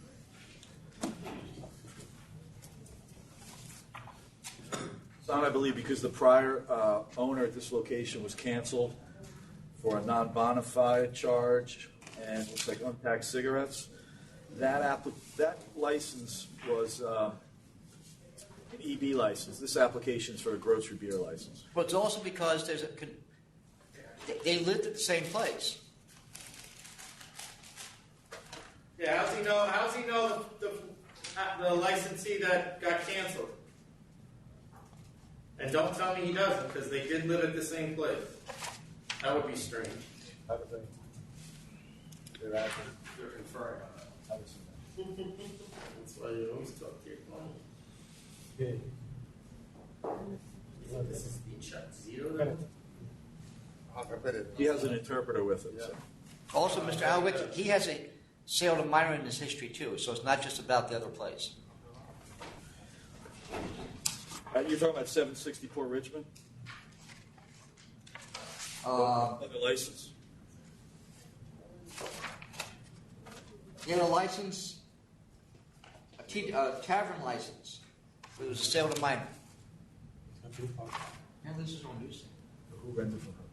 He rented from Prior owner? Yeah, because Carvalho did that. Yeah.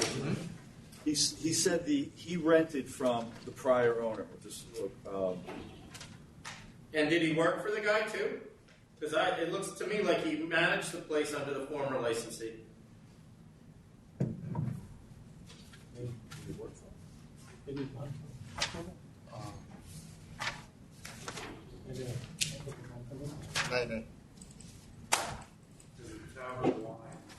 They know?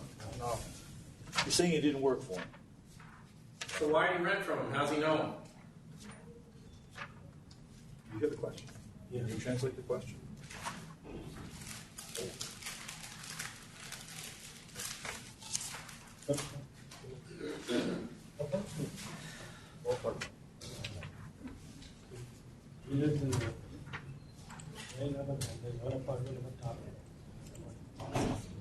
So how did you find out? He didn't write that email himself either. He emailed that he doesn't know the other guy. Probably somebody wrote that.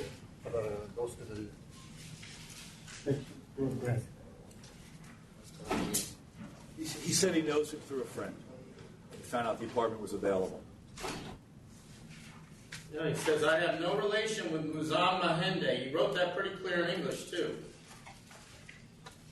Also, I don't know Bag Bibi, which is mentioned in the department denial letter. I'm sorry, where did he write that? He sent us an email. Through the reconsideration mailbox.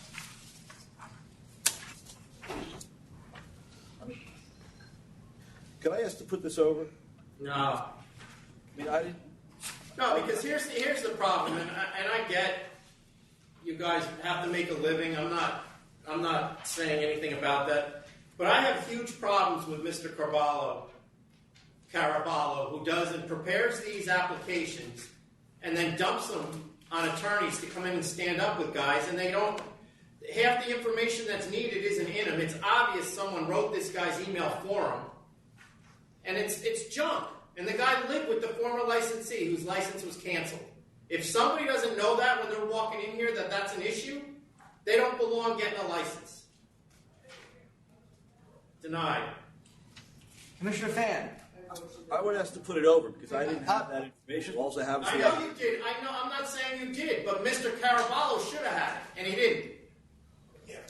I don't know that. All right, the matter's been denied.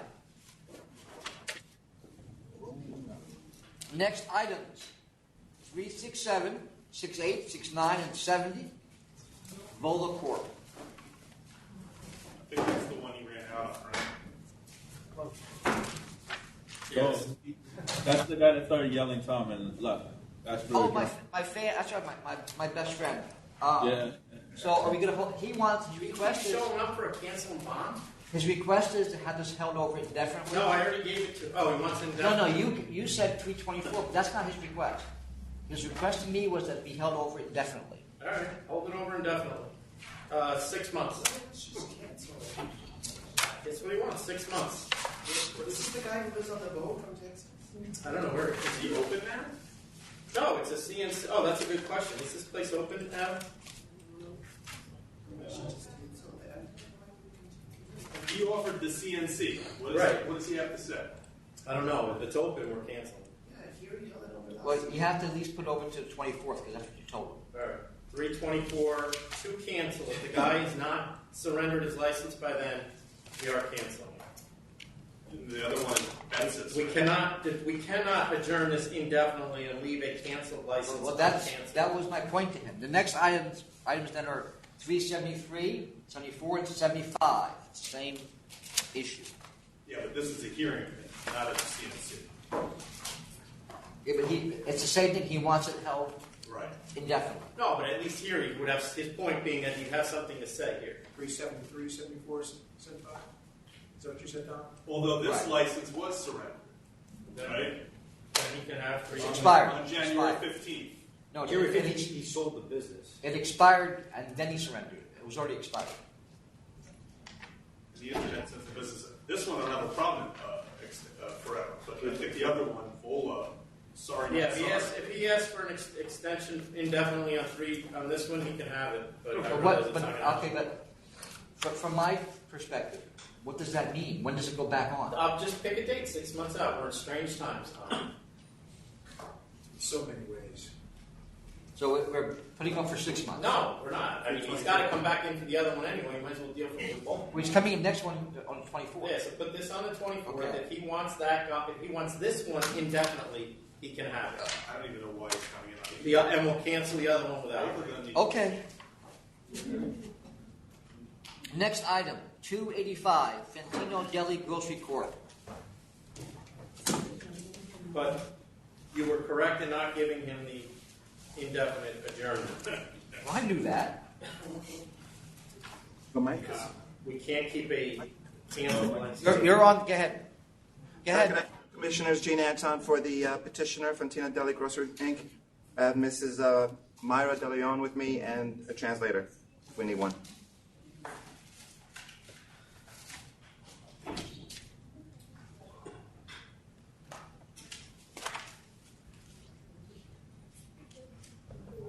How'd she get this store? Did she buy it from the former owner? She did not. She actually lives in Freeport, not too far away, and she saw it for rent sign.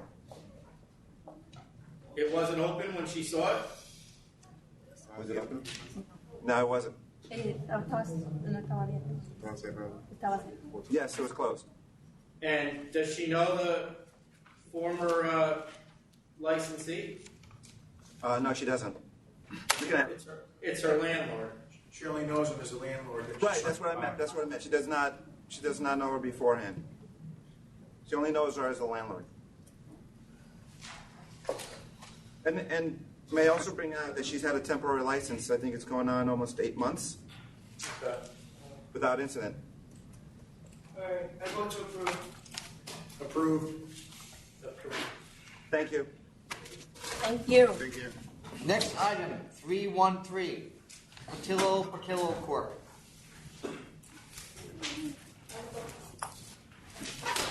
Good afternoon, Chairman Bradley, Commissioners, and all members of the board. Matthew Leone for the licensee. Also here is Jacqueline Lazo, who is the licensee's principal. This case is here after hearing. I just wanted to point out that Stain 1 and 2. Go ahead. I just wanted to point out that the reason why we went to hearing initially, there was a conditional no contest plea that was put up for a $10,000 civil penalty. There was a counteroffer of $15,000. Ms. Lazo had intended on paying the $15,000. It's just she wasn't able to get the funding up by the time the hearing date came. So we went to the hearing, but we're asking if you would consider. Based on the hearing record, either imposing the original $10,000 that was offered, or at the very most, the $15,000 counteroffer that you had made previously. Can you explain to me why we shouldn't cancel her? Because she had a gambling device on April of 2017 and unauthorized trade name on the same date, yet it's clear the gambling devices just got replenished and the trade name she never changed. When somebody completely ignores what they've been instructed to do, why should they remain open? Right. So again, it wasn't. Yeah, I know that it's not the right way to do it. Her intention was never to ignore the situation at all. She was dealing with, in addition to trying to run the business, she was dealing with some personal issues. I think there had been in the past a lot of problems. I know, if you look up the history, there was a lot, and she really tried to address everything, to run it, to get the business running the right way. She knows it was a mistake to have the gambling device. The one thing I would say is that there does seem... Where in the record here does it show she knew it was a mistake? Because we told her once and fined her $14,000 for just this, and literally 2 years later she went out and had another one. Is it the same machine? If the machine ever left the place. Yeah, did it ever leave the place? Is it the same machine? Like, how is it a mistake? Well, I know that the previous case that you're referring to, there were a number of charges. And, so she didn't realize that the gambling device was part of it? No. So there is. Let me ask you this: did she go to hearing on that case too? I don't know. Ask her. She's right next to you. I wasn't representing her at the time. It looks like she did. I can tell you right here. That's not going to bode well. No, it was a default. Wait, I'm sorry. It was a default. It was a default, yeah. They don't tell us it's a default. And then she asked for reconsideration. No, you wouldn't. Sorry. And then she asked for reconsideration. Just in terms of... Did she get rid of the gambling Actually, in 2017? It was a default. You imposed cancellation on bond claim, and on reconsideration, reduced it to the $14,000. No good deed goes unpunished. So, but in terms of the machines, look, again, It's not. You're missing the point. It's not about the machines. It's about her blatant disregard for what we have now instructed her is illegal. She blatantly paid the $14,000, walked out of here, and decided she was going to recoup it with another machine. If in fact it is another machine, it's probably the same machine. It makes us a joke. No. So it turns out they're not the same machines, but there is something going on. There is something going on though with the machines. Just I know you probably can't see this, but there are vendors who are out there who are actively soliciting and recruit, going into the stores and sending flyers. I was just at Ms. Lazo's place recently. This came in the mail. I don't know if you could see. It's from a gaming company that says, that's not new. Those companies have always sent out stuff to retailers. It's up to the retailer to make sure it's legal. Whatever. All right, I'm yelling. Look, I agree, but I'm just asking, especially considering the fact that initially there was a $15,000 counteroffer.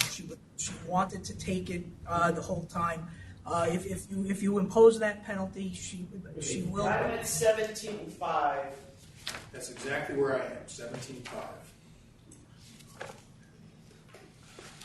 Okay. Are you good with that? Yep. Okay. Okay. Thank you. Next, I mean, if she untaxed cigarettes, whatever it is, that will be the end. The next one. All right, the next. Thank you. Next case, 335, 3637, Floridita Restaurant, Uptown 2, Inc.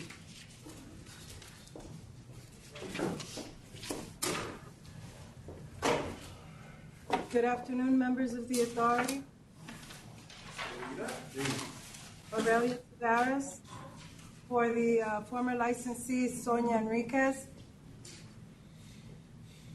Cancel and bond, I'll accept. Cancel and bond.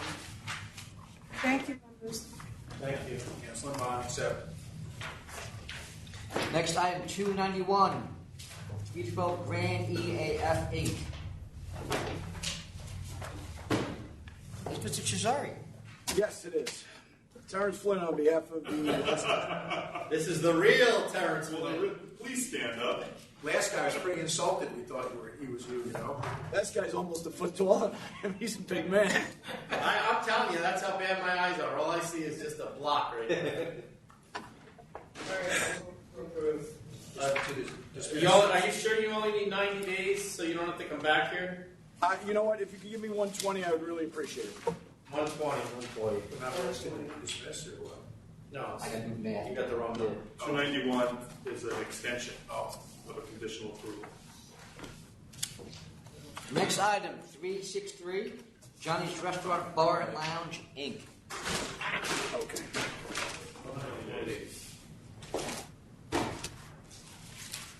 This matter is here because there's an alteration application and a change in method of operation application where the community board has opposed the application. We tried to work with the community board.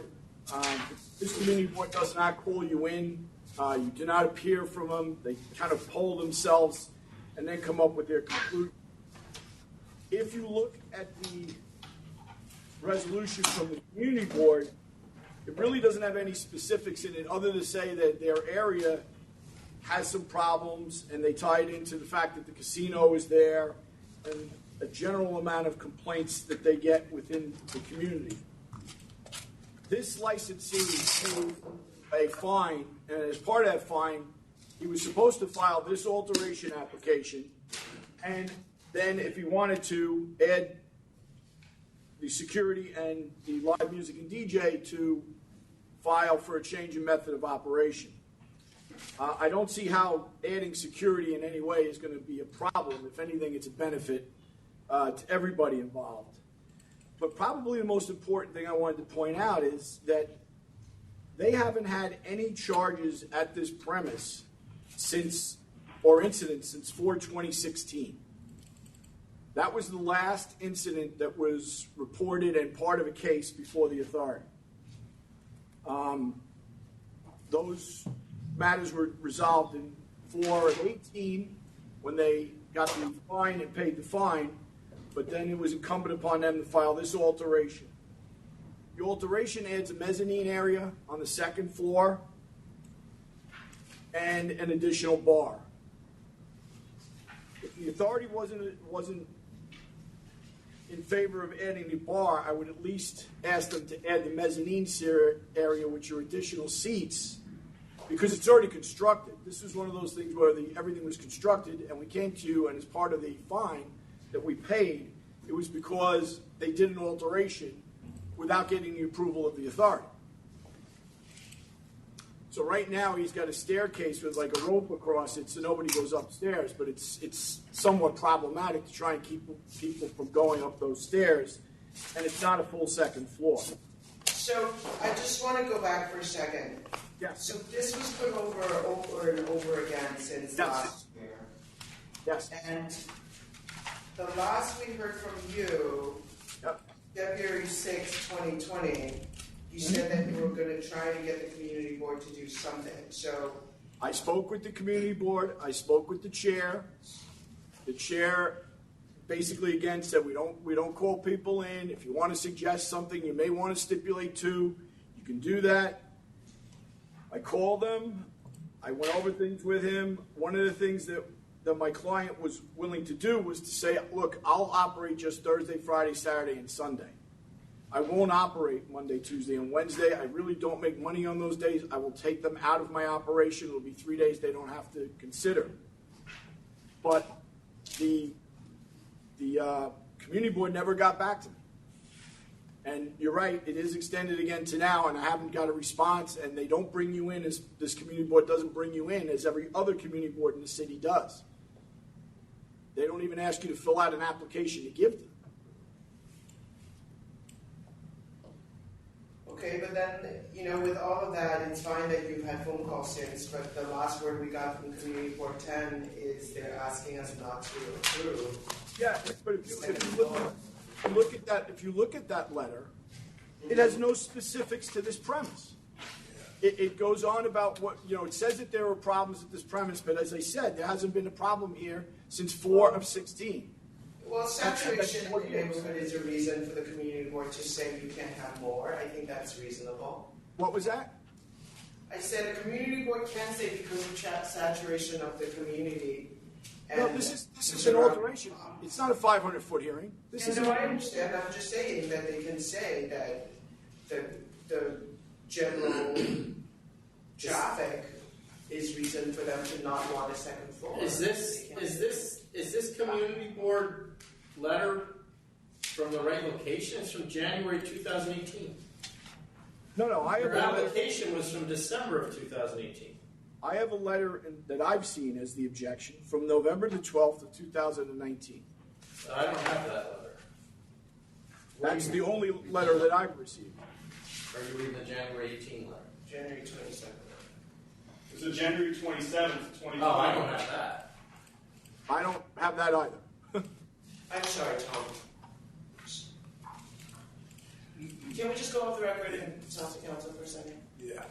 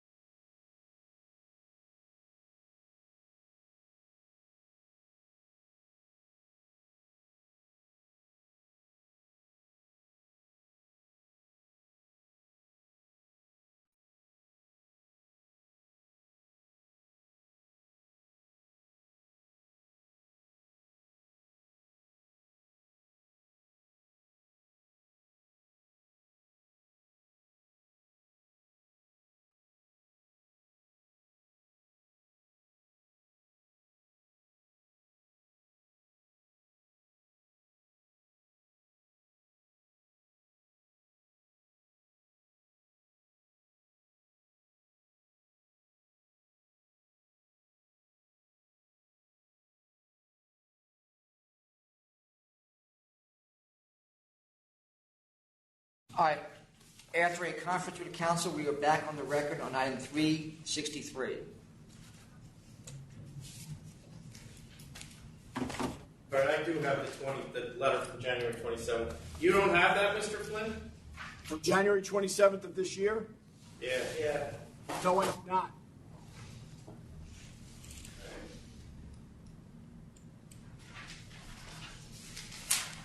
I mean, it basically summarizes the same stuff as before, and then it talks about it being very close to the casino. The casino And have a negative impact on the casino. You know, that is ridiculous. I mean, first of all, the casino, if anybody knows Aqueduct Racetrack and knows the property around it, the casino is in the Aqueduct property. This property is off to the side. Nobody who goes to this place is saying, I'm not going to go to Aqueduct because of this. If you go to Aqueduct, it's a destination gambling. No, that's not what they're saying. They're actually saying the negative impact would be the fact that people would believe that the casino is affiliated with your clients. Seriously. And that's even worse. I mean, the billboards that are up for the casino off the They're actually in favor of the casino. Yeah. You're supporting the casino, not you. No, I understand that, but Don't mess with that casino. I was in favor of the raceway too. I don't see that. Robbery yesterday. Did you see that? All right, I'm ready to vote. Okay. I would vote to support addition of security guards, and I am okay with second floor use, but as Gary said, no bar. As I said, as Mr. Flynn. As you had offered, and right. Gary had picked up on it and thought that was a good compromise. Okay. And no dancing on top of that. Just no dancing is permitted. They don't have the proper C of O for dancing, so that's not permitted. But you missed one issue. I apologize, but I just want this to be 100% correct. On the music end, there was a request for live and DJ. Is it possible to have a DJ but not live music? And the DJ would only be on Thursday, Friday, and Saturday. Yeah. That's better. Yeah, I'll go with that. See how that works. Hopefully we won't see you again soon. I hope so. All right, so just like this, so you're approving security guards, you're approving the second floor, but out a bar up there, and you're approving a DJ on Thursdays through Saturdays. Yes. Two of us are. You guys Right, that's what I know. No. Commissioner Fan? Yes, that's fine. All right. Take 2 minutes. Do you have another case or you done? I have two more left. All right. One's an extension, and the other one is a request for an adjournment. All right, go ahead. Next item is 283 River Valley Corp. This matter, I was recently retained. This is first of all, the client used the service. That service, he dealt with an individual by the name of Ellen Lee. And we know that there's a history with that name here at the authority, although that was not the name filed on the application. The name Kevin was here. They were So told. who's the name on the application, her husband? Yeah, Sam Park. Sam Park.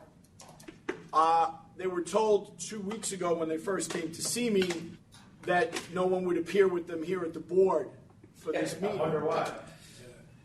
Right. So they came to me. They were recommended to me at first. I held off. I notified Secretary's office of Miss Lee's involvement in this application. I met with them. I found them to be sincere.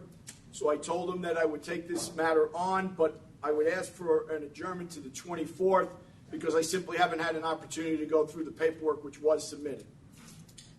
I had it. The community board requested a holdover too, didn't they? Oh, if they did, that's fine with me. I have no No, objection. I mean not. They've asked us not. They want us to wait till like spring. But yeah, 324 is fine. Thank you. Next item. That was 83, 283? Yes. Yes. Next item is 377 V-Show Inc. This is a request to extend. 377. This is a request to extend the approval letter for an additional 12 months. A 377. 377. All right. So what's the issue? Is this what is the problem here? This is a brand new building, Mr. Oh. Chairman, so the whole building is being built, and it's just going slower than they anticipated. Okay. We know about that. Yeah, 12 months. So Kevin, and what was the name of that place Kevin told us about that she ripped them off too? Korean 5 cents. You have nothing else, right, Mr.? I do not. Thank you very much. Have a very nice day. What was it they? Jonathan, I have nothing else signed in? All right, no, we're done. And we're just going to take a break for a minute. We're done with New York City, though, anyway. All right. All right. So see you in New York.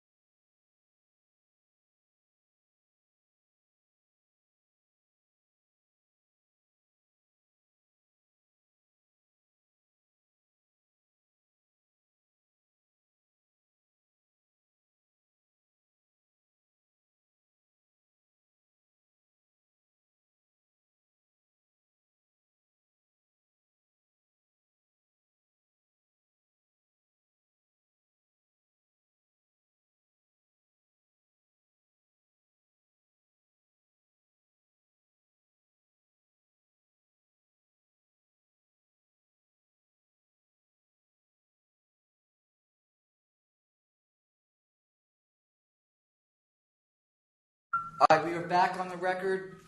You got a driver out there? Item 2. Go ahead. Item 279. I vote to approve. Approve. DJ, 279. Let's go. Keep going. Item 289 and 90. I will dismiss. Just all dismissed. Yes. Yes. Dismiss. 294, 93, 94, Mr. Palillo wants an adjournment to 324. 324. Which one is that now? I'm sorry, Tom? 92, 93, 94. Yep. Till 324. 96, 296. Accept. 96, accept. 97. 3,000. 3,000? What did I say? There are two matters for two different arrests. Current possession. Failure to notify change of So fact. for 97, what do you want? I was just wondering. Failure to notify, we usually don't bang on, but go ahead. I think it's the same arrest. No, it's not. It's actually two different arrests. What number are we? 297. All right, 6? No, lower. No, I'm at lower than 6? You do this? Failure to notify. This is I was at 3, and she thought. No, I was just wondering. Oh, you want to go higher or lower? No, I thought it should be lower. Oh, lower. Okay, 1,500. For this one? Yeah. Yes. 1,500. Oh, that's right. Yeah, there's two of them, right? Oh, I see. I just didn't know what 297 and 298. Oh, I was going to cancel a bond on the next one. All right. Because of the You're going to strike. find them 3,000 and then Yeah. cancel a bond on the All next right. one. 298 then. What did they do? 298, It's 1,500. a profit shop. So 1,500 each. Yeah, right? Yes. aren't they selling the drugs out of it? No. Really? Possible. 299. Cancel bond, okay. 300. Deny they didn't come. Yeah, I needed to find out who. This is the nurse that wants to manage You want on the me to weekends. give him one chance to come in? No, just deny it. Didn't show up. All right. Sure. 303 was withdrawn before the meeting. 305. 6,000. 6,000. 6,000. 306. Cancel bond. How about just cancel? Cancel for the record. Cancel. Yep. 308. Withdraw 1, sustain 2, withdraw 3 and 4, and in the second proceeding, sustain 1, dismiss 2. Well, 308. 308. Wow, I missed that one. Go ahead. I got it Look right. up at your glasses on. Cancel for the record, yes. And what were you saying? 314, 15, 16. First proceeding, withdraw 1, sustain 2, withdraw 3, withdraw 4. Second proceeding, sustain 1, dismiss 2, sustain 3 and 4, dismiss 5, sustain 6. Third proceeding, sustain charge 1, 12,000. 12,000. 317. Cancel for the record. Cancel for the record. That's the record. 318, Mr. Palillo wants that held over as well. 324. 319. 2,000. 2,000. Sustain 1. 2,000. 320. Sustain 1, 1,500. I'm at 2,000. All right, I 2,000. say 2,000 too. Okay. 321. Sustain 1, 2,000. 2,000. 2,000. 322, 23, 24, 25. Sustain all charges, cancel and bond. Well, Hang on a second. Let's see what I saw. What? You don't like that? let's go. You want to go to the conference? Quick Yes. conference? Okay. Wait.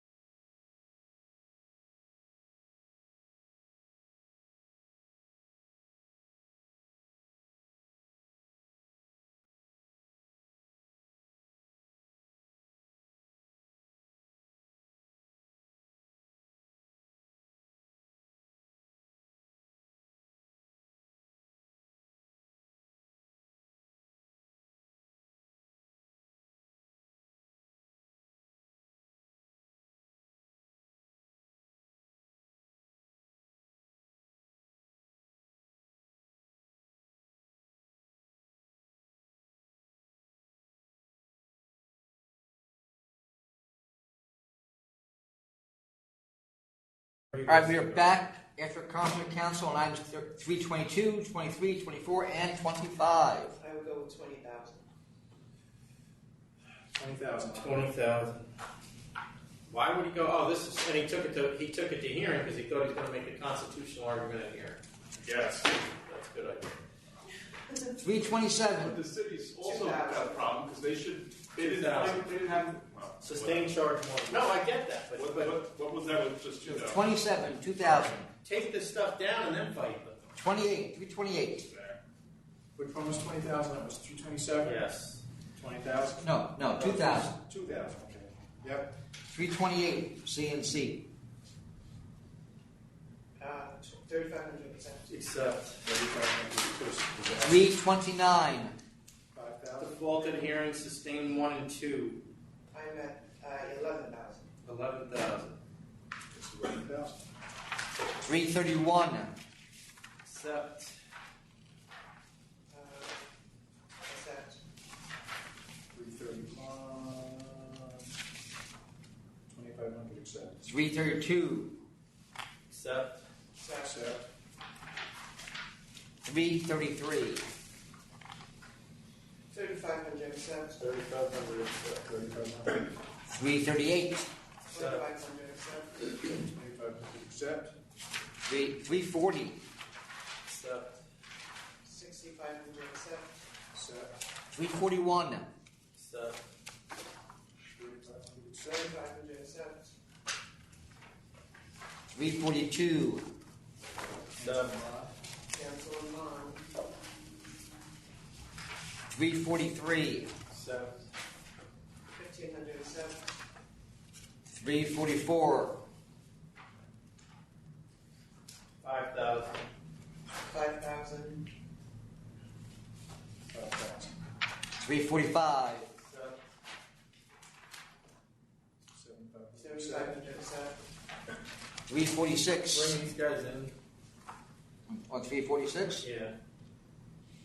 324. Yep. Because I'm going to change the conditions on their license. This is the guy that owns this place is Woodland's owner. Wow. Offstein. 347. Mr. Pillow would like an adjournment to 324. That's okay. 340 know that. 348. 347 is 324. Yeah. Sustain 348, sustain 1, 1,500. 1,500. 349. Sustain 1 and 2. You're at cancel and bond.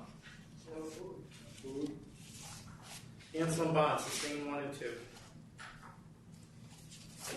350. Sustain 1 and 2. Cancel and bond. Cancel bond. Cancel and bond.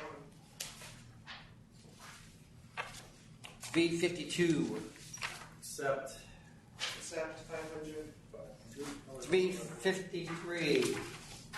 I'm at 6,500. It should be the same one, same It's date. the reason it's not is I'm guessing there was not notice after the first one. There wasn't. I checked it. There wasn't. They didn't know. They didn't know about the first So one. they piled on basically. Yeah, but that's still sale number 1, and then if not without notice, it would have been 9,500 if they had notice. Sale number 1 would have been 3,000. Yeah, so there are two. Sale number 2 would have been at least. No, I get that. I get you're giving them a break, but what I'm saying is they didn't have notice at all. If these two people went in at once, at the same date, on the same time, we would have gave them 3,500.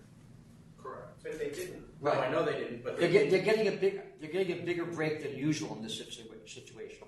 No, I get what she's doing. Okay, what you said? 65. Okay, 65. 6,500. I mean, they should have another break. No, it wasn't a break. It was more that you can't correct something you don't know how. Right, but I mean, That's my view.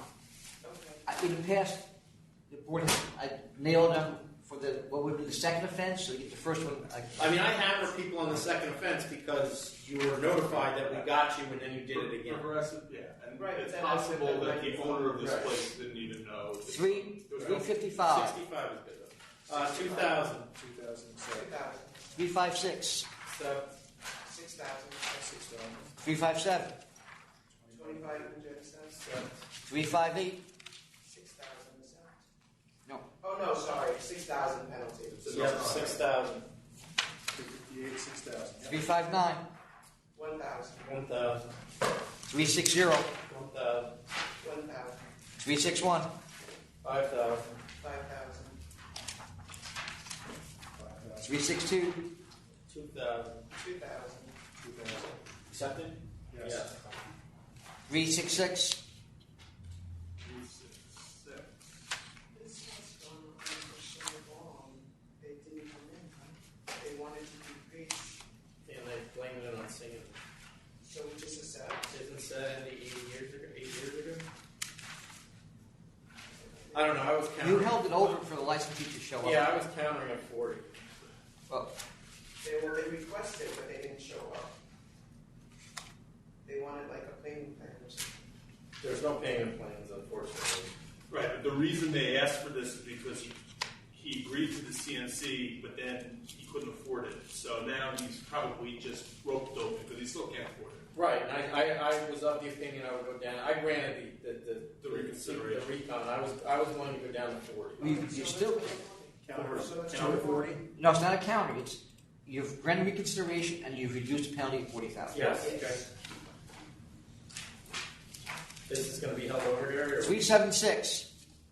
Pull and chest. Well, held over. To when? 6 months. No. Ask a question in that direction. How about we say 401 for now? Yes.